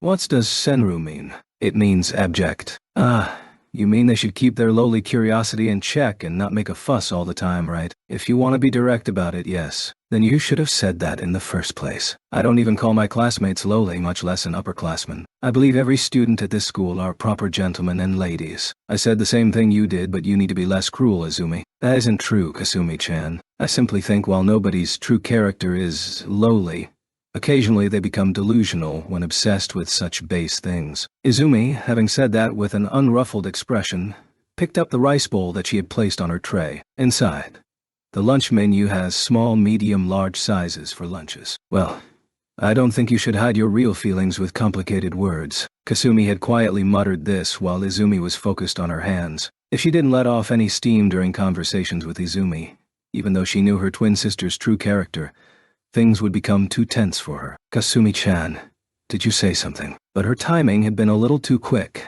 and Izumi raised her face as she was putting her chopsticks in her rice bowl. No, I didn't say anything. Kasumi said so, while picking up her rice bowl as Izumi had done. Kasumi slurped her soba with a little more enthusiasm than Izumi, with her brows furrowed at her twin sister. Izumi also moved her chopsticks. Having used her manners as a shield to redirect the conversation, Kasumi set her bowl down and spoke to Izumi, as though nothing had happened. By the way, how do you feel about the student council room? I only had a glance, but it looks like they've made it peaceful again. Although they are only slightly different from us, I believe all involved parties are adults. Izumi had answered Kasumi's question in a not entirely complimentary tone of voice. I think Mitsui-senpai in particular has a lot of good things about her. Miyuki-senpai and Shiba-senpai are both excellent at behaving themselves as well. Well, the president has reined in how clingy she is with Shiba-senpai, and it looks like she's finally paying attention to other people. Izumi had knit her face at the words, clinging, but Kasumi was indisputably correct. No matter how close you are as friends, ignoring each other will cause you to drift apart for sure. Even close friends have to be courteous, right? Correct. Disregarding the fact that plenty of people lack that level of intimacy, rather, they look down on it and prefer to amuse themselves by spreading irresponsible rumors. It can lead to an inevitable drop in the overall relationship. Izumi stopped for a moment, then added as though remembering something. At the utmost, that's a general rule. Kasumi and Izumi's classmates all hung their heads and huddled up. Around the same time, well, it was actually a fair amount of time thereafter, the Magic University's cafeteria was thronged with students. Mixed among them are students who are visiting from the National Defense Academy's Special Warfare Research course. Out of all these students, 2 girls were facing each other, a normal student and a magical officer trainee. There wasn't a real difference in how the 2 students looked. Just glancing them over wouldn't help. The officer's brilliant smile was making it difficult to tell if she was a normal or Magic University student. Hey Mary, you don't have to laugh like that, do you? Sorry, but still, him and you, Watanabe Mari, a visiting student and the former chairwoman of the first high school disciplinary committee, apologized as she continued to suppress her laughter. Opposite of her was Sagusa Mayumi, the former first high school student council president, her face blushing red and her eyes glaring into Mari's. The blush on her face was not out of anger but of embarrassment. She glowered at Mari with teary eyes, yet they did not feel threatening at all. Hey, no, I'm really sorry. In the end, it was Mayumi sulking and turning away that made Mari stop laughing. Are you seriously telling me that the head of the Sigusa family wants to make you and Tatsuya-kun marry? It's an engagement, not marriage. Keeping her face averted and her arms crossed, Mayumi snapped at Mari's statement. Mari suddenly asked herself how that was supposed to be different, but she decided to keep those words to herself. Well then, why are we even talking about Mayumi and Tatsuya-kun's marriage? The Magic University is more flexible in regards to breaks and lunches than the National Defense Academy. At the same time, it's not like the students can have lunch as long as they want. Mari decided to move on to the main topic. You heard about it as well, Mari.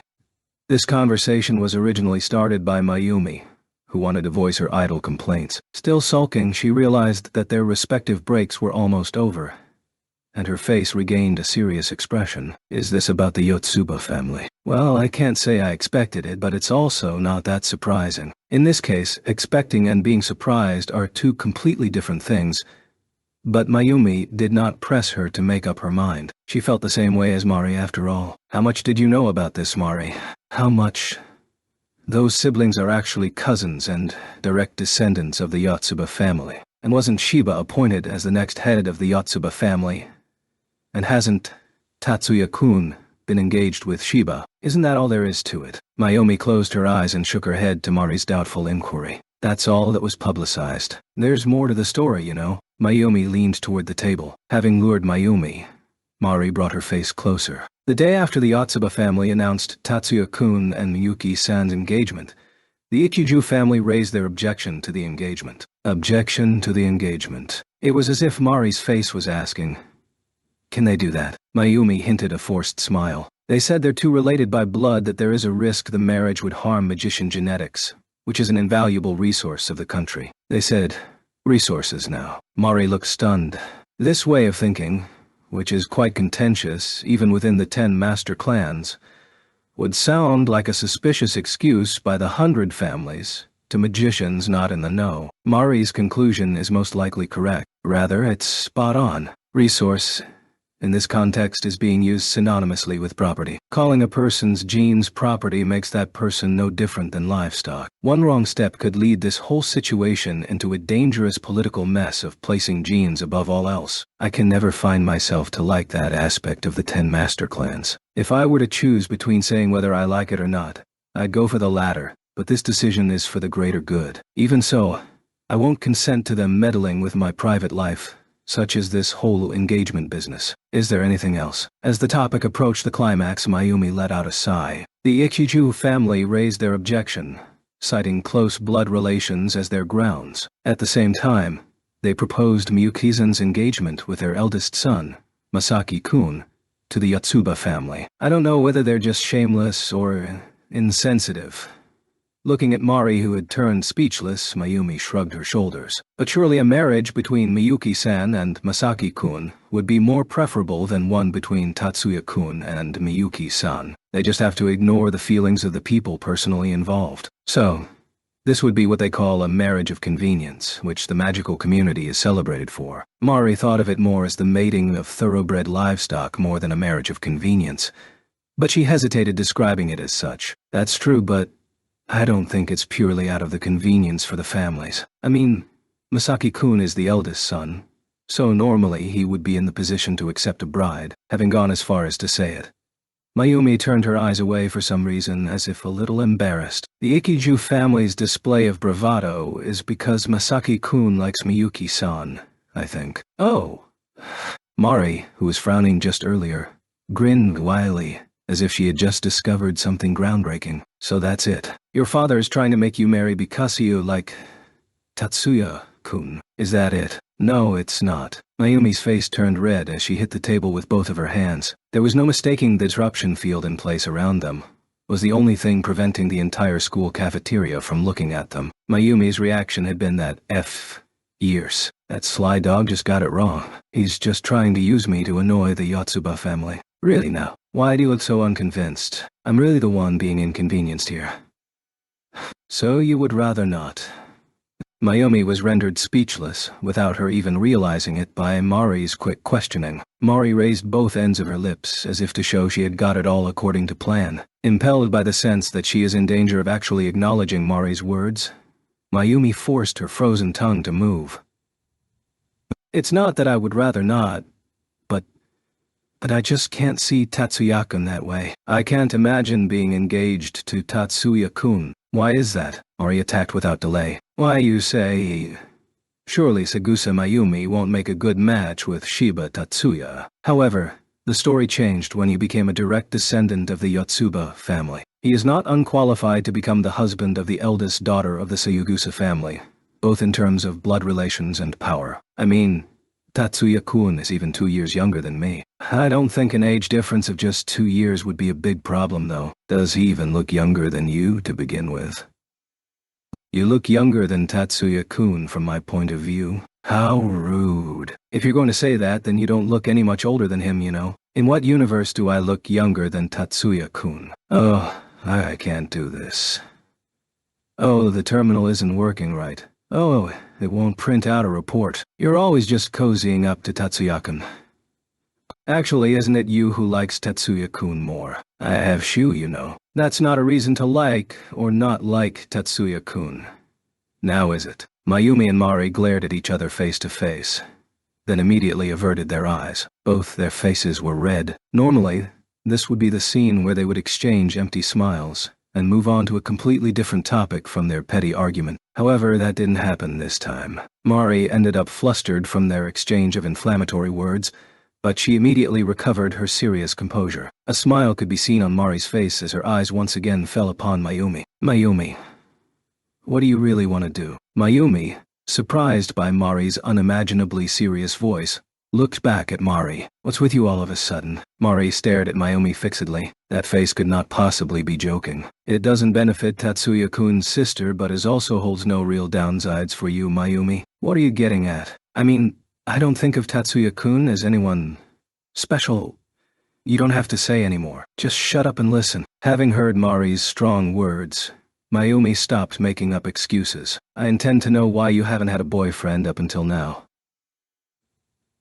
Regarding your lacking pursuit of a relationship between you and the eldest sons of the Jumonji or Itsuwa families, I understand that it's a modest protest against the future that was decided for you. Mayumi didn't object to Mari's statement. It wasn't that Mari hit the mark with her words, but Mayumi wanted to listen to everything Mari had to say first. Didn't you always tell me you never looked at Jumonji as a possible boyfriend? Is that because he's the type of partner who would notice right away? Jumonji has always been a fellow magician from the Jumonji family to you.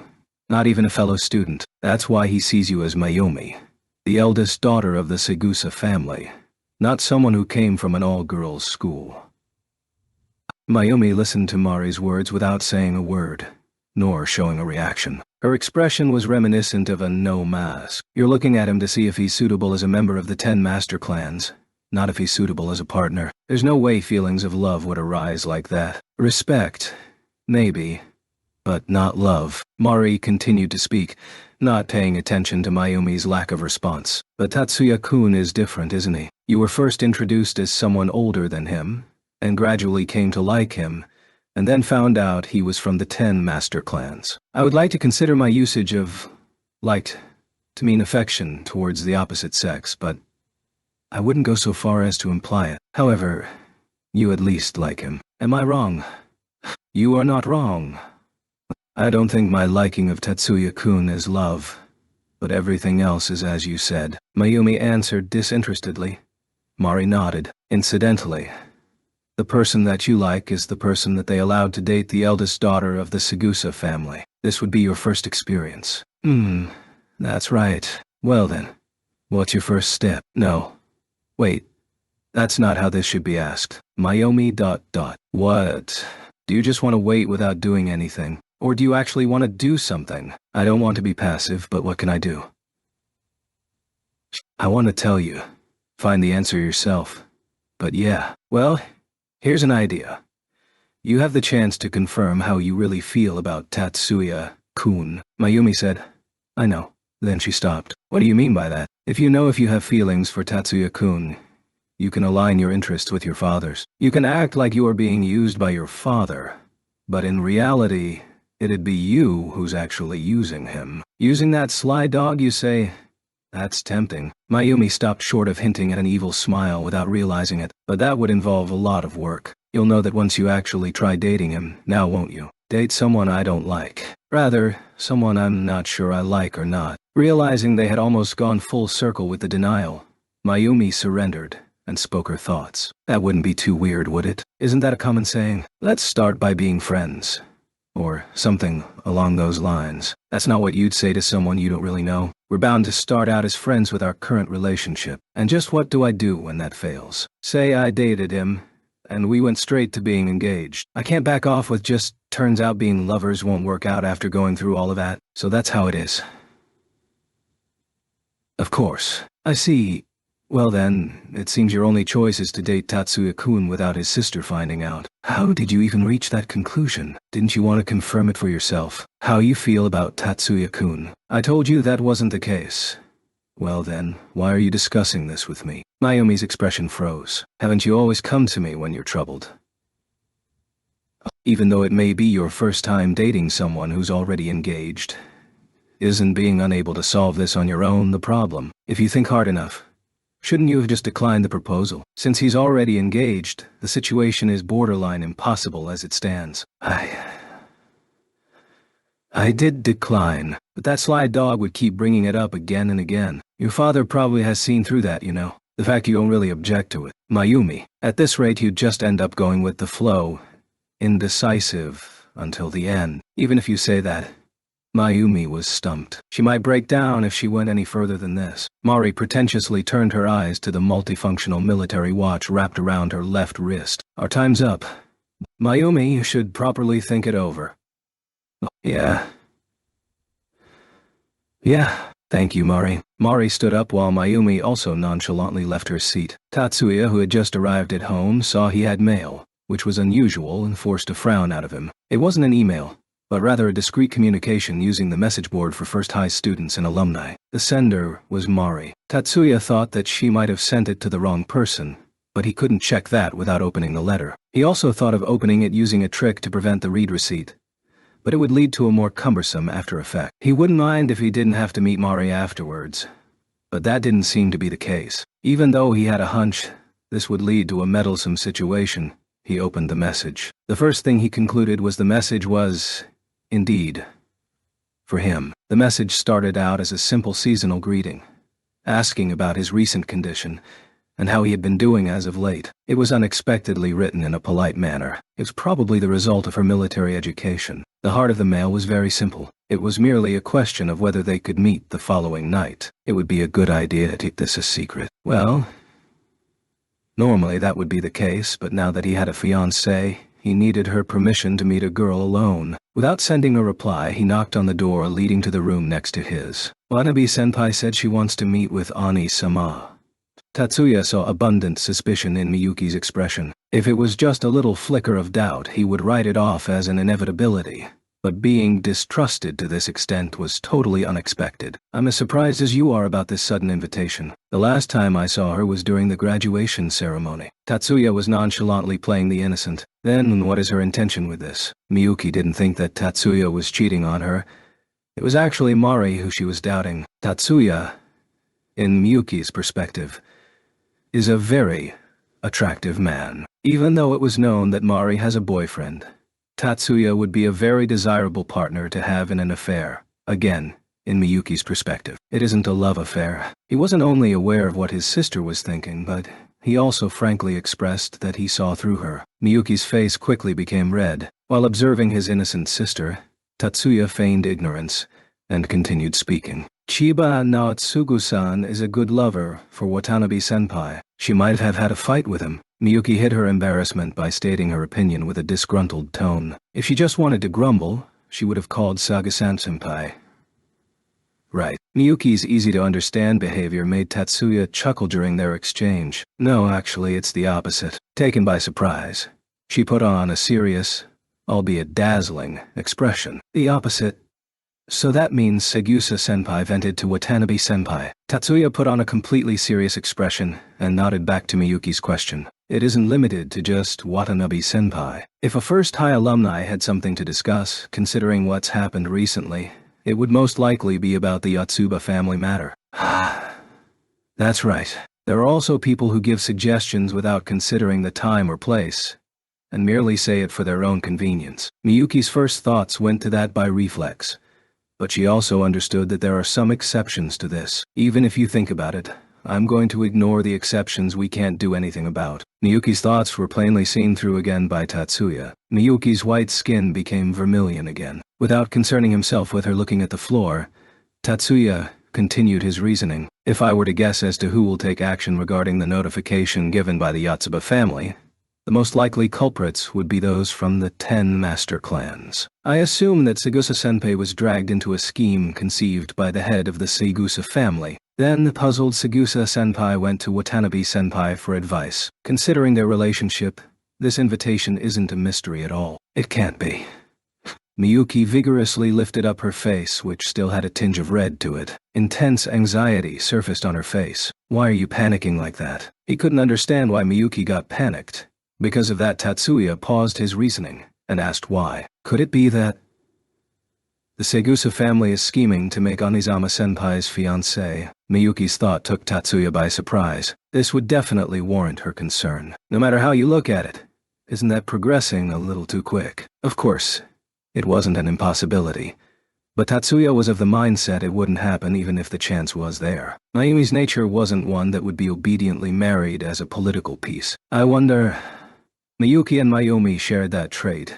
Neither would readily become a puppet of their own parent. But if Mayumi shared her father's decision, it would be a whole different story. No, it isn't like that. To shake off her anxiety, she spoke words of denial to herself. So then, Onyu-sama, what are you going to do with Watanabe-senpai's invitation? I don't have the luxury of ignoring it. Plus, I'm curious about why she went through so much trouble to contact me. Tatsuya nuanced his words to mean there is no other way, so he could avoid distressing Miyuki. The next day, in the afternoon at 5:55 p.m., Tatsuya visited a cafe near the National Defense Academy's Special War Skills Research Department's auxiliary building. To make it brief, the Special War Skill Research Department is a course with a curriculum for magicians focused on research and also training for combat magicians. They conduct a lot of joint research and also have a secondary building near the Magic University. The Special War Skill Research Department students have been exempted from a dormitory lifestyle. Even so, Mari made the location for their appointment to be near the school building due to military drills they have on Sunday. Tatsuya arrived 5 minutes before the meeting time. Then, at 5:59 p.m., he saw Mari's figure. Sorry to make you wait. It's been a while, Tatsuya-kun. Yes, it has. Under the coat, Mari was wearing plain clothes. Her pantsuit combo wasn't rare in the university, nor in government or company offices. Chances are that she got it from the National Defense Academy, and it was a uniform. I rented a room in this area. Mari gave an explanation when she noticed Tatsuya gazing at her clothing. It seemed she picked this place not because of being near the school, but rather that it was conveniently close to her place. That's right. We also had a drill today too. I feel bad for calling you out at this hour. Let's ignore that for now. What's your business with me? Tatsuya wasn't trying to push Mari away. Just like she had said, it was quite late for a man and woman to be meeting. Since they were close to the National Defense Academy, it wasn't a strange sight to see students visiting this place.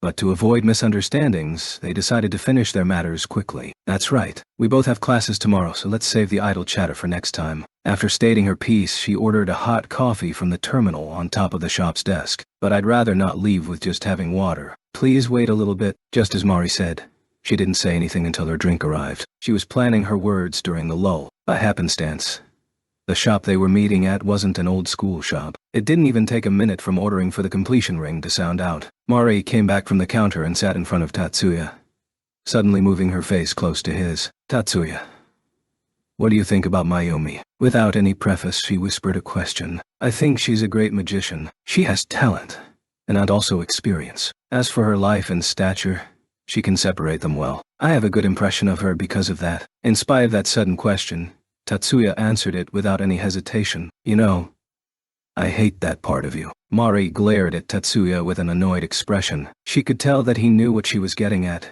even if he put on a face feigning ignorance. Tatsuya reacted to Mari's glare without faltering. She didn't even put her drink down. Why do you want to know about something like that? Tatsuya's expression changed to a frown as he fired a question back. Mari, Didn't answer Tatsuya. I'm gonna ask again. What do you think of Mayumi as someone of the opposite gender? Do you like her?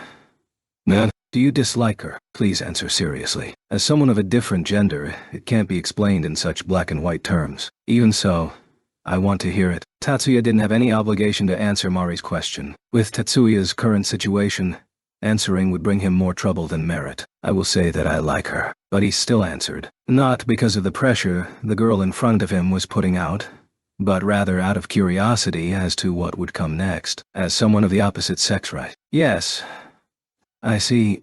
Tatsuya didn't have any sensibility on the feeling of liking someone from the opposite gender. It wasn't within the extent of his limited emotional processing. Affection for a member of the opposite sex was a far lower priority than his fondness towards Miyuki. But he didn't have to explain any of that to Mari. Is that affection considered love? It's not.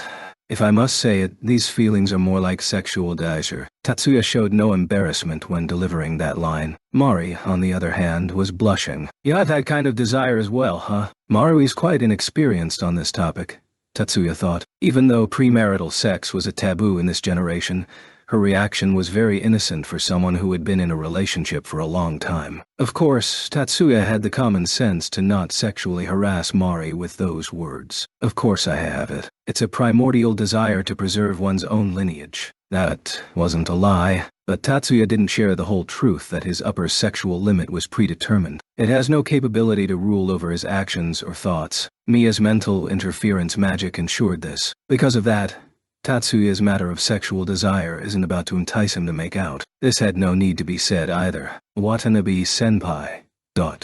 You asked me about how I feel towards Saigusa-senpai. What do you plan to do with this information?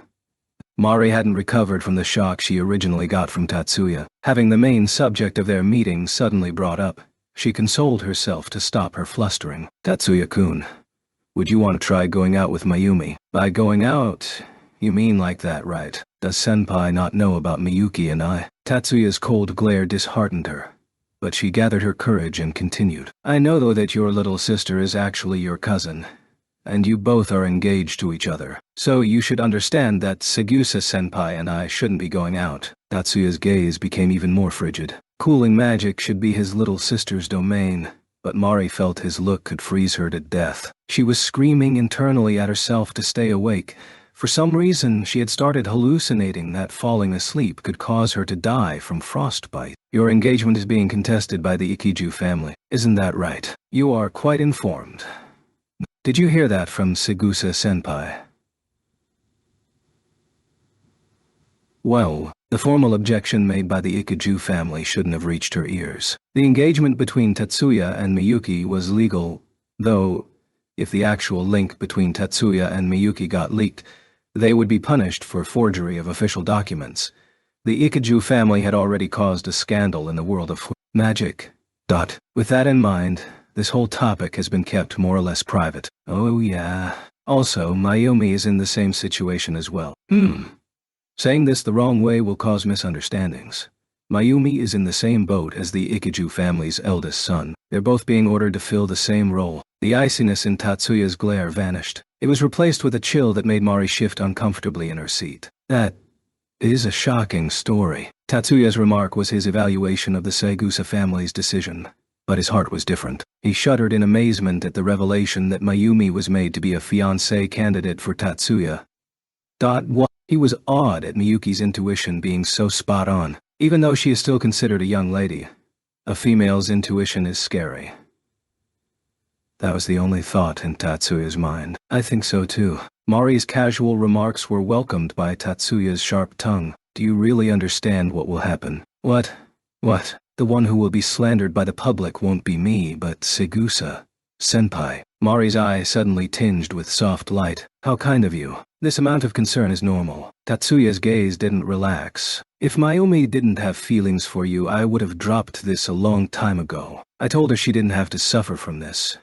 but she doesn't understand her own feelings. And then, Tatsuya asked back with his eyes. Mayumi doesn't comprehend how she feels about you. She doesn't know the depth of her affection. No, it's more like she doesn't want to admit it. She's running away from her emotions. Isn't that because she understands her position in this matter? She does. Mayumi isn't able to just choose someone based on love interest. Having a lover and being married are different things.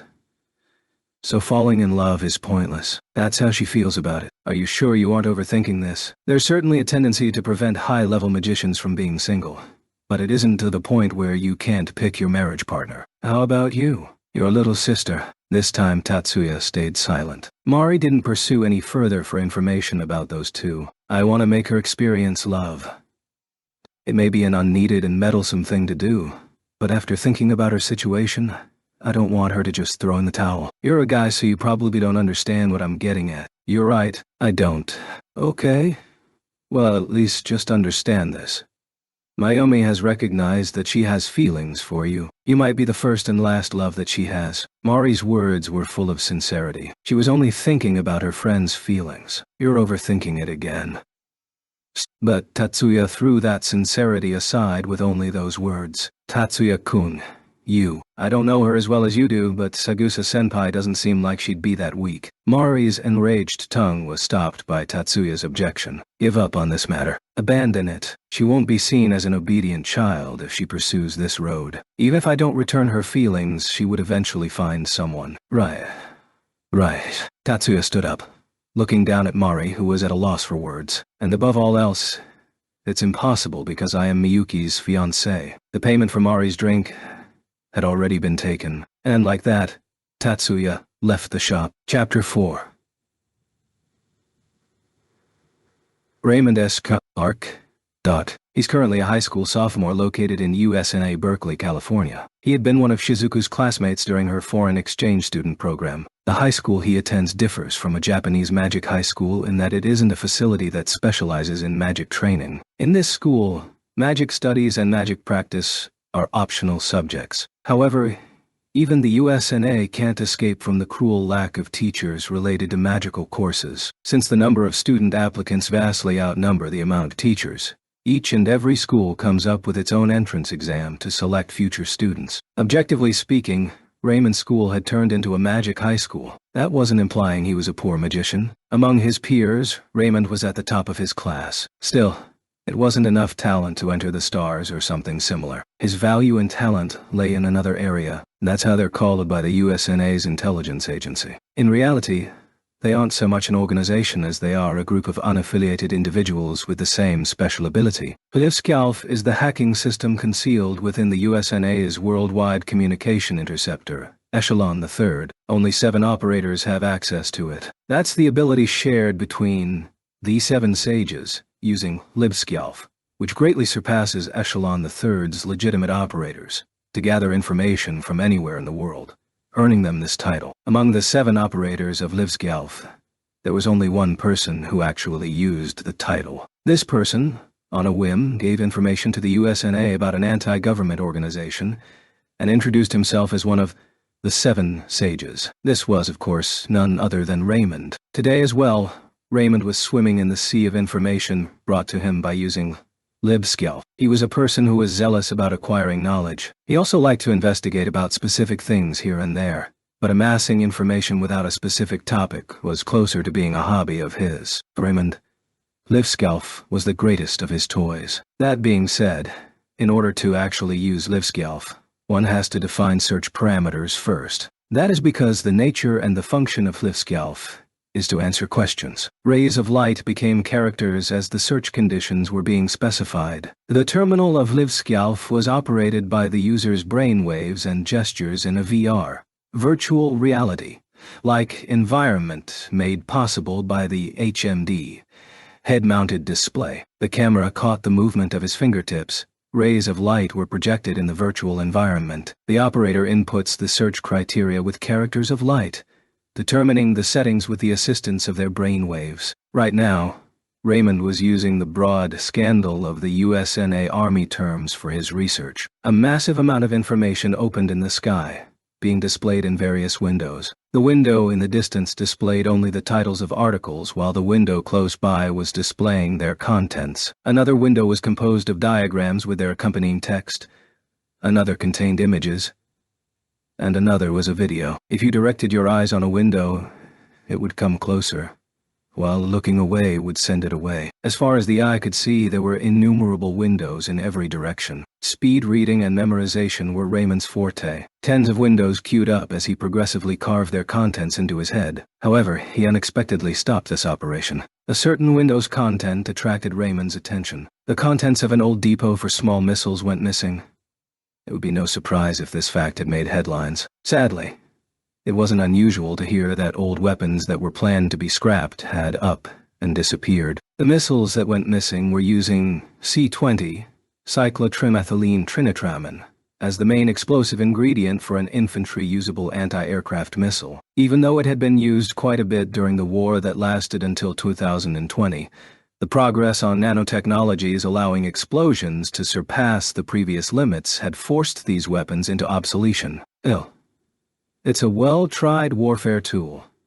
I can't think of this affair as just a matter of control negligence. Raymond licked his lips at the perspective of having found something suspicious. His forte was his fast reading speed and good memory, but he also had some kind of sixth sense for detecting fishy affairs. For Raymond, the events occurring in the real world were like the grandest shows. The more substantial and serious the event was, the greater his interest became. He knew full well that he was no Superman. Even if his magical talent was first class, it wasn't anywhere near the world's finest. He knew that he would never be an influential magician, nor would he ever become a hero traveling the world, no matter how much he wished for it. Raymond looked at his potential that way. That is why, by lending his power to real heroes, he could feel like he shared in their adventures. He could then enjoy watching the events unfold on the stage he had set. That's what he thought, and Livskjalf made this a possibility. It was like Livskjalf had been made to allow him to do so. Should I start by examining this from the management situation of the depot? Even if he finds out where the missing missiles went, he wasn't sure that this whole thing would end there. No matter the affair, it was always a human's hand that caused it. Who could have put those weapons on the black market? Raymond started a search with a now all too familiar procedure, before Raymond noticed the disappearance of the old missiles. 2 days before, in fact, this matter had become a problem for the USNA Army. This wasn't a matter that could remain within the base's jurisdiction, so the Joint Chiefs of Staff of the USNA's Intelligence Division had begun an internal investigation. The reason this matter wasn't entrusted to the gendarmerie was because they suspected a terrorist organization was involved. Those missiles could be put on the black market and end up in the hands of terrorists. If that disaster became reality, it would mean that once those missiles had been used and their origin discovered, it would provoke a worldwide scandal. The Department of Defense was ready to do anything to prevent that. However, the investigation had already started 6 days ago, but it was now January 27th and things had hardly progressed. Despite the fact that it was a Sunday, the number 2, Colonel Balance, was present in the office. She had a grim expression as she read the presented report. There were almost no clues whatsoever that would help in this affair. She understood from the very beginning that the perpetrators must have received inside help.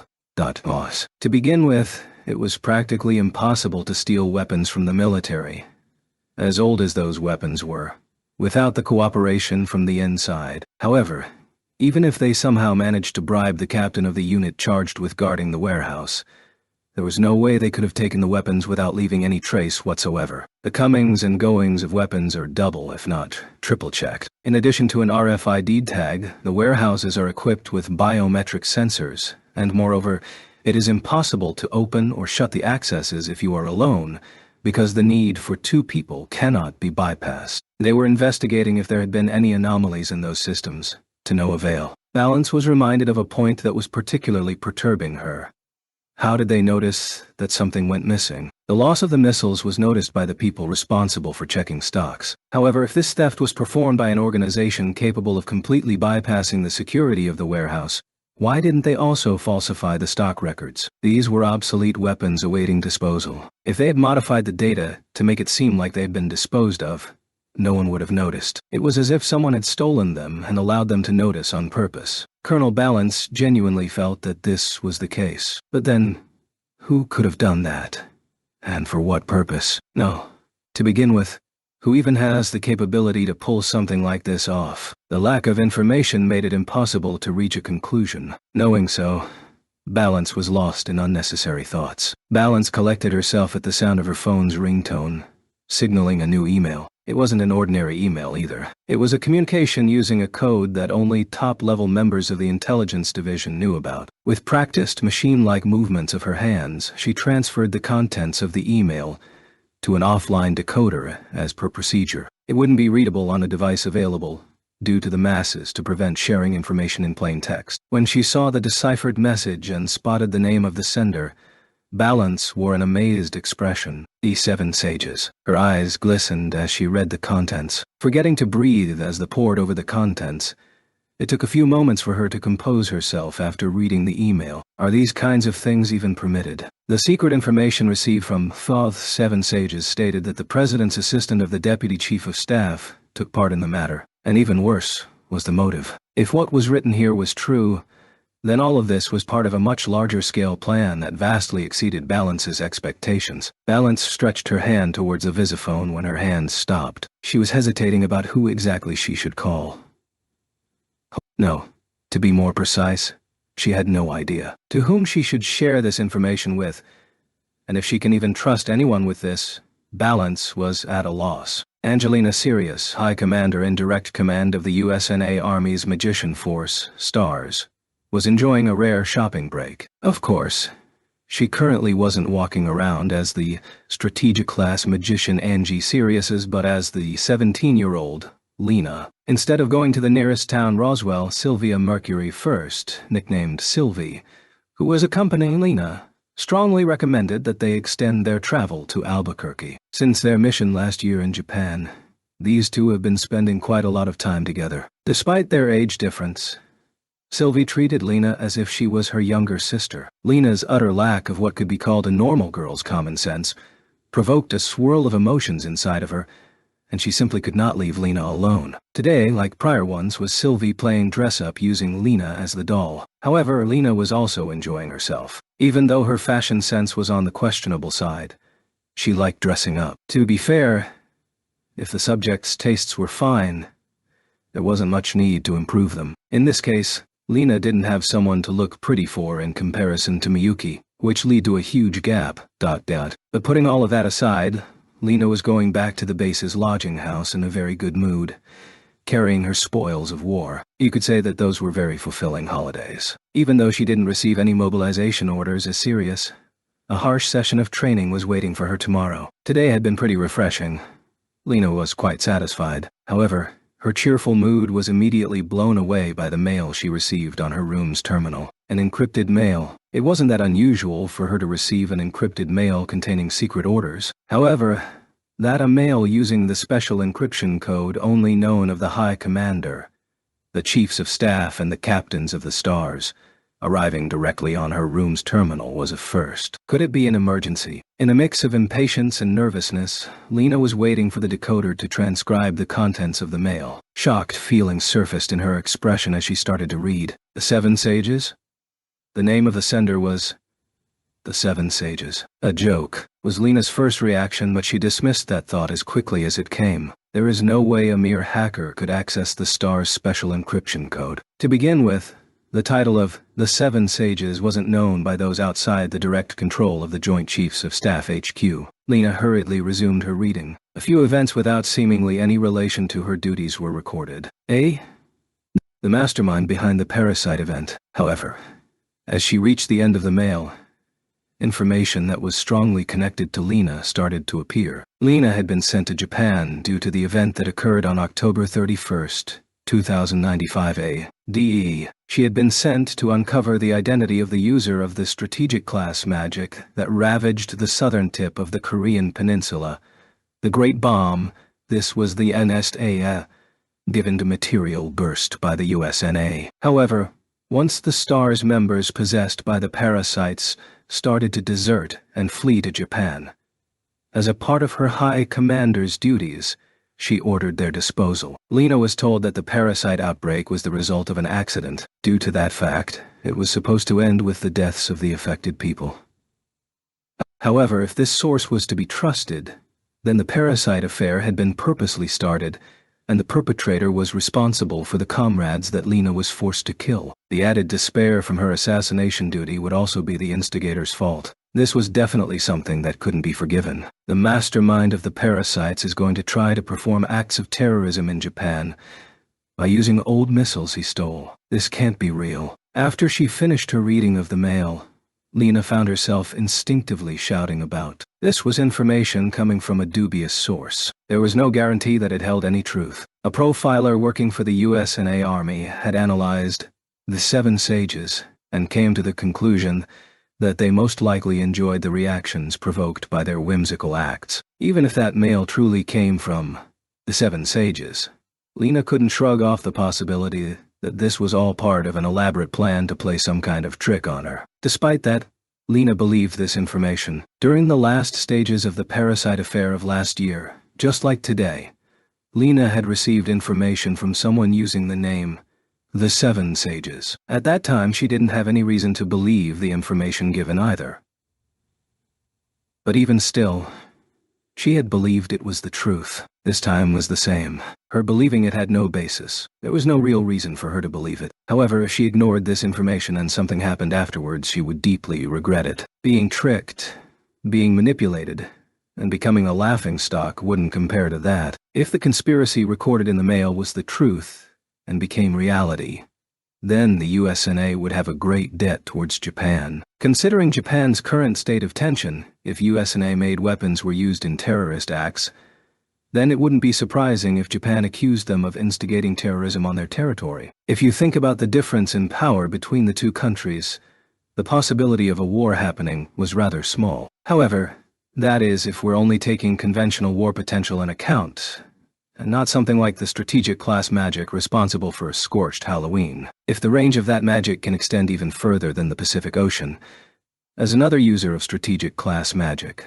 Lena's common sense denies the possibility of the worst could happen. That is why she believes the information. Lena was convinced she had to stop this plan from reaching fruition, not just obstructing but actually killing the mastermind behind it as well. However, according to the information provided by 7 Sages, the mastermind Iedo Haigu had already left the USA for Japan. Indeed, it would be difficult for Lena to act outside of her country, let alone in Japan. Lena decided to consult about this entire scenario with the only person she thought could help. Balance extended her hand towards the ringing visiphone. Her posture crumbled for a moment. She quickly recovered and pressed the button to accept the call. "Colonel, forgive me for calling unannounced." Lena appeared on the screen, saluting in her purple Black Stars uniform. Seeing Lena's appearance, as if she had just changed in her fresh, tight uniform, Balance felt slightly nostalgic. "Major Sirius.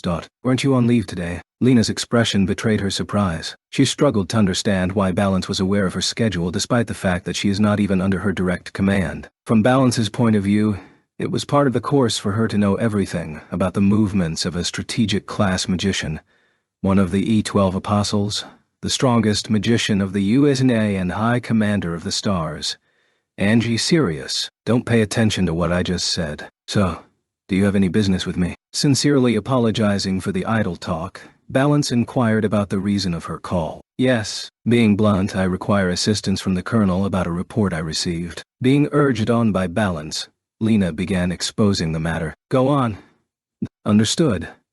To tell you the truth, in the period of time ranging from 900 hours to 1632 hours when I was out, I received an encrypted message from someone who claimed to be a member of the 7 Sages. When you say the 7 Sages, are you talking about those 7 Sages?" Hiding the shock she received behind a poker face, Balance responded so. It was indeed the sender's name, although I have no way of knowing whether it is the truth or not.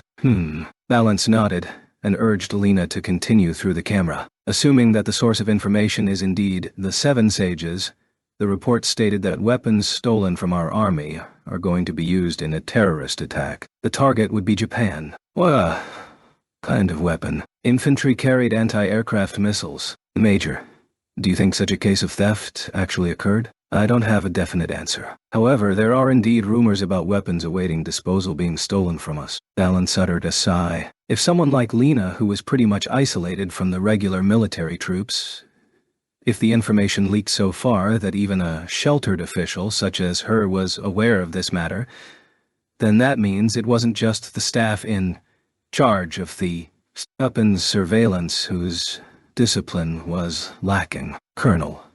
A worried expression started to appear on Lena's face. Knowing her, she might be thinking that she offended Balance in some way. Balance herself interpreted it so anyway. For her, this was rather vexing. No, it's nothing. Please go on. Understood.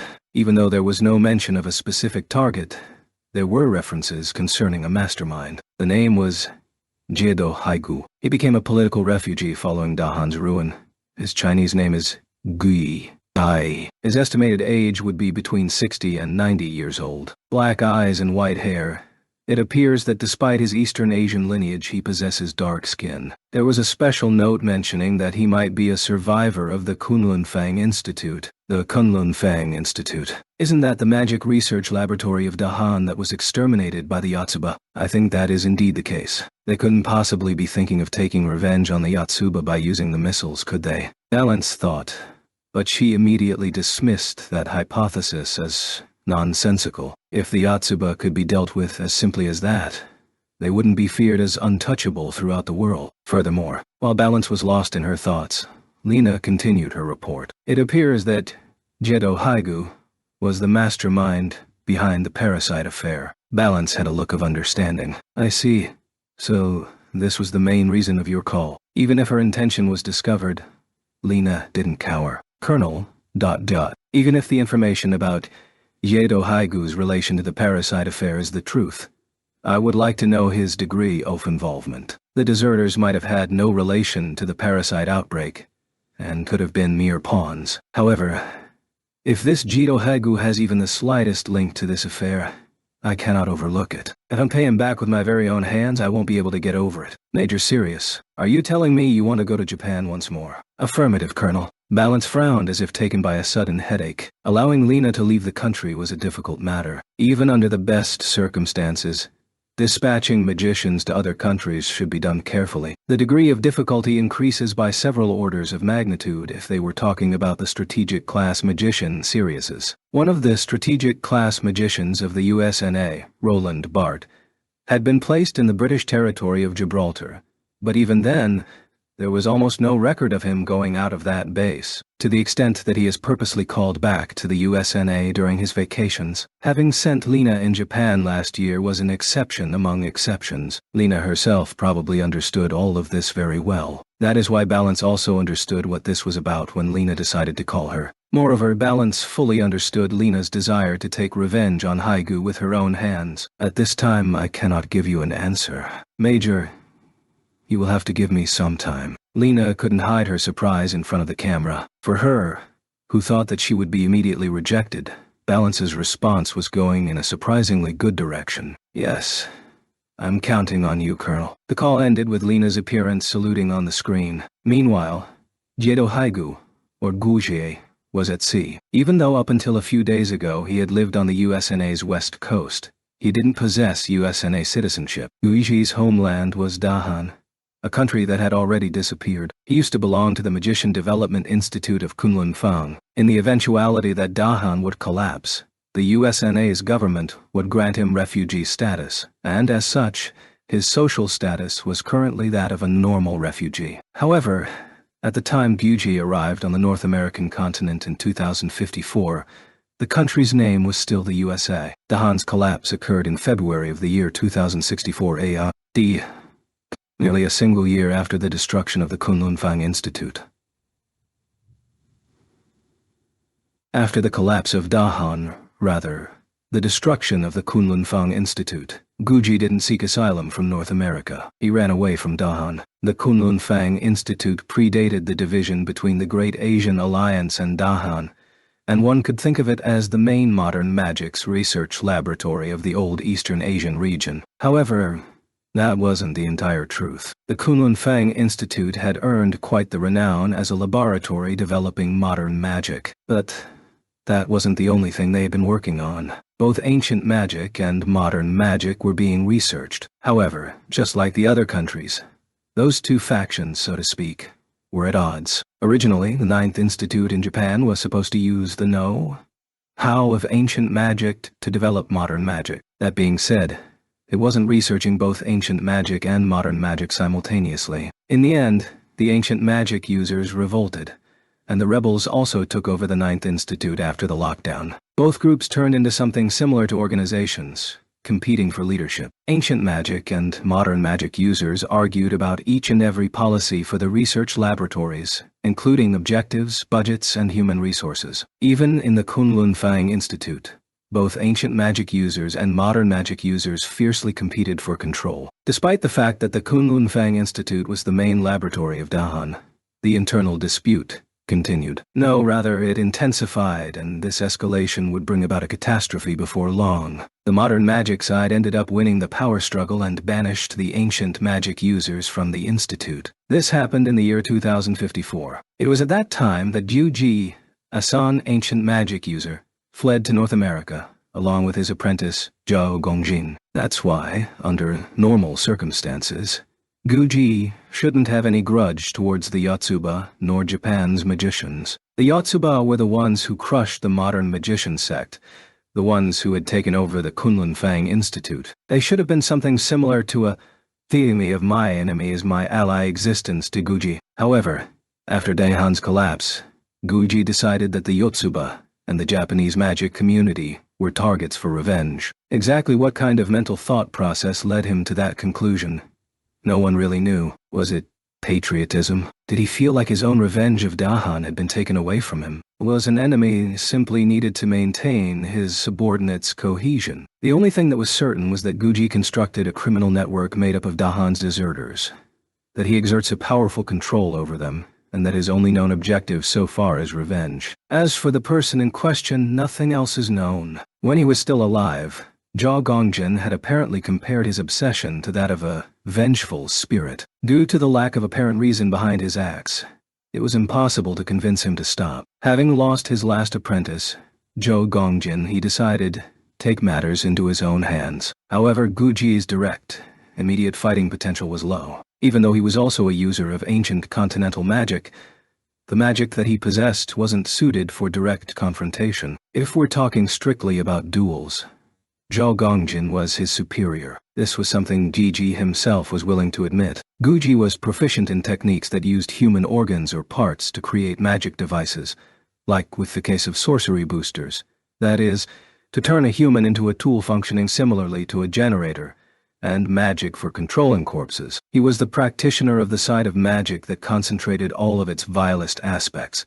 But ethical questions aside, he really wasn't the type to fight head-on. Actually, he had kept himself to just being a manipulator until now. For Guji himself to come to Japan was proof that he had been cornered, and had no other choice. The international anti-magic political organization that he had been supporting, Blanche, had been considerably weakened by the pressure and measures taken by the governments of several nations. As the leader of the criminal syndicate, Eno Head Dragon, he had also tried to spread rumors in both Japan and the USNA, with the cooperation of the Great Asian Alliance. But his plan ended in failure as well. Finally, he lost his envoy in Japan, Zhao Gongjin. Zhao Gongjin had been under Zhiyuji's command for more than 40 years, the last remaining person who had fled Dahan with him. With this loss, Guji was forced to act by himself. Zhao Gongjin had been killed in October of last year. It was slightly past mid-January when Gigi left from the Los Angeles port. It wasn't because he was mourning the death of his apprentice, nor because his plan had failed that Guji took more than 2 months to make his move. It was the result of him waiting for the most appropriate time. Truth be told, he wanted to leave for Japan immediately and retaliate. However, if he failed to, then things would be over once and for all. He was conscious of that fact. With his magical skills, being too aggressive was impossible. That isn't to say that his magical skills are non-existent, but against a F-rate magician, it was nowhere near sufficient. That was why he first needed weapons. If Blanche and No Head Dragon had been in a better state, a simple word of his would have done the deal, and a single month would have been more than enough to gather the materials. That would include the arrangements required for a ship that would cross the Pacific Ocean. As things are, he had to set up all of that himself. To be more precise, he found a random punk that he used as a disposable puppet. But since he had to go through the trouble of preparing him as well as giving him various orders, it was basically as if he had done all the work himself. Furthermore, to make it so that this puppet wouldn't be traced back to him, he embarked it on the boat to get rid of it in the ocean. Sir Gu, we can be expected to enter the port of Yokosuka tomorrow morning. The captain of the freighter reported so to a GUG who was looking at the sea in front of him. The deck of the freighter was completely covered by solar panels, just as planned. Without any trace of exhaustion from the long journey, Guji answered in a firm voice. Guji is currently 97 years old. His outward appearance, however, was barely that of someone in his 50s. His hair was completely white, however. The wrinkles, sagging and age spots that one should normally find on someone of his age were inexistent. And also, Sir, my reward. I understand. Tomorrow at the morning twilight, I will apply my magic. Thank you very much. Even after this journey ends, I promise my unwavering loyalty to you, sir. Guji nodded with a pleased expression. Behind this mask, however, he had nothing but contempt for the captain. The reward this captain was talking about: longevity and perpetual youth. It was the truth that Guji's surgery could maintain a perpetual youth. His very own face was the proof of that. However, even if he could guarantee a physical youth, longevity was out of his reach. He couldn't give genuine immortality. This surgery of his was a magic developed in the Kunlunfang Institute, and it was the very reason of his presence in the Kunlunfang Institute. Unsurprisingly, coming from humans with power, the leaders of Dahan longed for perpetual youth. And while the modern magic users in the Kunlunfang Institute replied that it was impossible, ancient magic users assured them of the opposite. For the ancient magic users whose position had fallen behind modern magic in the race of arms that the Kunlunfang Institute advocated, it had been a godsend. The one who was developing the most promising magic among the ancient magic users group was Guji. Of course, it was his surgery of perpetual youth. It was in the year 2049 that he used his magic on his own body, like a test subject, to ascertain whether this magic could be used safely or not. He used it on 9 apprentices in the year 2050. After 5 years had passed, it was confirmed that Guji's aging had come to a stop. His apprentices didn't develop any side effects either, and it was then thought that a magic of perpetual youth had been achieved. However, there was a drawback in this magic. Certainly this surgery of perpetual youth appeared to stop the aging. However, if the person the magic is performed on doesn't have the aptitude, the compensation for staying young is to consume their life force. In other words, one's lifespan. There had been some cases of sudden death after 3 to 6 months. A magic that acts for eternity is impossible. This holds true for both modern magic and ancient magic. The surgery of perpetual youth consists of implanting the magic inside of someone who then continually applies it. This magic had been made specifically for ancient magic practitioners. What would happen if a magician tried to perform a magic that he has no aptitude for? What would happen if this magic was used on someone who isn't even a magician? The surgery of perpetual youth gave the one answer to those questions. When the men of influence from Dahan who had already received the surgery of perpetual youth presented it to their kinsmen, Guji explained to them the flaws in his magic. The ensuing result was the purge of the ancient magic users group. Quickly learning the failure of his experiment, Guji took his apprentices and fled to North America. 20 years later, Guji realized that his magic also didn't prolong one's longevity either. He realized it with his own apprentices' deaths. In the end, the surgery that he had developed could only stop the degradation of one's outward appearance. The only reason Guji lived up to this age was that he originally had a long life ahead of him. It was this kind of imperfect magic that the freighter's captain hoped for. From Guji's point of view, it was quite a laughable matter. The one who told the captain about the surgery of perpetual youth was none other than Guji himself. To earn the captain's cooperation, he had told him, "There is a secret art that allows one to conserve his youth until the day of his death. If you cooperate with me, I will apply this magic on you." It wasn't a lie. Without a doubt, this captain will conserve his current youth until his death, which will probably happen within half a year. Guji himself was aware that his own time was getting dangerously short. "I will be pretty busy from tomorrow onwards. I will also help you once we land on Yokosuka. Please, feel free to ask me anything, sir." Without any knowledge about his real intentions, the captain stated so in an elated manner. Even though Balance had asked Lena to give her some time, She went into action pretty quickly. She left her office the morning of the following day and made arrangements for her journey. Her destination was the Star's headquarters situated in the city of Roswell, New Mexico. Wrapping up all the urgent desk work she had to do for the day, she used the encrypting device at her home to safely transmit the data via email. This encryption machine had been a gift from Kuroba Ayako, and the recipient of the email was Yotsuba Maya. The content of the email was basically the same as what Lena had reported to her, that an act of terrorism had been planned in Japan using stolen missiles, and that the possibility of the mastermind, Yedo Haigu, being a survivor of the Kunlun-Fang Institute was high. Balance didn't include the secret information that Lena had shared with her, however. That is, an information related to the scandal on the USNA government. Even though Balance formed an alliance with the Yotsuba family, she did not completely trust them. She had no reason to hesitate on cooperating with them, however. She couldn't endanger national interests. The reply from Maya arrived when Balance was eating. The content of the letter had simple words of gratitude for the information provided. This kind of message had no real importance for her, but she didn't particularly mind. That was because this mail's purpose was simply to seal the deal regarding their alliance. Finally, after reconfirming the schedule of each star's commander, she headed for the bathroom. Maya had received Balance's mail at 80 a.m. Monday, January 28th, Japan Standard Time. Hayama-san.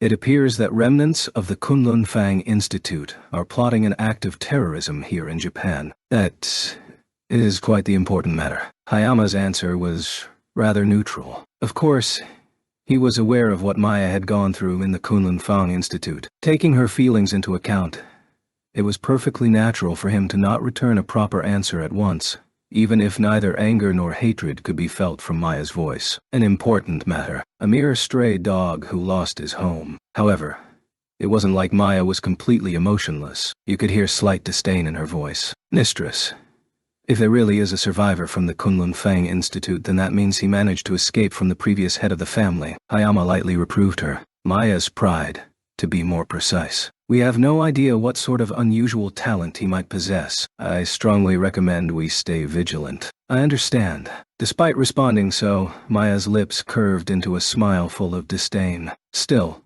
what are they hoping to achieve with small missiles? Japan is not a zone of conflict after all. Moving around carrying these is practically begging to be captured, don't you think? During the Yokohama incident, the guerrillas who had concealed themselves in town beforehand had managed to prepare quite a few missiles. That was thanks to the camouflaged warship they had as backup, wasn't it? Objecting on reflex, Maya retorted. Yet, it's true that there is no guarantee that we will be able to successfully prevent this planned act of terrorism. Even a magician would die if hit by a missile while in a defenseless condition. Moreover, depending on their objective, we might have to deal with danger in another form altogether. There is a possibility of them dismantling the warheads and using them as bombs, too. Back during the times of war, these kinds of suicide bombing attacks were regular occurrences. Faced with Hayama's numerous examples, even Maya couldn't deny the necessity of dealing with it. Understood. Then let's look for this Jedo Haigu. A lot of our workforce is focused on the preparation for the Master Clan Conference, however, so we won't be able to field too much personnel. The Master Clan Conference will take place next month,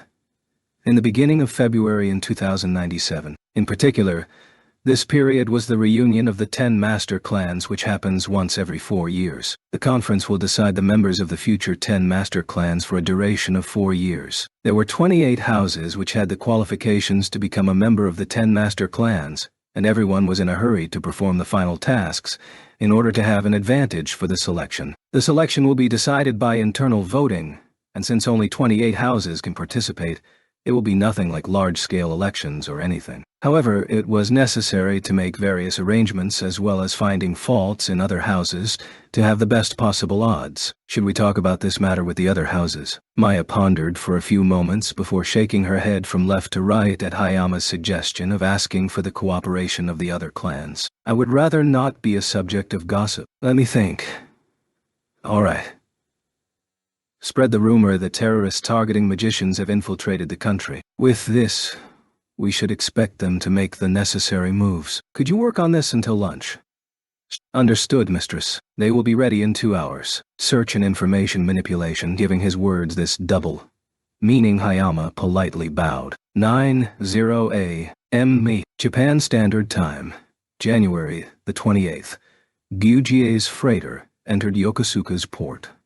Immediately after landing, Guji started to collect the required personnel for his plans. That being said, the arrangements had already been done beforehand. Despite losing the No-Head Dragon organization, Guji had gathered quite the extensive know-how to make deals with the obscure sides of modern society during his days as a mastermind. As long as quality wasn't a crucial factor, it wasn't that difficult to gather personnel. No matter how prosperous a society is, unfortunate people exist. The target had been confirmed even before the landing. Of course, the location for the 10 Master Clans conference had only been shared between the concerned. However, using Livskjalf would allow one to easily uncover that information. The super hacking tool, Livskjalf. Guji wasn't the type to qualify anything as super. But the fact of the matter is, there wasn't really any other expression strong enough to describe it. Livskjalf's information-gathering capability was effective worldwide. Guji was aware that it was impossible to access information which only exists offline, however. In this day and age, information that couldn't be found using the network was practically non-existent. No matter the complexity of the encryption, Livskjalf would decipher it. Even quantum-encrypted transmissions that cannot be intercepted without possessing the correct decryption key can be completely overturned and rendered powerless. Who exactly invented this system? Who and for what purpose did this person send me this terminal? Even Guji had at first approached it with caution, especially when he discovered the hidden drawback in the system after having made a random search. This drawback became clear all too soon. Livskjalf records everything that the user investigates. The other operators can also see it. Still, they have no way of understanding who exactly made the search. What they know is what has been searched, and that's it. Guji remembered the disappointment he felt back then, that the system's creator would be able to see what exactly he searched for had been within his expectation. Even though the identities of the 7 operators was supposed to remain a mystery with this system, Guji wasn't the kind of person to take someone's words as gospel.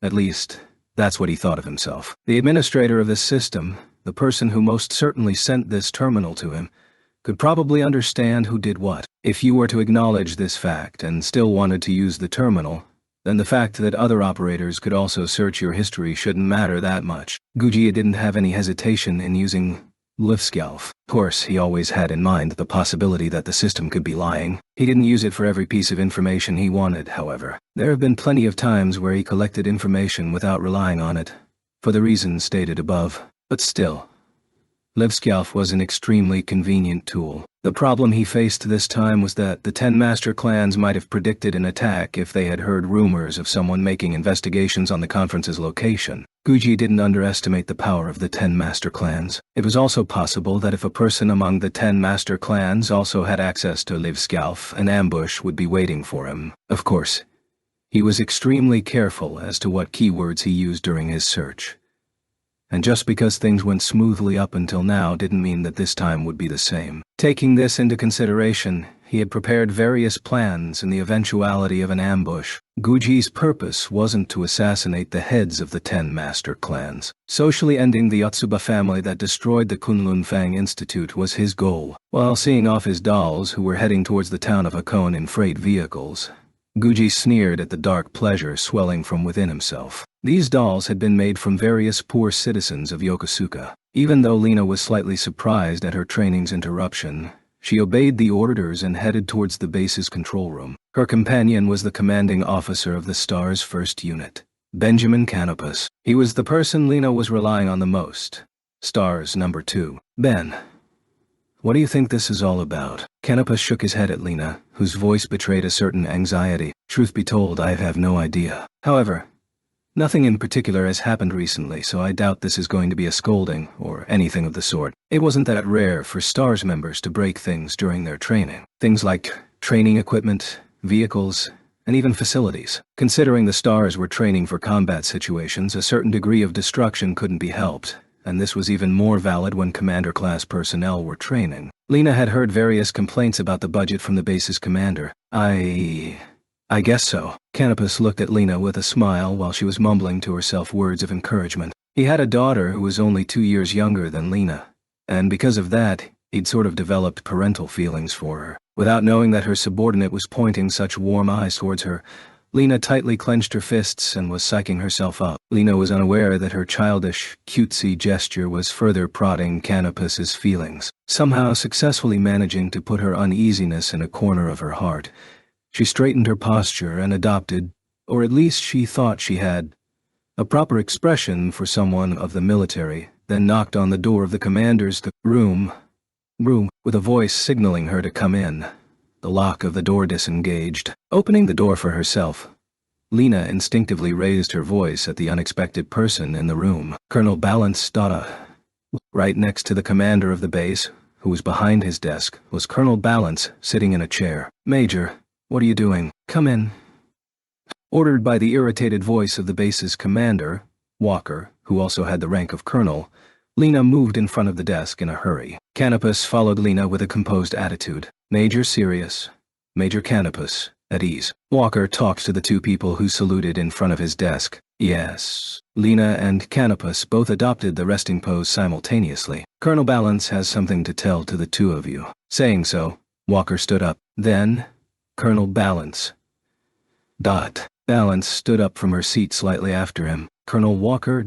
Thank you for allowing us to borrow your room for a few moments. Walker and Balance saluted each other. Then Walker went out of the room, locking the door using the remote control. Balance finally faced Lena. Major serious. Even though I think you already figured out the reason for my presence.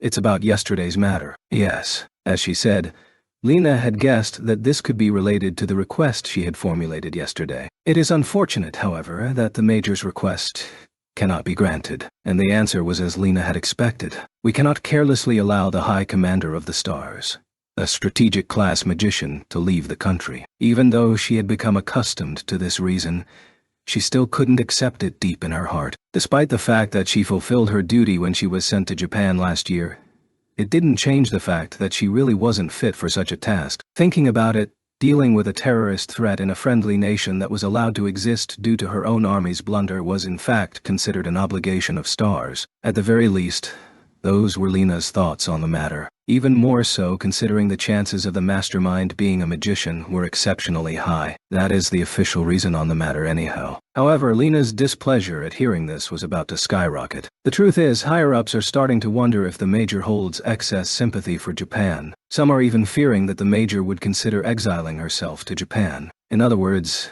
there is an issue of trust. Wait a moment. I have sworn loyalty to this nation, haven't I? I know. Balance nodded with a calm expression at Lena, who instinctively reacted. I am not doubting the Major's loyalty. However, the fact you have Japanese lineage and that you are still only a 17-year-old girl are causing them to doubt your allegiance. Lena was mortified. For her, having mostly an Anglo-Saxon face, experiencing what basically amounted to racism was a first. Furthermore, considering it wasn't face-to-face discrimination, but instead being whispered behind her back, her head was starting to boil from rage. I can't really find any other word than utter stupidity to qualify this. However, it is specifically because such fools exist that we must avoid giving them any chances. Major, you are our nation's greatest asset. Still, despite her enraged state of mind, Lena wasn't so far gone that she forgot her etiquette training and completely ignored the words of a superior. Those remarks had been spoken for her sake. It is impossible to send Major Sirius to Japan. However, it isn't like we can just leave this matter unattended. Balance took in a breath and put power in her next sentence. That is why we will send Major Canopus. Major Sirius, is this all right? Understood. I will be on standby for further orders. Swallowing her dissatisfaction, she saluted Balance. Balance slowly nodded with a very well. In that case, I will start to explain in more detail the mission to Major Canopus. Major Sirius, you may leave. Yes. Then, pardon me, Colonel. Even though a part of Lena had wanted to explain things directly to Canopus, she had no confidence that doing so wouldn't generate jealousy. And that was why she obediently left. The situation is as stated above. Major Canopus, do you have any questions? After having explained to Canopus everything, from the stolen missiles to the 7 Sages information, Balance inquired so. No, I don't, Colonel. It is unknown if there will indeed be an act of terrorism in Japan, and their only source of information had been the suspicious Seven Sages as well. Is there any dissatisfaction to being given a mission based on such ambiguous intelligence? That had been the nuance in Balance's earlier question, but neither a question nor a complaint came up from Canopus. I see. In that case, Major Canopus, there is something I would like to ask you. Yes, what is it? Even though Balance carefully scrutinized Canopus's expression, not even a brow of his twitched. Feeling relief more than disappointment, Balance carefully continued. Major Canopus. No, allow me to call you Major Benjamin Lowes here. In the middle of Balance's question, Canopus's eyebrows moved ever so slightly. The Major is blood-related to the assistant of the Deputy Chief of Staff, Mr. Kane Lowes. Right, yes. I think the Colonel is already aware, but the assistant of the Deputy Chief of Staff and my father are cousins, and he is my mother's cousin-in-law. In other words, he is connected to the Lowes family both by blood and marriage.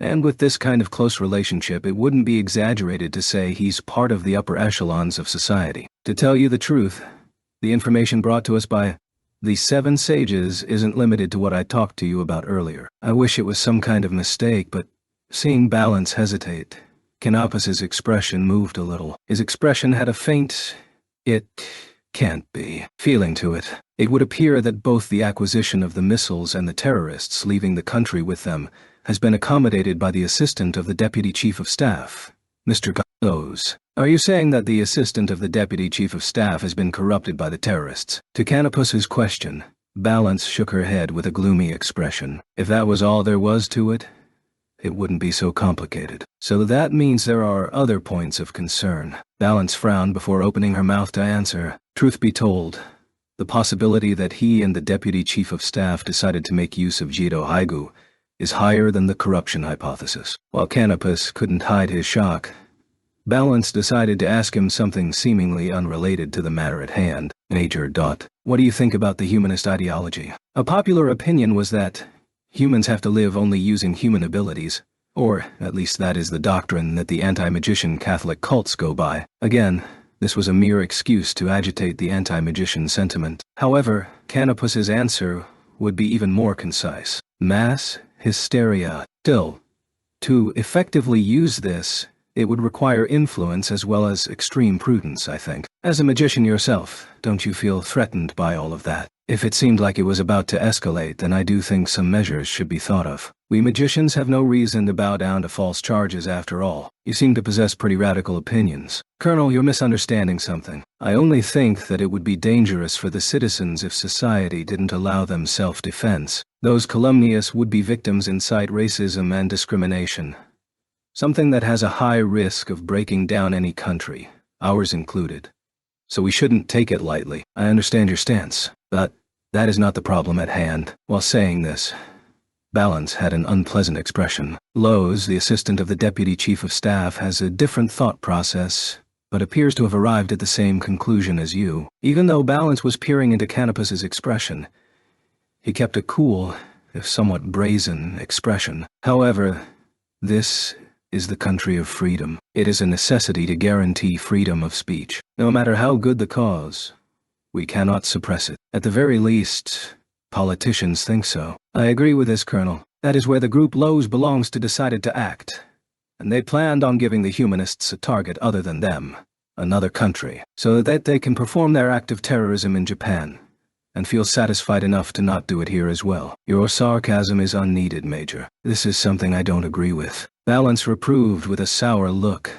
A Canopus that was wearing a smile full of derision. Forgive my rudeness, Colonel. Thinking that he had gone too far, Canopus genuinely apologized. Seeing Canopus apologizing, Balance realized that she might have been too high-strung herself and decided to resume the conversation. Putting that aside, if the information given by the Seven Sages is to be trusted, Lowes Group's objective isn't even the terrorist act itself. In other words, it is nigh impossible to limit the damage of a terrorist bombing to only the planned targets. Citizens will also unfortunately get involved in this. That is, it was the first time since entering this room that Canopus wore such an expression. With this kind of weaponry, it would be impossible to harm a magician unless they were taken by surprise. However, if you were to prepare a bomb using tens of those missiles' destructive power, It would be difficult even for members of the 10 master clans of Japan, although a high-ranked magician could definitely survive the explosion with a heat-proof barrier.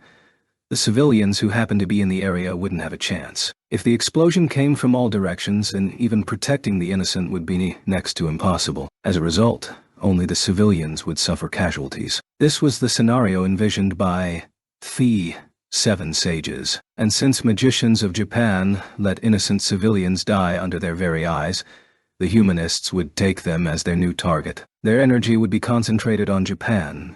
Thus, the anti-magician movement in our own country would weaken. Moreover, the risk of humanists resorting to radical measures out of frustration would decrease. Is that it? Indeed. Canopus's eyes had a sharp light to them. In that case, my mission will be to restrain Jiedo Haigu's act of terrorism before it happens. What I ask of you is in fact much more than that. Balance took a provocative stance. After last year's parasite affair, the Japanese authorities definitely won't see us in a good light. It will probably be impossible to capture Haigu on Japanese soil without alerting them. That will lead to an inquiry as to why we captured Haigu, and then they'll discover the weapons he planned on using had come from us. However, if this act of terrorism actually succeeds, the origin of the used weapons will probably be discovered as well. I think that it would be much more disadvantageous to not stop it beforehand.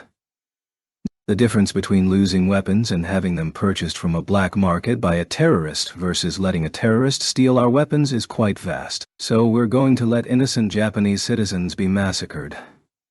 I have already secretly warned Japanese magicians about Jiedo Haigu's group of terrorists. It wasn't as if Canopus could completely agree with Balance. However, he couldn't dispute the fact that there was a need for the USNA Army to cover their position. Before being a magician, Canopus was a military man. This fact was one of the biggest differences between him and the virtuous Lena. Major.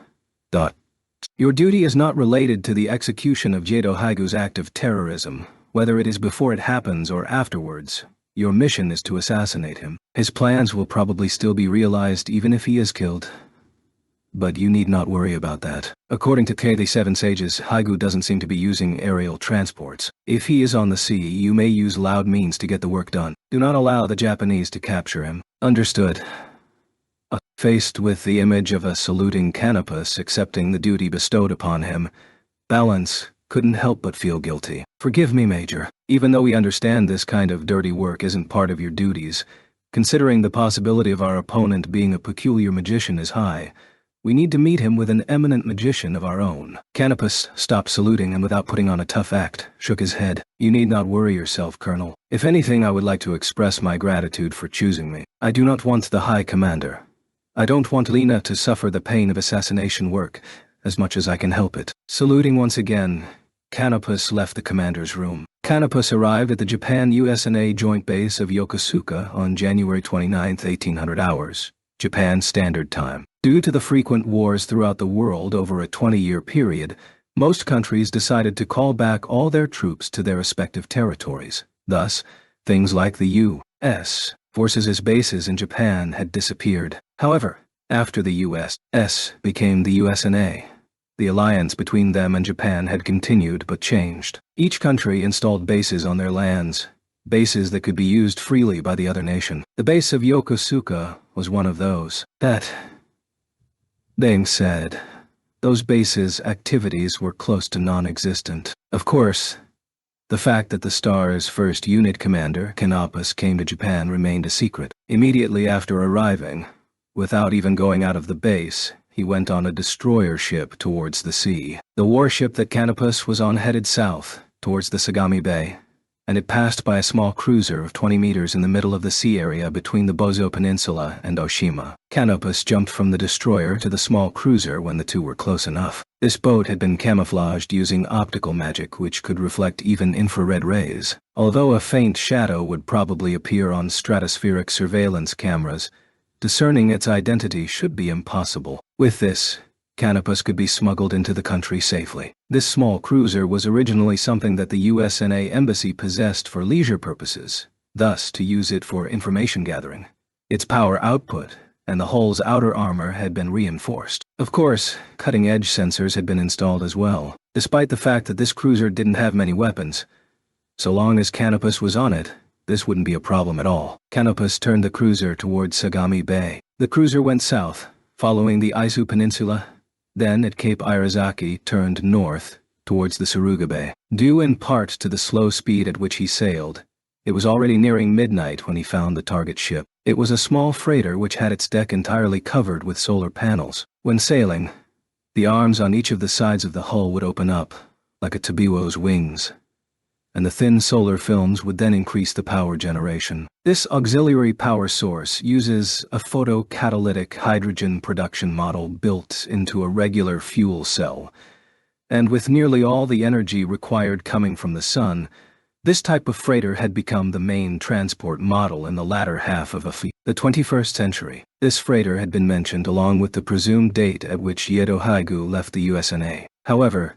this ship was supposed to arrive yesterday in Japan. That is why the ship's inspection was unnecessary, so they decided to search the port at which it had anchored. Major, is it that ship? The captain of the ship, who served as an officer in the USNA's Marine Corps, talked to Canopus with a mix of awe and fear in his voice. As a temporary subordinate under his command for this mission, he had been told about Canopus's background. The Stars were already a unit whose reputation was close to that of legendary, and factor in that he was now talking to one of its best field officers, and you get that result. Albeit, this captain wasn't aware that Canopus's the number 2 was right behind Sirius's, so he didn't need to be that tense. If he had been aware of Canopus's rank, it was quite possible that he wouldn't have been able to focus on his work to begin with. To the captain's question, Canopus expressed a bitter smile. Seeing this smile without an ounce of intimidation or malice, the captain's tension softened a little. My apologies, but ships really aren't my forte. You guys should have much more expertise on this subject than I do. Right. Understanding that Canopus implicitly asked, isn't this something you of all people should bring answers to? The captain straightened his spine. Pardon me, sir? There is no mistake that this is the ship in question. Of course, I will trust you on this matter. Canopus adopted a serious look and nodded, and a breath of relief escaped from the captain's lips. Captain. Yes, Major. The captain answered with a tone fitting of the serious expression Canopus was wearing. Keep that ship under surveillance. Since Haigu brought this ship all the way from Yokosuka to Numasu, he might be tempted to use it again to escape. Understood. I will immediately contact local agents. We will continue observing the vessel tonight. Major, aren't you going to the mainland? We're already past the planned time for landing. If we are to successfully complete this mission, we must avoid drawing attention as much as possible. Sir, yes, sir. Nodding silently, Canopus turned his attention towards the freighter. Persuaded by balance, Lena graciously decided to give up on going to Japan. She thought that sending Canopus wasn't a mistake. Thinking about it, if they were to exclude Heavy Metal Burst, he might even be stronger than her Sirius, since he was a veteran combat magician. Lena kept repeating to herself that he never failed his duties. Still, Lena had come to a point where it was unbearable to not do anything. It's true. I cannot do anything. I have to obediently remain here. However, if it's about warning an acquaintance, then there should be no problem. Despite the fact that no one was listening to her monologue, she felt the need to hurriedly correct herself before she could utter the word friend. Looking left and right with a red face, no matter how you looked at it, it was her excessive self-consciousness. Was she aware that her actions were a bit childish? Lena cleared her throat, which was quite a cutesy act in and of itself anyway, and looked towards the vision console. It was currently 2 hours past midnight. In other words, that meant Lena had been worrying until that time, but it also meant that it was just 6 o'clock in Japan. Even though that wasn't planned at all, it was just what she hoped for. Although she had decided to phone them, if she gave herself the time to hesitate, it would have been too late. Lena psyched herself up in front of the console and dialed Miyuki's number. After 5 blips, the screen's light turned on. Looking at the display, her rival appeared, and compared to a year ago, her beauty had even further increased. Lena, it's been a while. Neither envy, fear, reverence, nor admiration transpired from her gaze, and she was only looking at the person named Angelina. Lena remembered the illusion of the water concealing her heart melting away. Hello, Miyuki. It's been a while indeed. Is everything going well? Yes, thanks to you. Did you lose some weight, I wonder? Are you all right? Aren't you busy with your work? Calling her role as the Star's High Commander, the duty of the Sirius, as just work. This spontaneous boldness gave Lena pleasant feelings. My weight actually increased, you know. Maybe I became more muscular. It looks like you did shape up a bit. I'm a little jealous. Miyuki, I told you that when someone such as yourself talks like that, it sounds like sarcasm. Moreover, what's up with you? Getting even more beautiful like that? When are you going to feel satisfied and stop? I could say the same to you. It really sounds like sarcasm when you say such things. If it seems like I look beautiful, then it's only because of Ani-sama. Lena suddenly had dejected feelings. Really, if the situation had been different. Such thoughts wandered in Lena's head, feelings of disappointment. Ah, that's true. Miyuki is now engaged to Tatsuya, right? Congratulations. Thank you very much, Lena. Still, the news spread pretty fast, it seems. Well, we're talking about the princess of the Yotsuba. It's normal to bear an interest. Is that true? Then could it be that Lena called to congratulate us? Lena was taken aback by Miyuki's happy smile. And with this, she remembered the purpose of her call. No. Sorry, it's not really for that. Hearing Lena's apology, Miyuki slightly cocked her head to the side, but rather than being ill-humored, she was puzzled. Oh my, in that case, is it an important matter? Lena wanted to ask why Miyuki would show her such a cutesy face, but refrained from doing so and swallowed her retort. Indeed. It's probably a very important matter. Would it be better if I called Anu-sama? I wonder. Thinking for less than a second, Lena nodded her head at Miyuki's proposal. Yes, it would be better for Tatsuya to hear this as well. Please, wait for a moment. The screen entered suspension mode. It took roughly 3 seconds for the display to turn on again, and for Miyuki's beautiful figure to reappear. Lena, long time no see. Yes, Tatsuya, it has been a long time. Tatsuya was sitting next to Miyuki. To Lena's surprise, the distance between Tatsuya and Miyuki wasn't 0. I guess this would be the time where we slowly talk about how things have been going around each other. But you seem to have important business to talk about. Let's leave the friendship talk for the next time then. What did you want to consult us about? You haven't changed, Tatsuya. I must say, I like that straightforward personality of yours. Immediately after saying this, Lena thought, damn it. Using I like to qualify an aspect of Tatsuya while Miyuki is right next to him. Isn't that like pouring fuel on the already lit fire that is called Miyuki's jealousy? However, once again unexpectedly, Miyuki remained calm and composed. This was incredibly eerie to Lena. Miyuki, aren't you angry? About what? Miyuki replied with a face that explicitly told she had no idea what Lena was talking about. From Miyuki's point of view, it was natural that other women would be attracted to him, or at least find likable points about him, so there was no reason to get angry about such trivial matters. Lena wasn't aware of that fact, however. Well, let's forget about it. If she doesn't care about it, then there's no reason to press the issue. Thanks to that, Lena was able to get down to business. Tatsuya? Miyuki? Do you remember about the 7 sages? Tatsuya and Miyuki looked at each other. We remember. The one who answered was Tatsuya. Have you received some information from those 7 sages? While picturing Raymond Clark's face, Tatsuya asked Lena this question. There should be no way for her to know about the 7 sages' identity. Never mind that Raymond was one of them. Thought on. As Lena didn't have any telepathy or unusual mind powers, she couldn't see what image went through Tatsuya's mind at the moment. Lena also didn't have observation powers on a level where she could see through Tatsuya's poker face. According to the information we received from them, remnants of Dahan have planned an act of terrorism in Japan. Having received an answer to her own question, she answered Tatsuya's. The mastermind is someone named Jido Haigu. His Chinese name is Gigi. He is a presumed surviving magician from the Kunlunfang Institute. What's wrong, Miyuki? Miyuki was about to raise her voice but quickly held it in, and having seen that, Lena inquired for the reason of her response. The name Kunlunfang Institute holds a very special meaning for us. Forgive me for interrupting you. The truth was that they had heard this name already from Raymond, that he was another member of the 7 sages. Miyuki quickly covered up with a lie as Tatsuya didn't have any reaction. Ah, I see. Lena knew about the connection between the Yotsuba and the Kunlunfang Institute. Considering it normal for the Yotsuba successor to react vividly at the mention of a Kunlunfang Institute survivor, Lena didn't press the issue. You might have already guessed, but we think that the possibility of the Yotsuba being Haigu's target is pretty high. I see. Indeed, this line of thought seems to be the most plausible. Is that the reason Lena contacted Miyuki? WL. Yeah, that's how it is. Hearing Tatsuya say, I think the same, Lena started to blush without any particular reason. It's true that both Miyuki and I are related to this matter. There is also the possibility that Miyuki would be directly targeted. Tatsuya, don't talk as if it's someone else's problem.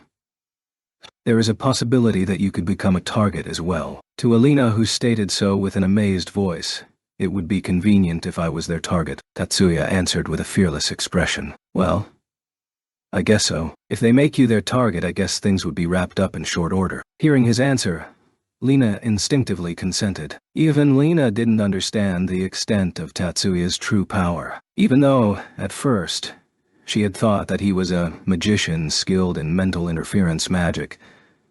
She came to doubt that assessment during their final battle with the parasites. In a word, Tatsuya was, and still is, a mysterious magician. However, if anything, Lena couldn't question his ability. Lena couldn't even imagine how magicians who had no choice but to rely on the little missiles they stole would go about dealing Tatsuya. Lena, what's wrong? You have the face of someone who just lost all her worries. Lena violently jumped up at Miyuki, casually revealing her thoughts. Why was she feeling so relieved after confirming that Tatsuya wouldn't be done in so easily? No, well, you know. Hampered by the noisy sound her heart was making, she couldn't form a proper sentence. You see, how should I say it? Looking at the wry smile of Tatsuya, Lena remembered how irritating it could be. Geez. See, to sum up, I just wanted to tell you about Haigu was what she was about to say, but she managed to seal her lips right before saying it. I see. In other words, you were in such a hurry to tell us about Haigu that once you did what you called for, you felt relieved. Is that it? Yeah. That's right. Lena showed quite the grand reaction to the figurative lifeboat that Tatsuya sent her. While Lena was rapidly getting redder, I see. Lena, thank you very much. Tatsuya ignored it and expressed his thanks to Lena. You don't need to thank me. I just thought that if I didn't tell you guys, I'd have trouble sleeping, that's all. Well then, Tatsuya, Miyuki, good night. Forgetting the time difference between their countries, Lena cut off the transmission after rapidly saying her goodbye. She violently took off her clothes and slipped between the sheets without even putting on her pajamas. Chapter 5. A week had passed since Tatsuya and Miyuki had received that phone call from Lena. Lena's communication had been last Tuesday, and since today was Monday, 6 days had passed. There were still no clues about the terrorist attack or Haigu. This was the case not only for Tatsuya, but also Maya and Canopus as well, none of whom had made progress in the search for Haigu. Furthermore, today was February 4th. The Master Clans Conference would be held in 2 days' time. The Master Clans Conference is the summit for the Japanese magic community. Even for ancient magicians who didn't even accept the 10 Master Clans as the leaders of magicians, they couldn't deny the influence of the Master Clans Conference. Especially this year, the 10 Master Clans selection meeting would be held on the second day. It would decide the next 10 Master Clans for the next 4 years, which heightened the magicians' concerns even more. The students of First High, too, were restless since early morning. Though they were only high school students, being magicians themselves, they couldn't help being concerned. Especially for people who are related to the 10 Master Clans and the 18 assistant houses, or people associated with the 10 Master Clans whose probability for selection was low, were anxious to the point of being incapable of concentrating in school. As Miyuki entered Class 2A, the students reacted by freezing in shock, and silence fell upon the room. Good morning, Shizuku, Hanaka. Miyuki greeted Shizuku in the seat in front, and Hanaka standing adjacent to Shizuku. With a greeting, she removed the spell on her classmates. Miyuki, Why did you come to school? Hanaka let out a voice similar to a scream. With that, Class 2A was filled with a loud buzz of commotion. Why isn't today a weekday? For a high school student to come to school is a given, isn't it? Or since when have I been ostracized by my friends? Or could it be bullying? Miyuki tilted her head with one hand on her cheek, making a troubled expression. In response to the unexpected counterattack, Hanuka was bewildered. Shizuku too had a face which indicated that she had no idea as to how she could assist her. However, the troubles of the two did not continue for long. I apologize. That was a joke. A quick smile slipped out of Miyuki that turned into a giggle. I thought you would be absent. Today's the Master Clan's conference after all. Yeah, Honoka, who followed up, anxiously drew closer to Miyuki. Miyuki, is it fine to not go to the conference? After all, this time, they're holding the selection meeting, too. Since you're the successor, Honoka covered her mouth with her hand, showing an expression that she messed up. The classmates who heard this turned away all at once. Even though I would prefer it if you weren't so bothered about it, Miyuki put on a smile of embarrassment. But the classmates who, until recently, were concerned about her, couldn't help but worry about her attendance. So, Miyuki, is it okay to not go? Following Miyuki's statement, Shizuku asked a rather bland question to break the sour mood. Well, I wasn't invited to go, as Miyuki answered while smiling. Gazes which seemed to say, gathered around her. I wonder if Honoka and Shizuku don't know this. The venue of the Master Clan's conference is a secret to everyone except the attendees. For the 18 assistant houses attending the selection meeting, as of today, they are only informed about the approximate location, with the specifics about the room being used still unknown. But Miyuki is... To Honoka revealing her surprise, Miyuki pleasantly smiled. It paralyzed Honoka's tongue and throat. I wasn't invited. Thus, I don't even know where the meeting will take place. It's not that I take no interest in the contents of the meeting, but if I don't even know the general location, there's no way I can go. Right, that's true. In place of Honoka, who had started blushing quietly, Shizuku nodded in agreement to Miyuki's words. At the same time, something similar was happening in Class 2E. Tatsuya-san, why did you come to school? Good morning, Mizuki. To greet me with such a question in the morning. No, about that. I'm sorry. It wasn't that Tatsuya particularly felt uncomfortable, but for him to say such a thing was natural. Tatsuya had never taken long periods of absence from school, so to be questioned. Why did you come to school on a Monday? The question coming out of nowhere was nothing less than a rarity. But on this day, it wasn't just Mizuki who seemed to have forgotten her common sense. Tatsuya-kun, is it all right for you to come to school? Opening the window noisily, Erika cried out loud without any prior greeting. Erika! Why do you all want me to be absent? The sight of Tatsuya frowning in displeasure, beside an embarrassed Mizuki, entered Erika's sight. Ha. Realizing her attitude to be a little senseless, she revealed a false smile. Some things were impossible, even for her. But still, Tatsuya, isn't today the start of the Master Clan's conference? Is it fine to not go there? Fortunately for Erika, she wasn't the only one who dared to venture into the minefield. Why would you want to know? In response to Leo's question, without trying to play the fool, Tatsuya curiously asked a question of his own. I think that to not be interested would be strange. As Erika replied to Tatsuya's question, Leo nodded his head in agreement. These two are really getting along now, Tatsuya thought while putting out another question. As I said, why? Well, it does seem the amount of interested people is rather numerous, but... While saying that, Tatsuya glanced backwards, and his classmates hurriedly averted their eyes. If you think that my relation to the Yotsuba family is a good enough reason, then you would be mistaken. Just because a person is blood related to the 10 Master Clans does not mean he or she can participate in the Master Clans conference. For example, as the successor of the Jumonji family, Jumonji Senpai attending is a given, but Sagusa Senpai is unlikely to be attending. So, that's how it works. Leo wore a face that lost interest. Conversely, Erika had an expression that seemed to express her content. Therefore, even if I did know the location of the conference, I'm not interested in going. In the middle of the conference, rather than to be bored waiting, it would be more beneficial to go to school and take lessons. But still, aren't you interested in the contents discussed in the Master Clan's conference? I'm not allowed to attend, so even if I wanted to go now, I have no way of doing so. All the results of the conference will be publicized. There's no way for me to know the process of the discussion. In the end, we only need to follow the announcement, That is indeed the case. If the discussion ended here, it would have been resolved under the category of small talk. In the end, Powerless, small fry magicians can only follow something you decided. That sounds like something Ten Master Clan's Sama would say. A loud monologue resounded throughout the quiet classroom which had been listening to Tatsuya. Why? The source was diagonally behind Tatsuya. More accurately, it was diagonally behind Mizuki. What? You have something you want to say? Using her sharp eyes, Erika glared at Hirakawa Kiyaki, the student who had voiced such words. Kiyaki didn't answer Erika's question. If that was the extent of her reaction, it would have ended fine. But Kiyaki looked away. Erika's eyes twitched upwards at the provocation. Erika, who was at the window, walked in through the door. Then, she headed towards Kiyaki. Wait a moment. Chiba-san. Calm down. The one who hastily blocked Erika's way was a male student. Not yielding to Erika's spirit, he tried to resolve the situation peacefully, as if he was the class rep.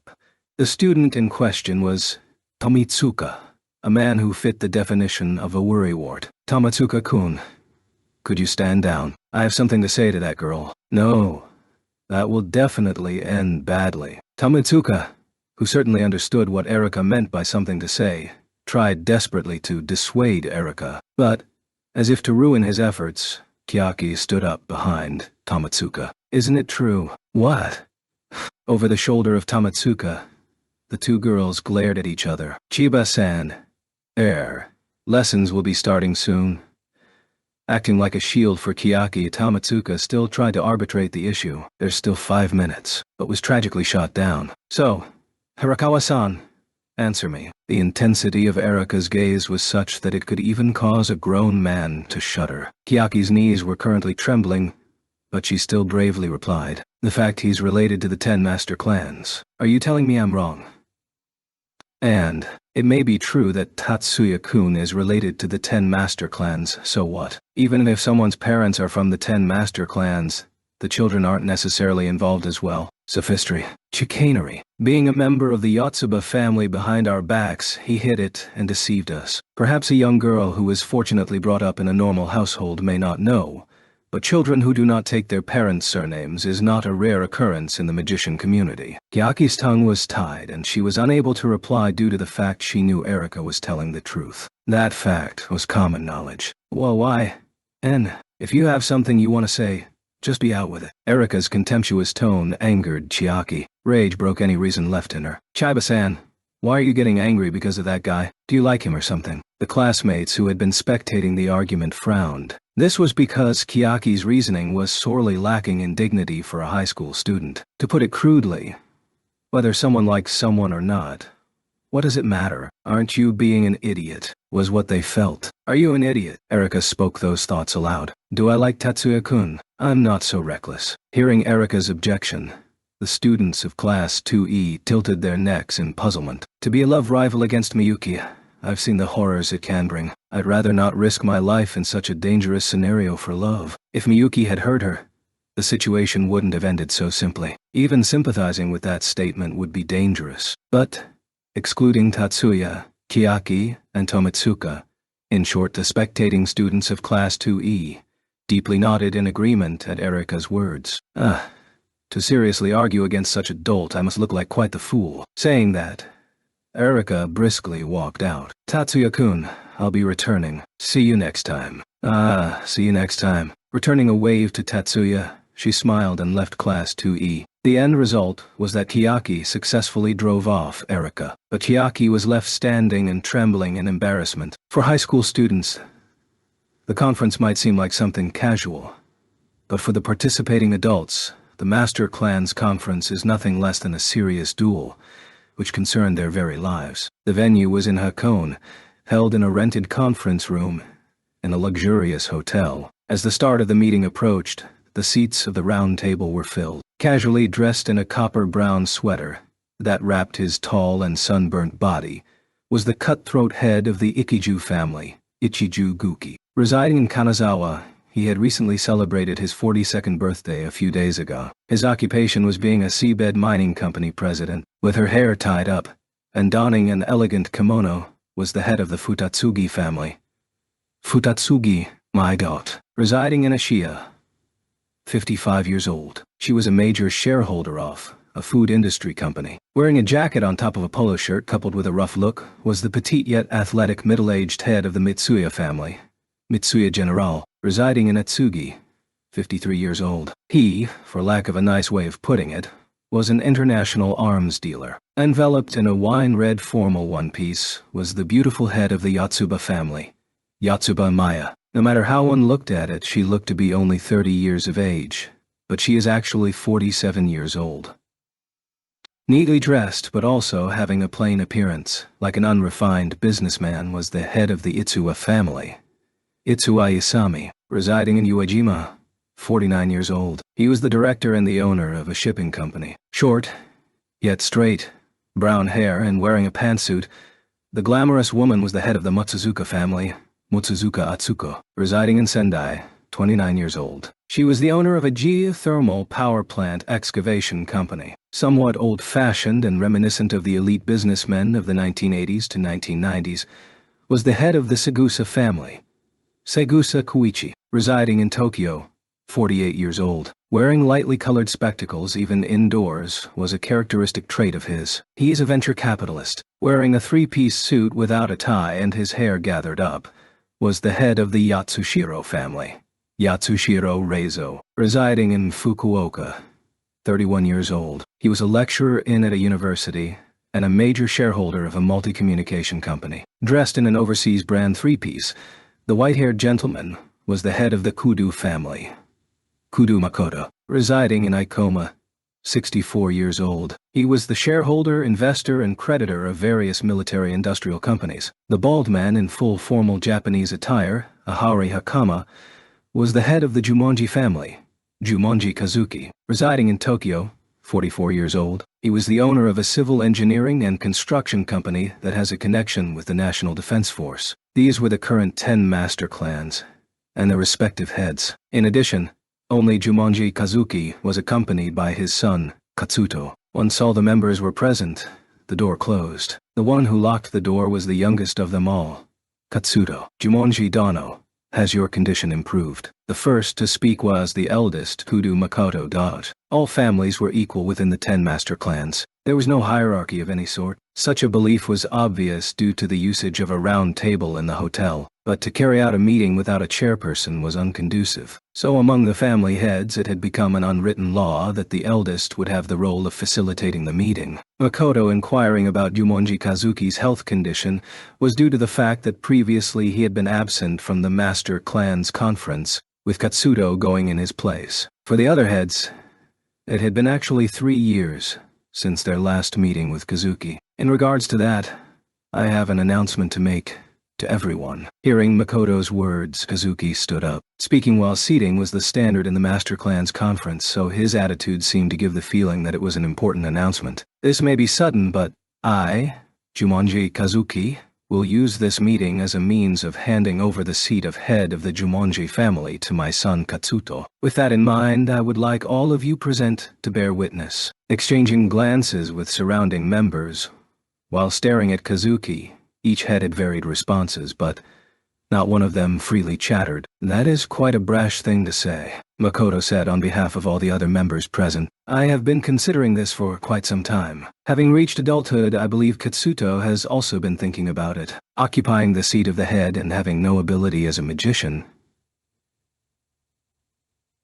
Such a thing, not only speaking for the Jumonji family but for the 10 master clans, would not be desirable. Thus I've made such a decision. You mean to say you can no longer use magic? The person who asked this was Ikiju Gauki. In the Master Clan's conference, difficult topics that had to be broached were numerous. Since 3 years ago, I have been suffering from a disease that has caused a decline in my magic power. 2 years ago, I was at the stage where I could no longer fight.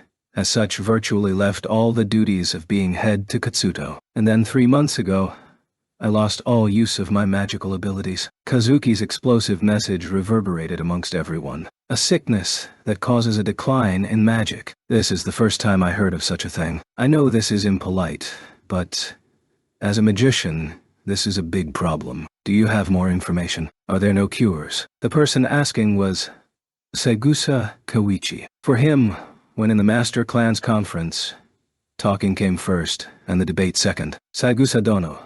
Such a worry is unnecessary, for it is unique to the Jumonji family. Unique only to your family. Are you sure? Saigusa Dono. As Koichi tried to question further, he was softly chided by Maya. It would be better if you refrain from asking anything more than that. That is true. Do not pry into the business of other families. That is a rule not only followed by the 10 master clans, but the magic community as a whole. It is as Yotsuba Dono says. Shall we cease such questioning? Jumonji Dono has already said that magicians of other families will not catch such a disease.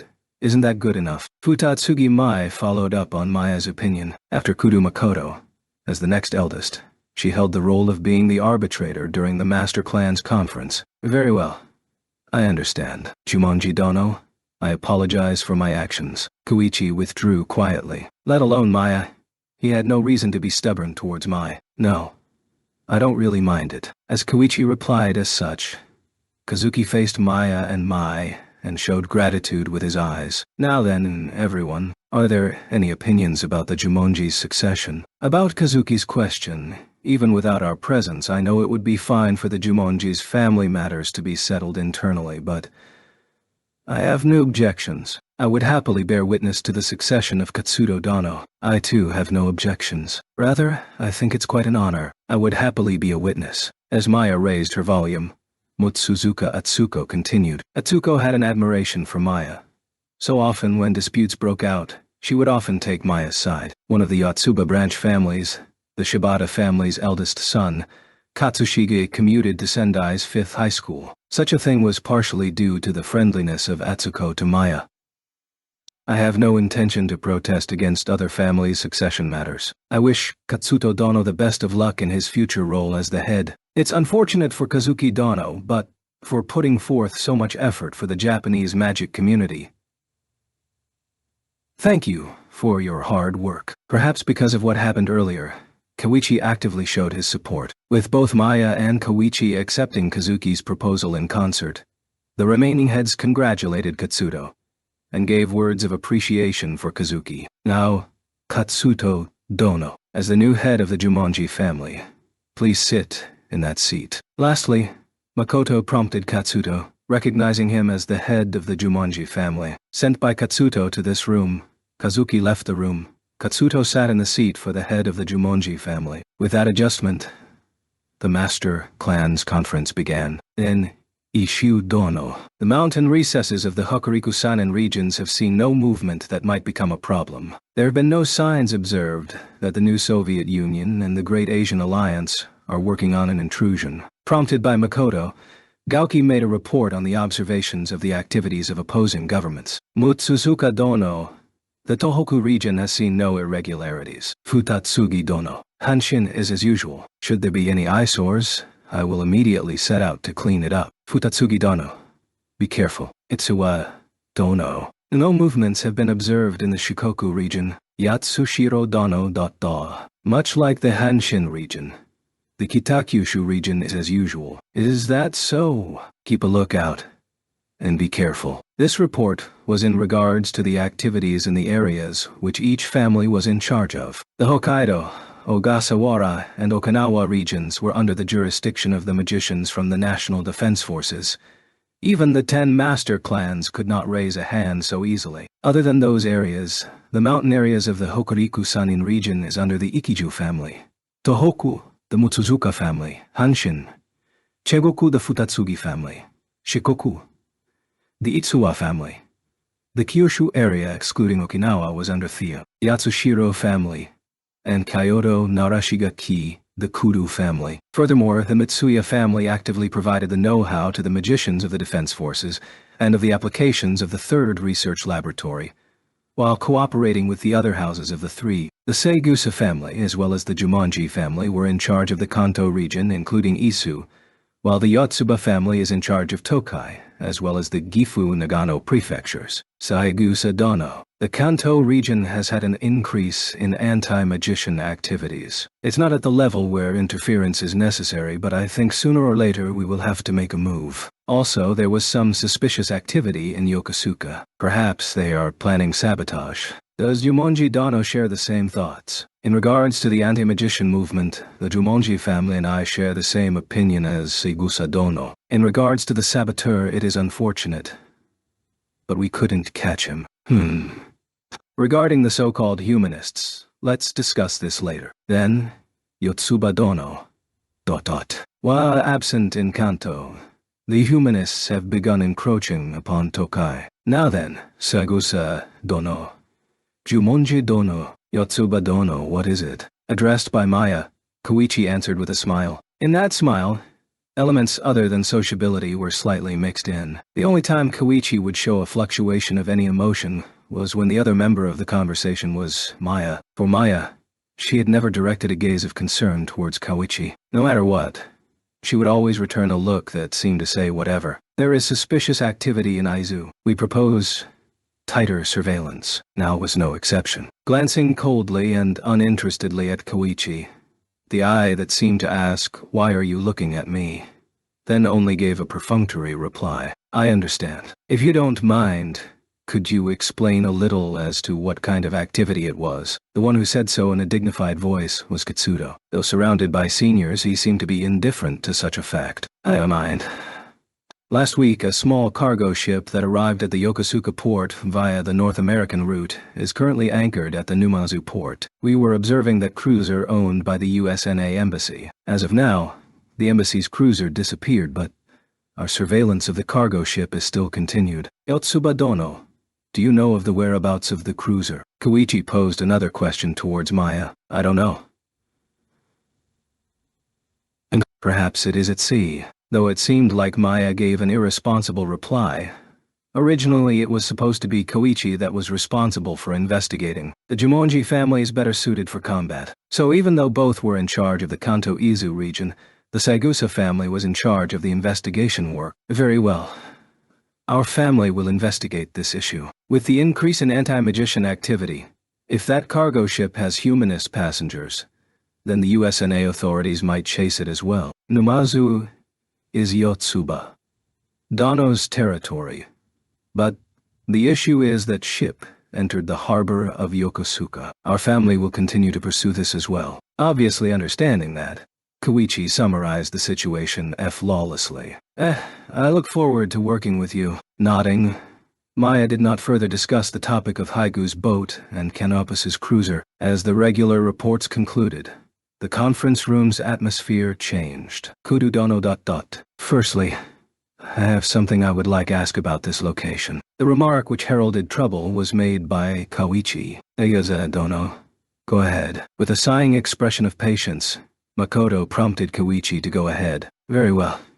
Thank you for sparing me some time. Saying that, Koichi faced Maya. Once again, a certain mood drifted from Mutsuzuka Atsuko to Yatsushiro Reizu. Koichi, with a gentlemanly attitude, turned to Maya.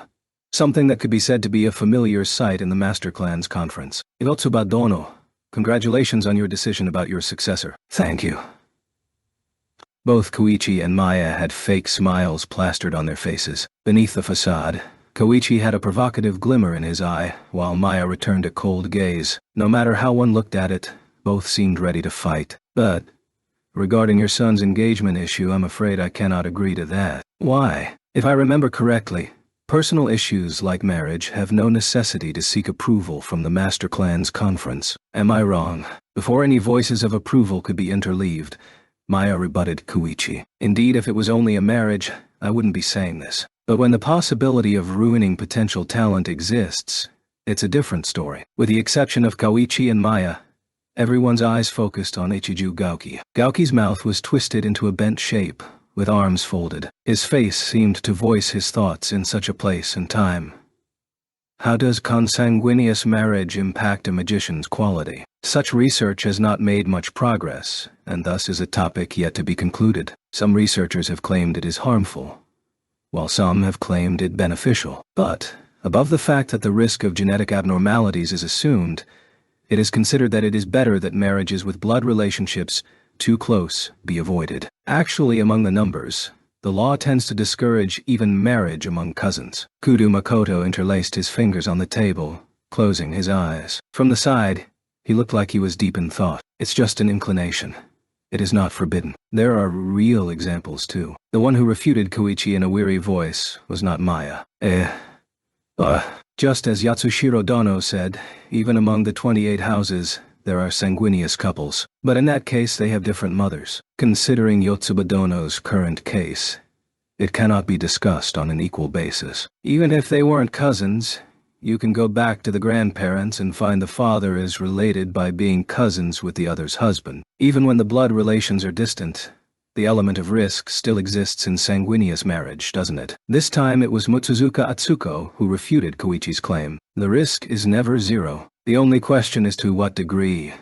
Mutsuzuka Dono. But Atsuko's remark could not cause Koichi to falter. The reason I object to the Yotsuba family's successor's engagement is that they are monozygotic twins, with very close blood ties, no different from a marriage between half-siblings. Is that not the case? Atsuko did not reply. Koichi ignoring his emotional intention, his logic held persuasion. A marriage between cousins may be recognized by law, but if it becomes a marriage between half-siblings, then it could even be called a circumvention of the law. Segusa Dono.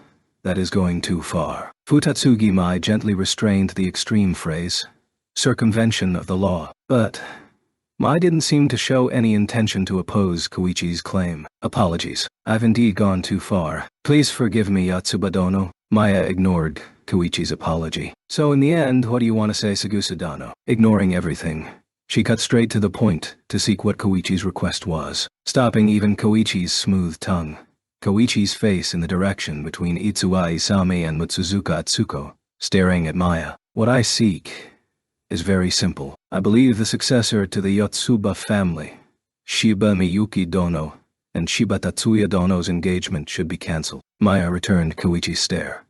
Both Maya and Koichi's line of sight met. Hidden beneath his light-colored lenses, the emotion that crossed his remaining left eye was either joy or hatred. My apologies. May I add in something? The person who cut into the high tension between the two was Ikiju Goki, Yotsuba Dono. Though our family has yet to receive an answer from yours, I should admit that what Segusa Dono has said was influenced by us. As such, could you please consider our request? The issue regarding the request for the engagement between your families Masaki Dono and Miyuki. Yes. Returning a face of fortitude, Maya languidly sighed deeply. Masaki Dono is the Ikiju family's successor, is he not? Miyuki has also been confirmed as the successor of our family. Even if I put aside the fact that it is inappropriate of you to request an engagement when a prior one has been confirmed, what you speak of is impossible. Maya clearly sought to offend Gauki, or so was her guise. Gauki replied in a chilly tone. I apologize for being rude, but we too are making a serious request. It is not a joke of any sort. A serious request. To seek the hand of my niece who's already engaged to someone.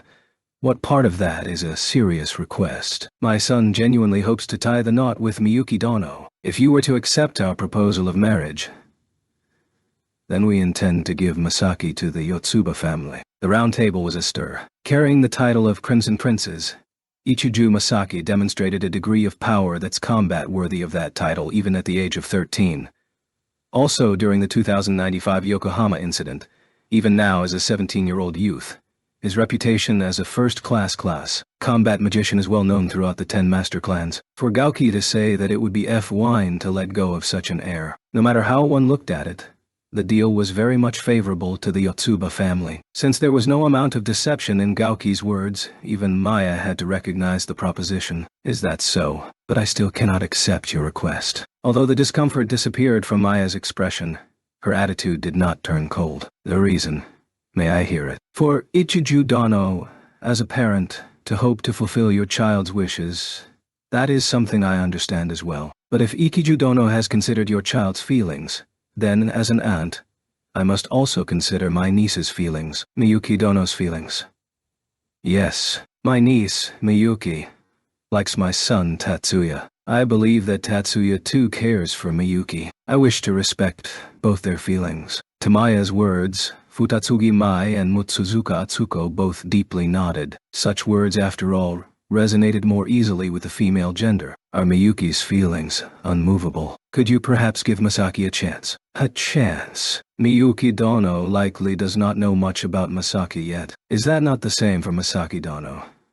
Aside from appearance, your son likely does not know much about Miyuki. Subtly saying Masaki was only attracted to her looks made Gauki feel very ashamed. Despite it being the truth, he was defiant. Thus, I hope you would give them a chance for them to become acquainted. If both of them get to know each other well, and still she refuses to choose Masaki, then we will give up. Ichiju Dono, are you aware that since earlier your family has been rather disrespectful to both Miyuki and Tatsuya, especially towards my son, Tatsuya, ...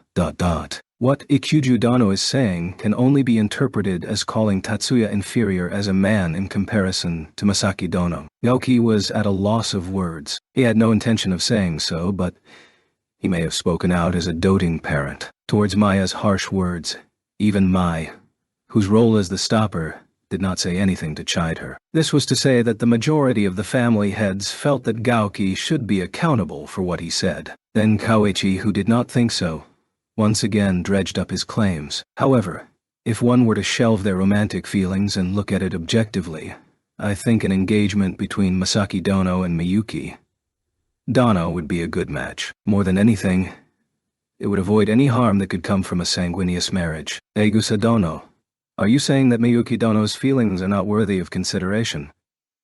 Mitsuya Gen, who had been silent until then, reproved Koichi in a bitter voice. But Koichi did not withdraw. Suppressing one's emotions to a degree is necessary, especially as a successor to one of the 10 master clans. Is that not the case for everyone here? No voice of objection gave rise. What Koichi said, everyone present knew. Also, Miyuki Dono is still young. If she were to get to know Masaki Dono, she may change her feelings. Is that so? Chemistry between a man and a woman, if they do not get to know each other, one will never know. The first voice who supported Koichi was Itsuwa Isami, but the one who was most surprised at Isami's words was most likely Koichi. Though not apparent in his expression, Koichi doubted Isami's intent in his heart. I too thought it was a good pair, requesting for an engagement with Segusa Dono's daughter, but Mayumi Dono and Hiroshi's character didn't mix well. And in the end, it did not go anywhere. As Izami said, right before the Master Clan's conference, the Itsuwa family broke off talks of marriage. Koichi's claim that an engagement between the Ikiju family's Masaki Dono and the Yotsuba family's Miyuki Dono is reasonable. Their marriage will bring more and more development to Japan's magic community. Not to mention Ikiju Dono has said he is willing to give the Yotsuba family Masaki Dono. I don't think it's such a bad deal to Yotsuba Dono. With Izami's support, the winds began to change. In that instant, the tailwind was definitely blowing for Koichi and Gauki. But that wind was about to be broken in an instant. Tsuwa Dono, our family does not consider or seek benefits from Miyuki's marriage. Isami awkwardly looked down. Having realized his intention to induce discussion about short-term gain and loss, Maya flatly rejected him. I understand your stance. Miyuki is still young. I cannot say that the possibility of her feelings to change is zero, but that is as far as I can say. I think Masaki Dono should put in his own effort to move Miyuki's heart. If Masaki were to steal Miyuki away from Tatsuya, then even I wouldn't tie up Miyuki. To the Yotsuba family, we will serve any command from Miyuki, but we may yield regarding the seat of the son-in-law, so the engagement is not annulled. In exchange, you would not mind if Masaki Dono were to go after Miyuki Dono. Makoto and Mai confirmed Maya's meaning. That interpretation is fine. In the first place, dare I say, that Miyuki and Tatsuya's marriage is a legitimate thing recognized by the law. It's not anything that must result in accepting any objection by the law, is it? To Maya's words, Mai nodded. It is certainly as Yotsuba Dono said. Sanguineous marriage does indeed carry some risk. That said, Sayuza Dono's claim exceeds the scope of decisions that can be made in the Master Clan's conference. Mai then moved her gaze from Koichi to Gauki. Ichiju Dono, is that fine? Yotsuba Dono has said that despite Miyuki Dono's engagement, she will allow your son to interact with Miyuki Dono. The parents will not interfere with anything beyond that. I understand. I will convey that to my son. I too I'm fine with that. Both Gauki and Koichi decided to lay down arms. By the way, the allowing of one to date while they have a fiancé also applied to Tatsuya Dono. Of course, Koichi was not of the type that would raise the white flag without conditions. Under the gaze of Maya and Mai, Koichi made a smile. As Itsuwa Dono has said earlier, the talks for the engagement between Itsuwa family's Hirofumi and our Mayumi have broken down. If it goes well, I was hoping for Mayumi to marry Tatsuya Dono. Kudo-retsu had been once referred to as a trickster due to his magic. But perhaps in terms of personality, Koichi possessed similar traits. As everyone was tired from the miasma thrown by Koichi, the Master Clan's conference had a break. Then 10 minutes later, this time it was Maya who began with a bombshell. Not an iffy thing like Koichi's claim, but a big scandal. Everyone, I have something I would like to say. Oh. An issue raised by Yotsuba Dono is indeed rare. What would it be about?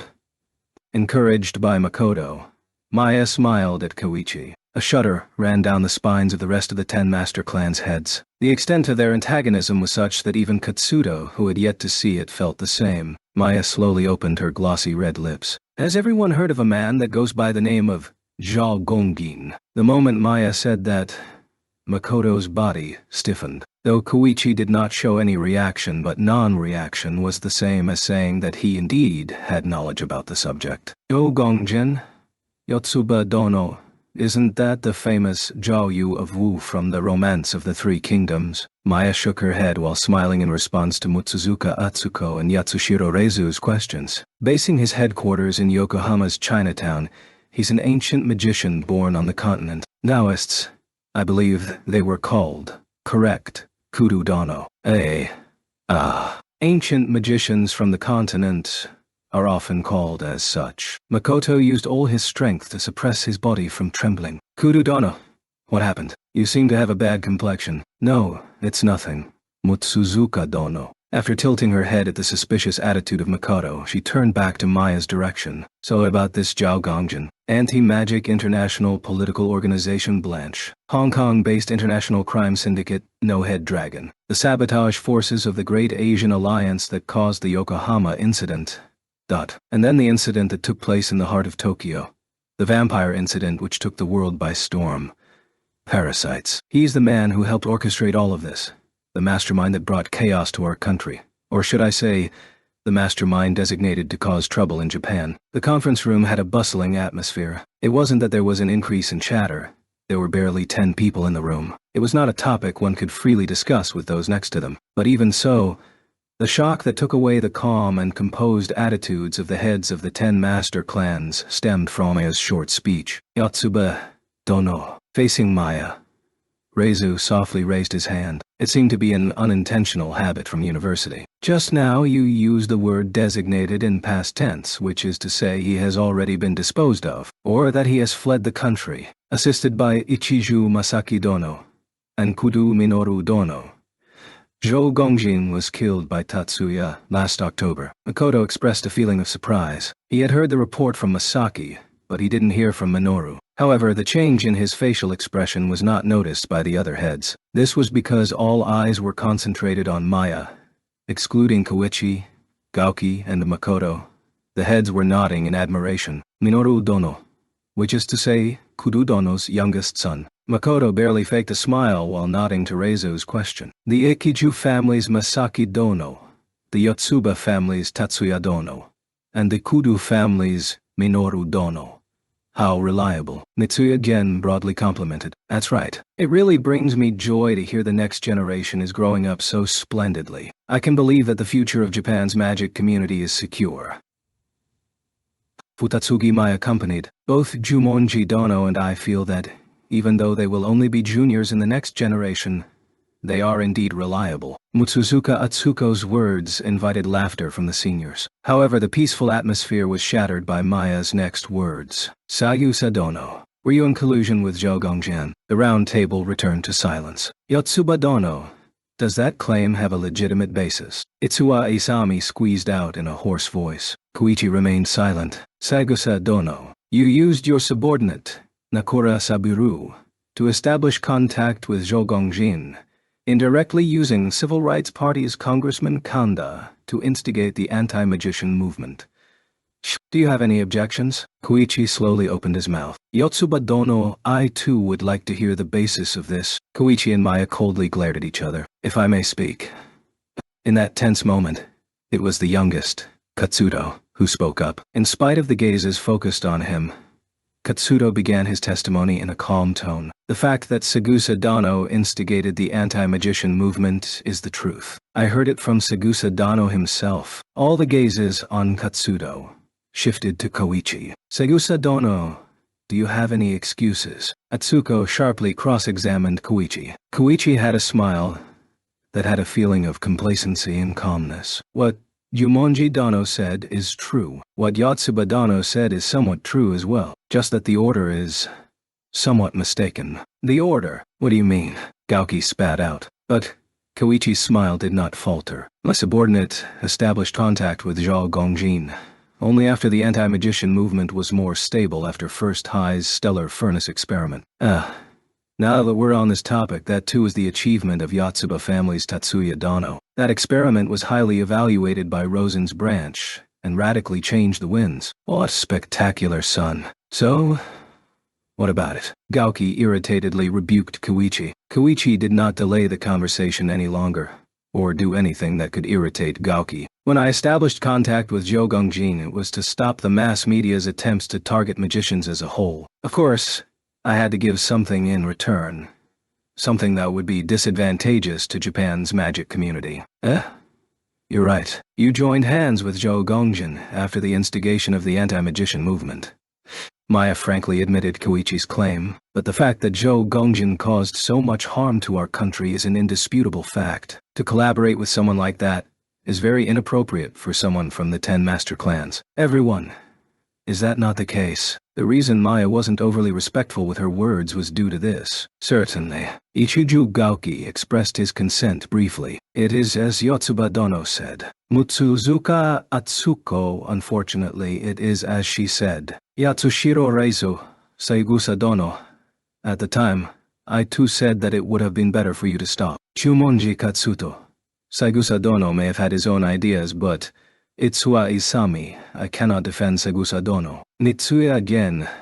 Saigusa Dono. No matter what your intents were, you crossed a line you should never cross, and collaborated with someone you never should have. Futatsugi Mai. Everyone supported Maya. Koichi, who was still smiling, was now cornered. Gauki, Atsuko, Raizo, Katsuto, Isami, Gen. Maya's eyes all pointed in Kudo Makoto's direction, who had yet to express his opinion. But what Mai said to Koichi at the end applied to Makoto as well. Though it could be said that his circumstances were different from Koichi, he too had been in collusion with Zhou Gongjin. Makoto's worries were interrupted by a knock on the door. Would you mind if I enter? The voice that likely came from the other side of the door was from an old man that all of the members knew very well. Sitting closest to the door, Katsuto stood up and looked at the rest. Though there were others who agreed, no one was shaking their head. Katsuto walked to the doorway and opened the door. Standing behind the door was the retired Kudo Retsu. Sensei, I haven't seen you in a long time. Even so, what business do you have today? Mai invited Retsu in cordially. Katsuto tried to offer his seat, but Retsu smiled and waved his hand. Apologies, but I overheard the topic at hand. Retsu immediately cut to the chase. Though there was nobody who would call it into question, it was a rule that the topics of discussion during the conference were to remain absolutely confidential. The Kudo family wasn't the first to use methods to leak the general basis of the conference. For everyone to hold Koichi accountable is obvious, but I would like for that to be put on hold. Retsu referred to Koichi not as Saigusa Dono, but by his first name. By doing so, he made it clear that his intent was not to speak as a former member of the Master Clan's conference, but as the patriarch of Japan's magic community. The speech of an old man who held no authority. Instigating the anti-magician movement was something I too discussed with Koichi, and I did not stop Koichi. Glances were exchanged in a flurry across the round table, excluding Maya, Koichi, Makoto.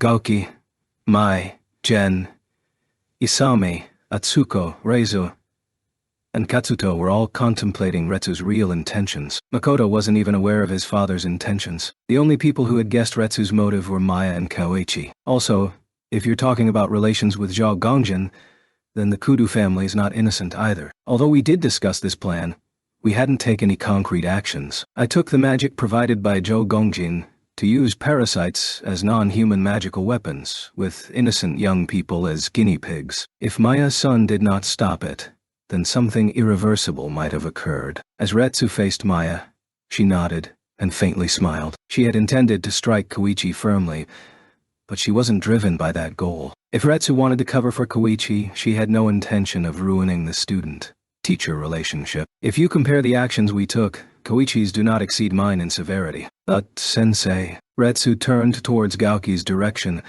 and signaled for him to stop speaking. The Kudu family shall retire from the 10 master clans. With that, could you consider this case concluded? Senior, Makoto looked up at his father with a shocked expression. As Retsu made his suggestion, he directed a harsh glance towards his son. Makoto, you are guilty of directly accommodating Zhou Gongjin. The incident caused by the Taoists, sent by Zhou Gongjin, has greatly inconvenienced Yotsuba Dono's son, and Ichiju Dono's son. For this kind of outcome, you should be speaking up, not me. Senior, Father, Makoto, I'm disappointed in you. Sensei, would that be okay with you? The one who soothed Retsu was Maya. If the Kudu family takes full responsibility for this, then the Yotsuba family shall consent. It would be fine if Sagusa Dano makes amends with future contributions. Retsu did not cover for Koichi just because of their teacher and student relationship. Makoto, his son, would hold higher priority in that case. Currently, the magic group with the most power in Japan isn't the Nation Defense Force,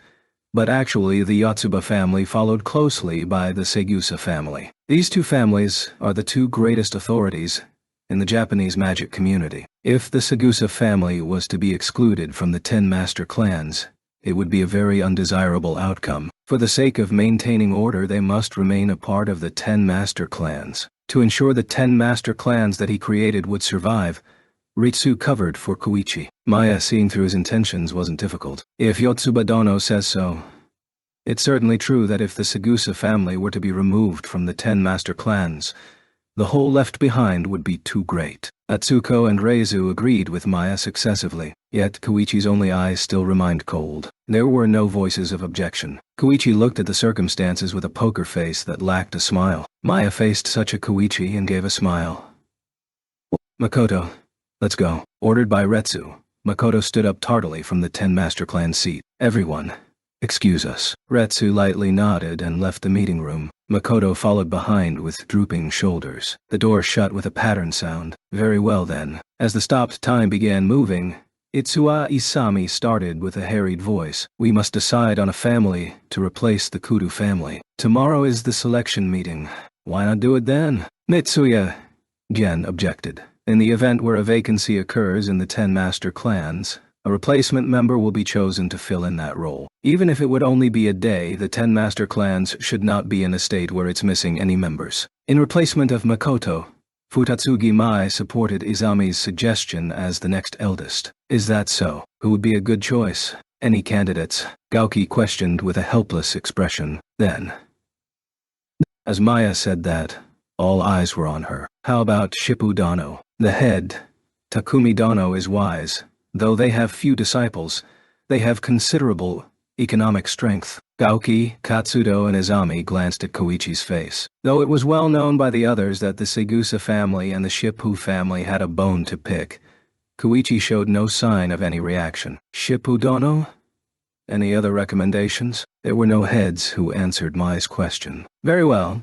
The new member of the 10 master clans is decided to be Shippu Dono, though it will only be for a day, but who shall convey it to Shippu Dono? Very well, I shall do so. Katsuto raised his hand and exited the conference room to make the call. Wait a moment.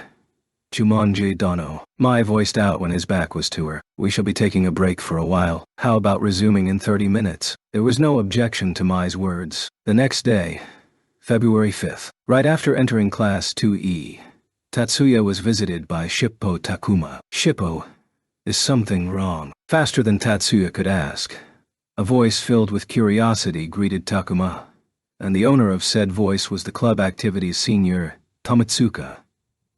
No, it's just, I wanted to express my gratitude to Shiba-senpai. Takuma uncomfortably replied so. Well, such feelings of discomfort were perfectly understandable. It was a well-known fact that Takuma had caused quite the commotion back in April with his series of duels. His recent change of attitude was unanimously acknowledged by not only the freshmen, but even the upperclassmen. Even so, his rudeness to Tatsuya was still fresh in their memory. This was made evident by the numerous inquisitive looks that people gave him whenever he talked to Tatsuya. In addition to this, Erika and Leo also gave him gazes of ill will. Although Mikihiko had come to class 2E today, his look bore the same unfavorable feelings as Erika's and Leo's. Gratitude. I don't remember doing anything worth being thanked for. What saved Takuma was that Tatsuya apparently didn't hold a grudge at all. It was quite the opposite, in fact. Having seen Takuma's efforts during the 9 schools competition, he now had a better opinion of him. I heard that Yotsuba Dano recommended my family as a replacement for one of the 10 master clans.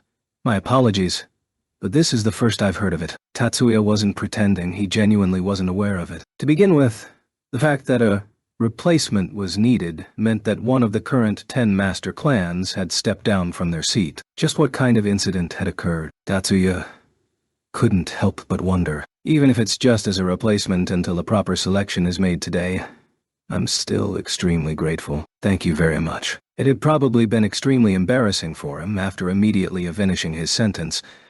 Takuma went back to his own classroom at full speed. Tatsuya was vaguely aware of the fact that Takuma was sensitive about everything related to the 10 master clans. However, to think that it brought him such a level of happiness.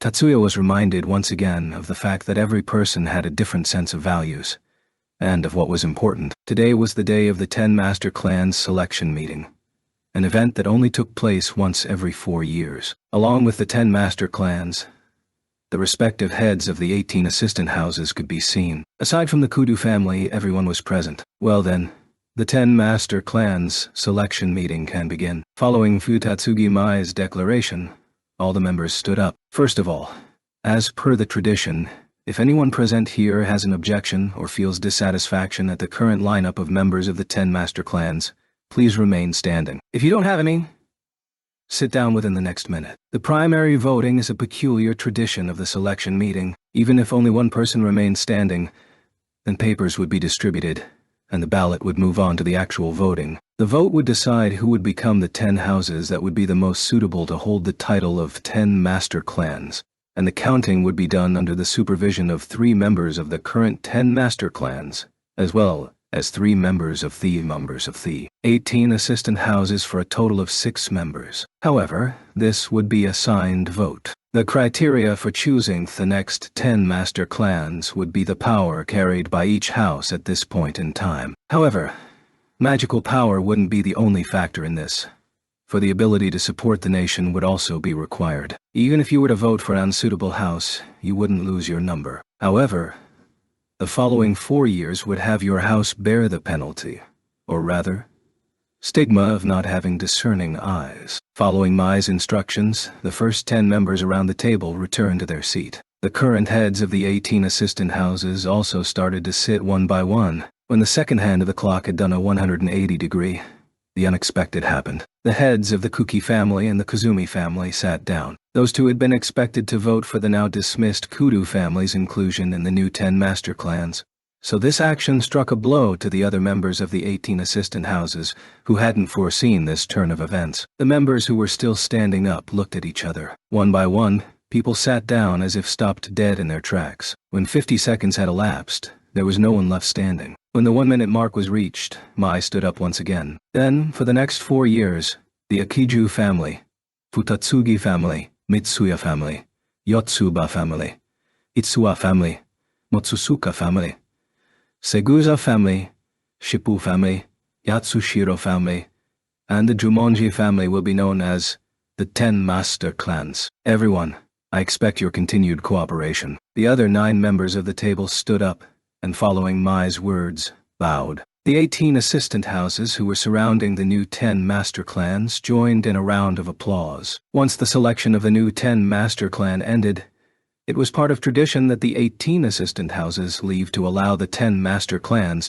to discuss about their new organization and structure. However, when the heads of the Kuki and Kazumi families tried to leave, Mai called them to a stop. Kuki Dono, Kusumi Dono. Please wait for a moment. Futatsugi Dono. Is something the matter? There is something I would like to ask of you two. Would you mind giving me a little bit of your time? The heads of the Kuki and Kuzumi families nodded. When the other members of the 18 assistant houses finished retiring, only the 10 master clans remained, as well as 2 families bearing the number 9, for a total of 12 names. What did you want to ask of us? Futatsugi Dono. Allow me to take it from here. The one who stopped Mai had been Shippu Takumi, the newest member of the 10 master clans. Kuki Dono. Kusumi Dono. Even though my family was bestowed the honor of being part of the 10 master clans, quite frankly, we don't have the numbers that would be required to fulfill our duties. Normally we would have to take the supervision of the Kyoto area in Kudu, Dono's stead, but this is too big a duty for my family in its current state. In that case, why don't you ask for Yotsuba Dono or Futatsugi Dono's help? If Kyoto is a problem, then Ichiju Dono also has responsibilities towards this area. Takumi shook his head with a smile at the proposal by the head of the Kuki family. That is also an idea. However, I want the Kudu family to continue to watch over the Kyoto Shiga and the Ki Peninsula. Of course, the Shippu family doesn't plan on only making demands. I would like every one of the 9 to lend my family their strength. After a moment of wide-eyed surprise, the heads of the Kuki and Kuzumi families smiled broadly. Understood. I will consult about this matter with Makoto-sama. We will definitely have a positive answer. I'm counting on you. Takumi bowed deeply. The heads of both the Kuki and the Kuzumi families also bowed politely. After their departure, a somewhat relaxed mood drifted in the conference room. Well then, let's continue the Master Clan's conference. A counter-clan to the humanist ideology, right? Mai's words invited this question. No. Before that, we have to talk about this suspicious ship spotted near Aizu. The one who had interrupted was Gauki, Ishu Dono. There's no hurry now, is there? Although Isami reproved him with a shocked expression. If it is a terrorist ship, I can't imagine the other side will keep waiting. Gauki didn't yield. I don't mind. Itsuwa Dono. The one who answered with this was Koichi, who had regained his usual composure overnight. Then let's hear more about this matter. Although Koichi's attitude was the same as ever, it appeared that Gauki didn't want to associate with him anymore. For someone like Gauki, secret communication with the enemy was an inexcusable act. There was no reaction when searching for a magician on the freighter Yotsuba Dono gave us coordinates for. Neither weapons nor ammunition were found on board. Did you find anything? There is a possibility that explosives were being transported. Since it's also possible that the ship will be used for escape purposes, we plan on keeping it under observation. How about the USNA's movements? Taking Gauki's momentum, this time it was Katsuto's turn to question Koichi. An agent has been dispatched. In other words, the group that has betrayed the USNA has been found out. But they're not being that tactful about things. It's quite possible that this duty wasn't an order from the USNA government itself. In other words, a favorite hunter of theirs is on the prowl, hiding somewhere. The cruiser that Yotsuba Dono received information on was confirmed as outside of territorial waters. He could unexpectedly be hiding out there. Hearing Koichi's answer, Izami wore a pensive expression. If it's at sea, should I go and poke around? It should be possible to camouflage it into an accident using the natural disaster excuse. The problem isn't so much the hunter from the USNA, but the terrorists that have infiltrated our country. At Izami's proposal, Atsuko brought forth a diametrically opposite opinion. That is certainly the case. We have no evidence of their presence at the moment, but we also don't have any evidence of their absence. It's really worrying that we don't even know if they're lurking about. Reizo was supporting Atsuko's argument. They might even be targeting this very Master Clans conference for all we know. This must have been a pure coincidence. However, it was the truth. Immediately after Reizo had said this, an overpowering sound accompanied by powerful vibrations invaded the conference room. February 5th, 2097 AA, D, 10:33 AM. It was currently break time between second and third period at first high. A buzzing sound came from Tatsuya's pocket as he was heading towards the practice room. It was an emergency signal. Taking out his terminal and confirming the contents, you could read on his face that something terrible had just happened. Sorry. Go on ahead without me. Tatsuya left his classmates, among which was Mizuki, and dashed towards the practice room. Tatsuya, who had received his teacher Jennifer Smith's blessing to leave early, met Miyuki on the way towards the main gate. Anmi-sama also received the emergency signal. Miyuki, whose face had lost all trace of color, asked Tatsuya with a short sentence. Let's go. Tatsuya answered with an even shorter sentence. Although Miyuki had nodded and was about to hasten her pace, a voice called her from the behind. Minami came out of the entrance, accompanied by her classmate Sagusa Kasumi, as well as her sister Izumi, and last, but not least, Shippu Takuma. All of them were related to the 10 master clans. All of them, with the exception of Minami, were blood related to the 10 master clans. Miyuki-senpai ... Izumi ran towards Miyuki. Izumi-chan too. So it wasn't a false alarm then? Miyuki nodded to her question. Izumi started to tremble uncontrollably. We're going to see what happened for ourselves. What about all of you? Tatsuya, who was just a step away, asked the freshman. I'm coming too. Takuma immediately answered so. We're going as well. Kasumi grasped her trembling sister's hand. Minami came closer to Miyuki, so that she could shield her at a moment's notice. Leading the group, Tatsuya and the 5 other people hastened towards the station. During the same time, at third high, Masaki. What happened? Masaki had dashed out of the classroom after having asked permission to leave early. Kichijuji, who had run after him until he was out of breath, asked such. My old man has been attacked. Regretting even the time spent looking back, Masaki answered. An attack. But right about now it should still be in the middle of the Master Clans Confei.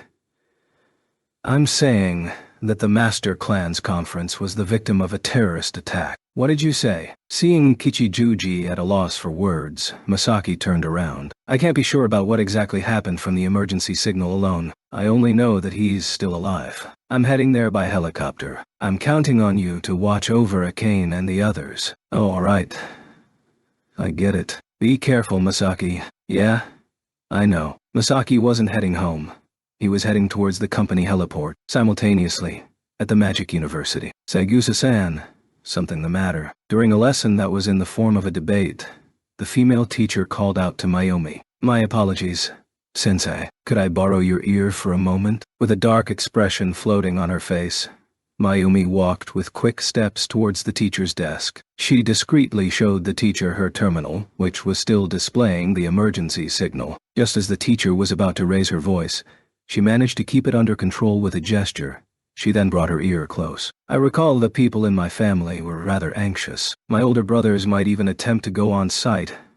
I would like to go back home and try to have everyone settle down. The teacher nodded with a serious look. Not letting her classmates feel any ambiguity, Mayumi announced with a smile and a slightly apologetic expression that she had to leave for familial business. The explosion had occurred right behind the conference room's doors. Crimson flames licked the walls. However, those flames were extinguished at once. Chumonji Dono. Exemplary. Not a single member of the Master Clan's conference had a bruise. Both the heat and the impact were completely hampered by Katsuto's heat-proof shield. Mutsuzuka Dono as well. As expected, the erasure of the flames was caused by Mutsuzuka Atsuko's heat manipulation. For the magicians of the E6, putting out a flame that couldn't even melt steel was child's play. We should probably head towards the exit. If we get buried alive, it'll be too much of a bother to escape. While Futatsugi Mai was prohibiting the oxidation of the structure from the heat so there would be no spreading of poisonous fumes, she made that comment with a composed voice. Agreed. It seems like a considerably large-scale suicide bombing operation has begun. While Mitsuya Gen had several magics on standby, he nodded to Mai's words. Puppet terrorists. Such a terrible thing they've done. Gaoki clicked his tongue intensely upon seeing the suicide bombing continue. Puppet terrorism was basically suicide bombing using humans as puppets to perform the act. Using magic or drugs to make human dolls out of human beings, there were also ways to deprive someone of self-control with magic. What Gaoki sensed was the latter, a magic that controlled the flesh. He felt slow-moving presences in the first floor's lobby, as well as the corridors of every floor. It seemed to be going downward. Although the Ikiju family and the magicians of the Yuan were skilled in magic that interfered with the flesh and body, magic that manipulates the movement of the body has always been forbidden. There have been examples of losing one's number for those who ignored that law. That is why even if Gaoki understood what exactly was happening, he didn't know how to stop this wicked thing known as puppet terrorism. This is bad. Sensing that the floor was about to collapse, Yatsushiro Reizo executed gravity control magic. It wasn't comparable to the one used for flight magic, and lifting an area of this size which lost all support required tremendous effort. Let's make haste. Everyone nodded to Koichi's words. Maya, Mai, and Atsuko left the room. The 10 magicians aimed for the outside as a group, aiming at the bombers who were roaming around in the corridors. Ikiju Gauki unleashed Rupture. They aren't suicide bombers. They're just manipulated corpses carrying bombs. The flow of insults that Gauki, who had just blown off a corpse's arm to obstruct the detonation procedure, was spitting in an angry voice, surpassing the others' expectations. To prevent getting buried due to the crumbling floor, the leaders of the 10 master clans decided to go to the rooftop and jump off from there while disposing of the occasional corpse bomber they encountered. It was Mitsuya Gen and Segusa Koichi who were the fastest in taking action towards the bombers. There was a technique that originally allowed one to perform up to a maximum of 9 different magic sequences at the same time, then store them to allow a simultaneous, instantaneous release of all of them. Speed Loader, using Koichi's octet, allowed him to maintain 8 different magics from 4 different systems on standby, and select which magic he needed to deal with a wide variety of situations instantly. The walking corpses could not even hope to approach them. The odd time an explosion couldn't be prevented. The multi-layered defensive wall phalanx was the perfect tool. Reizo's gravity control magic was there to prevent the ground from suddenly falling under their feet. Atsuko's heat manipulation magic could erase any fire. Futatsugi Mai would remove the poisonous fumes. Maya was acting as a flashlight in those lightless corridors once the flames were put out. Itsuwa Isami and Shippu Takumi didn't have a chance to do anything. It was impossible for those bomb-carrying corpses to kill or even wound any of them. The family heads had already noticed this fact. It's going to be tough finding a countermeasure to the media. Jen complained all the while making Swiss cheese out of the corpses. I guess we have no way of deceiving them at all. While putting out a wall of flames, Atsuko made a comment with a tone of resignation. Although we managed to get a photograph of the fact that it was corpses who were holding the bombs, I think revealing this to the public would have quite the negative effect. Isami, who had given up on any hope of getting a turn at doing anything, he agreed while taking photos. Still, I doubt purposely injuring ourselves would help much, if at all. Hearing Maya's point, Reizo shrugged his shoulders. Shall we hide until the flames of their fury cool down? Reizo's comment, which might have been either a joke or a serious statement. No voice of objection came. February 5th, 2097 AI. D. 10:30 a.m. The number of victims of the Hakone XXXXX Hotel's terror bombings came out to be 22, and it became a disaster with as many as 34 casualties. Furthermore, the number of uninjured people was 33. The number of magicians among them was 27. The harshest criticism came from the public opinions of those who claimed that the magicians had prioritized their own well-being above that of others.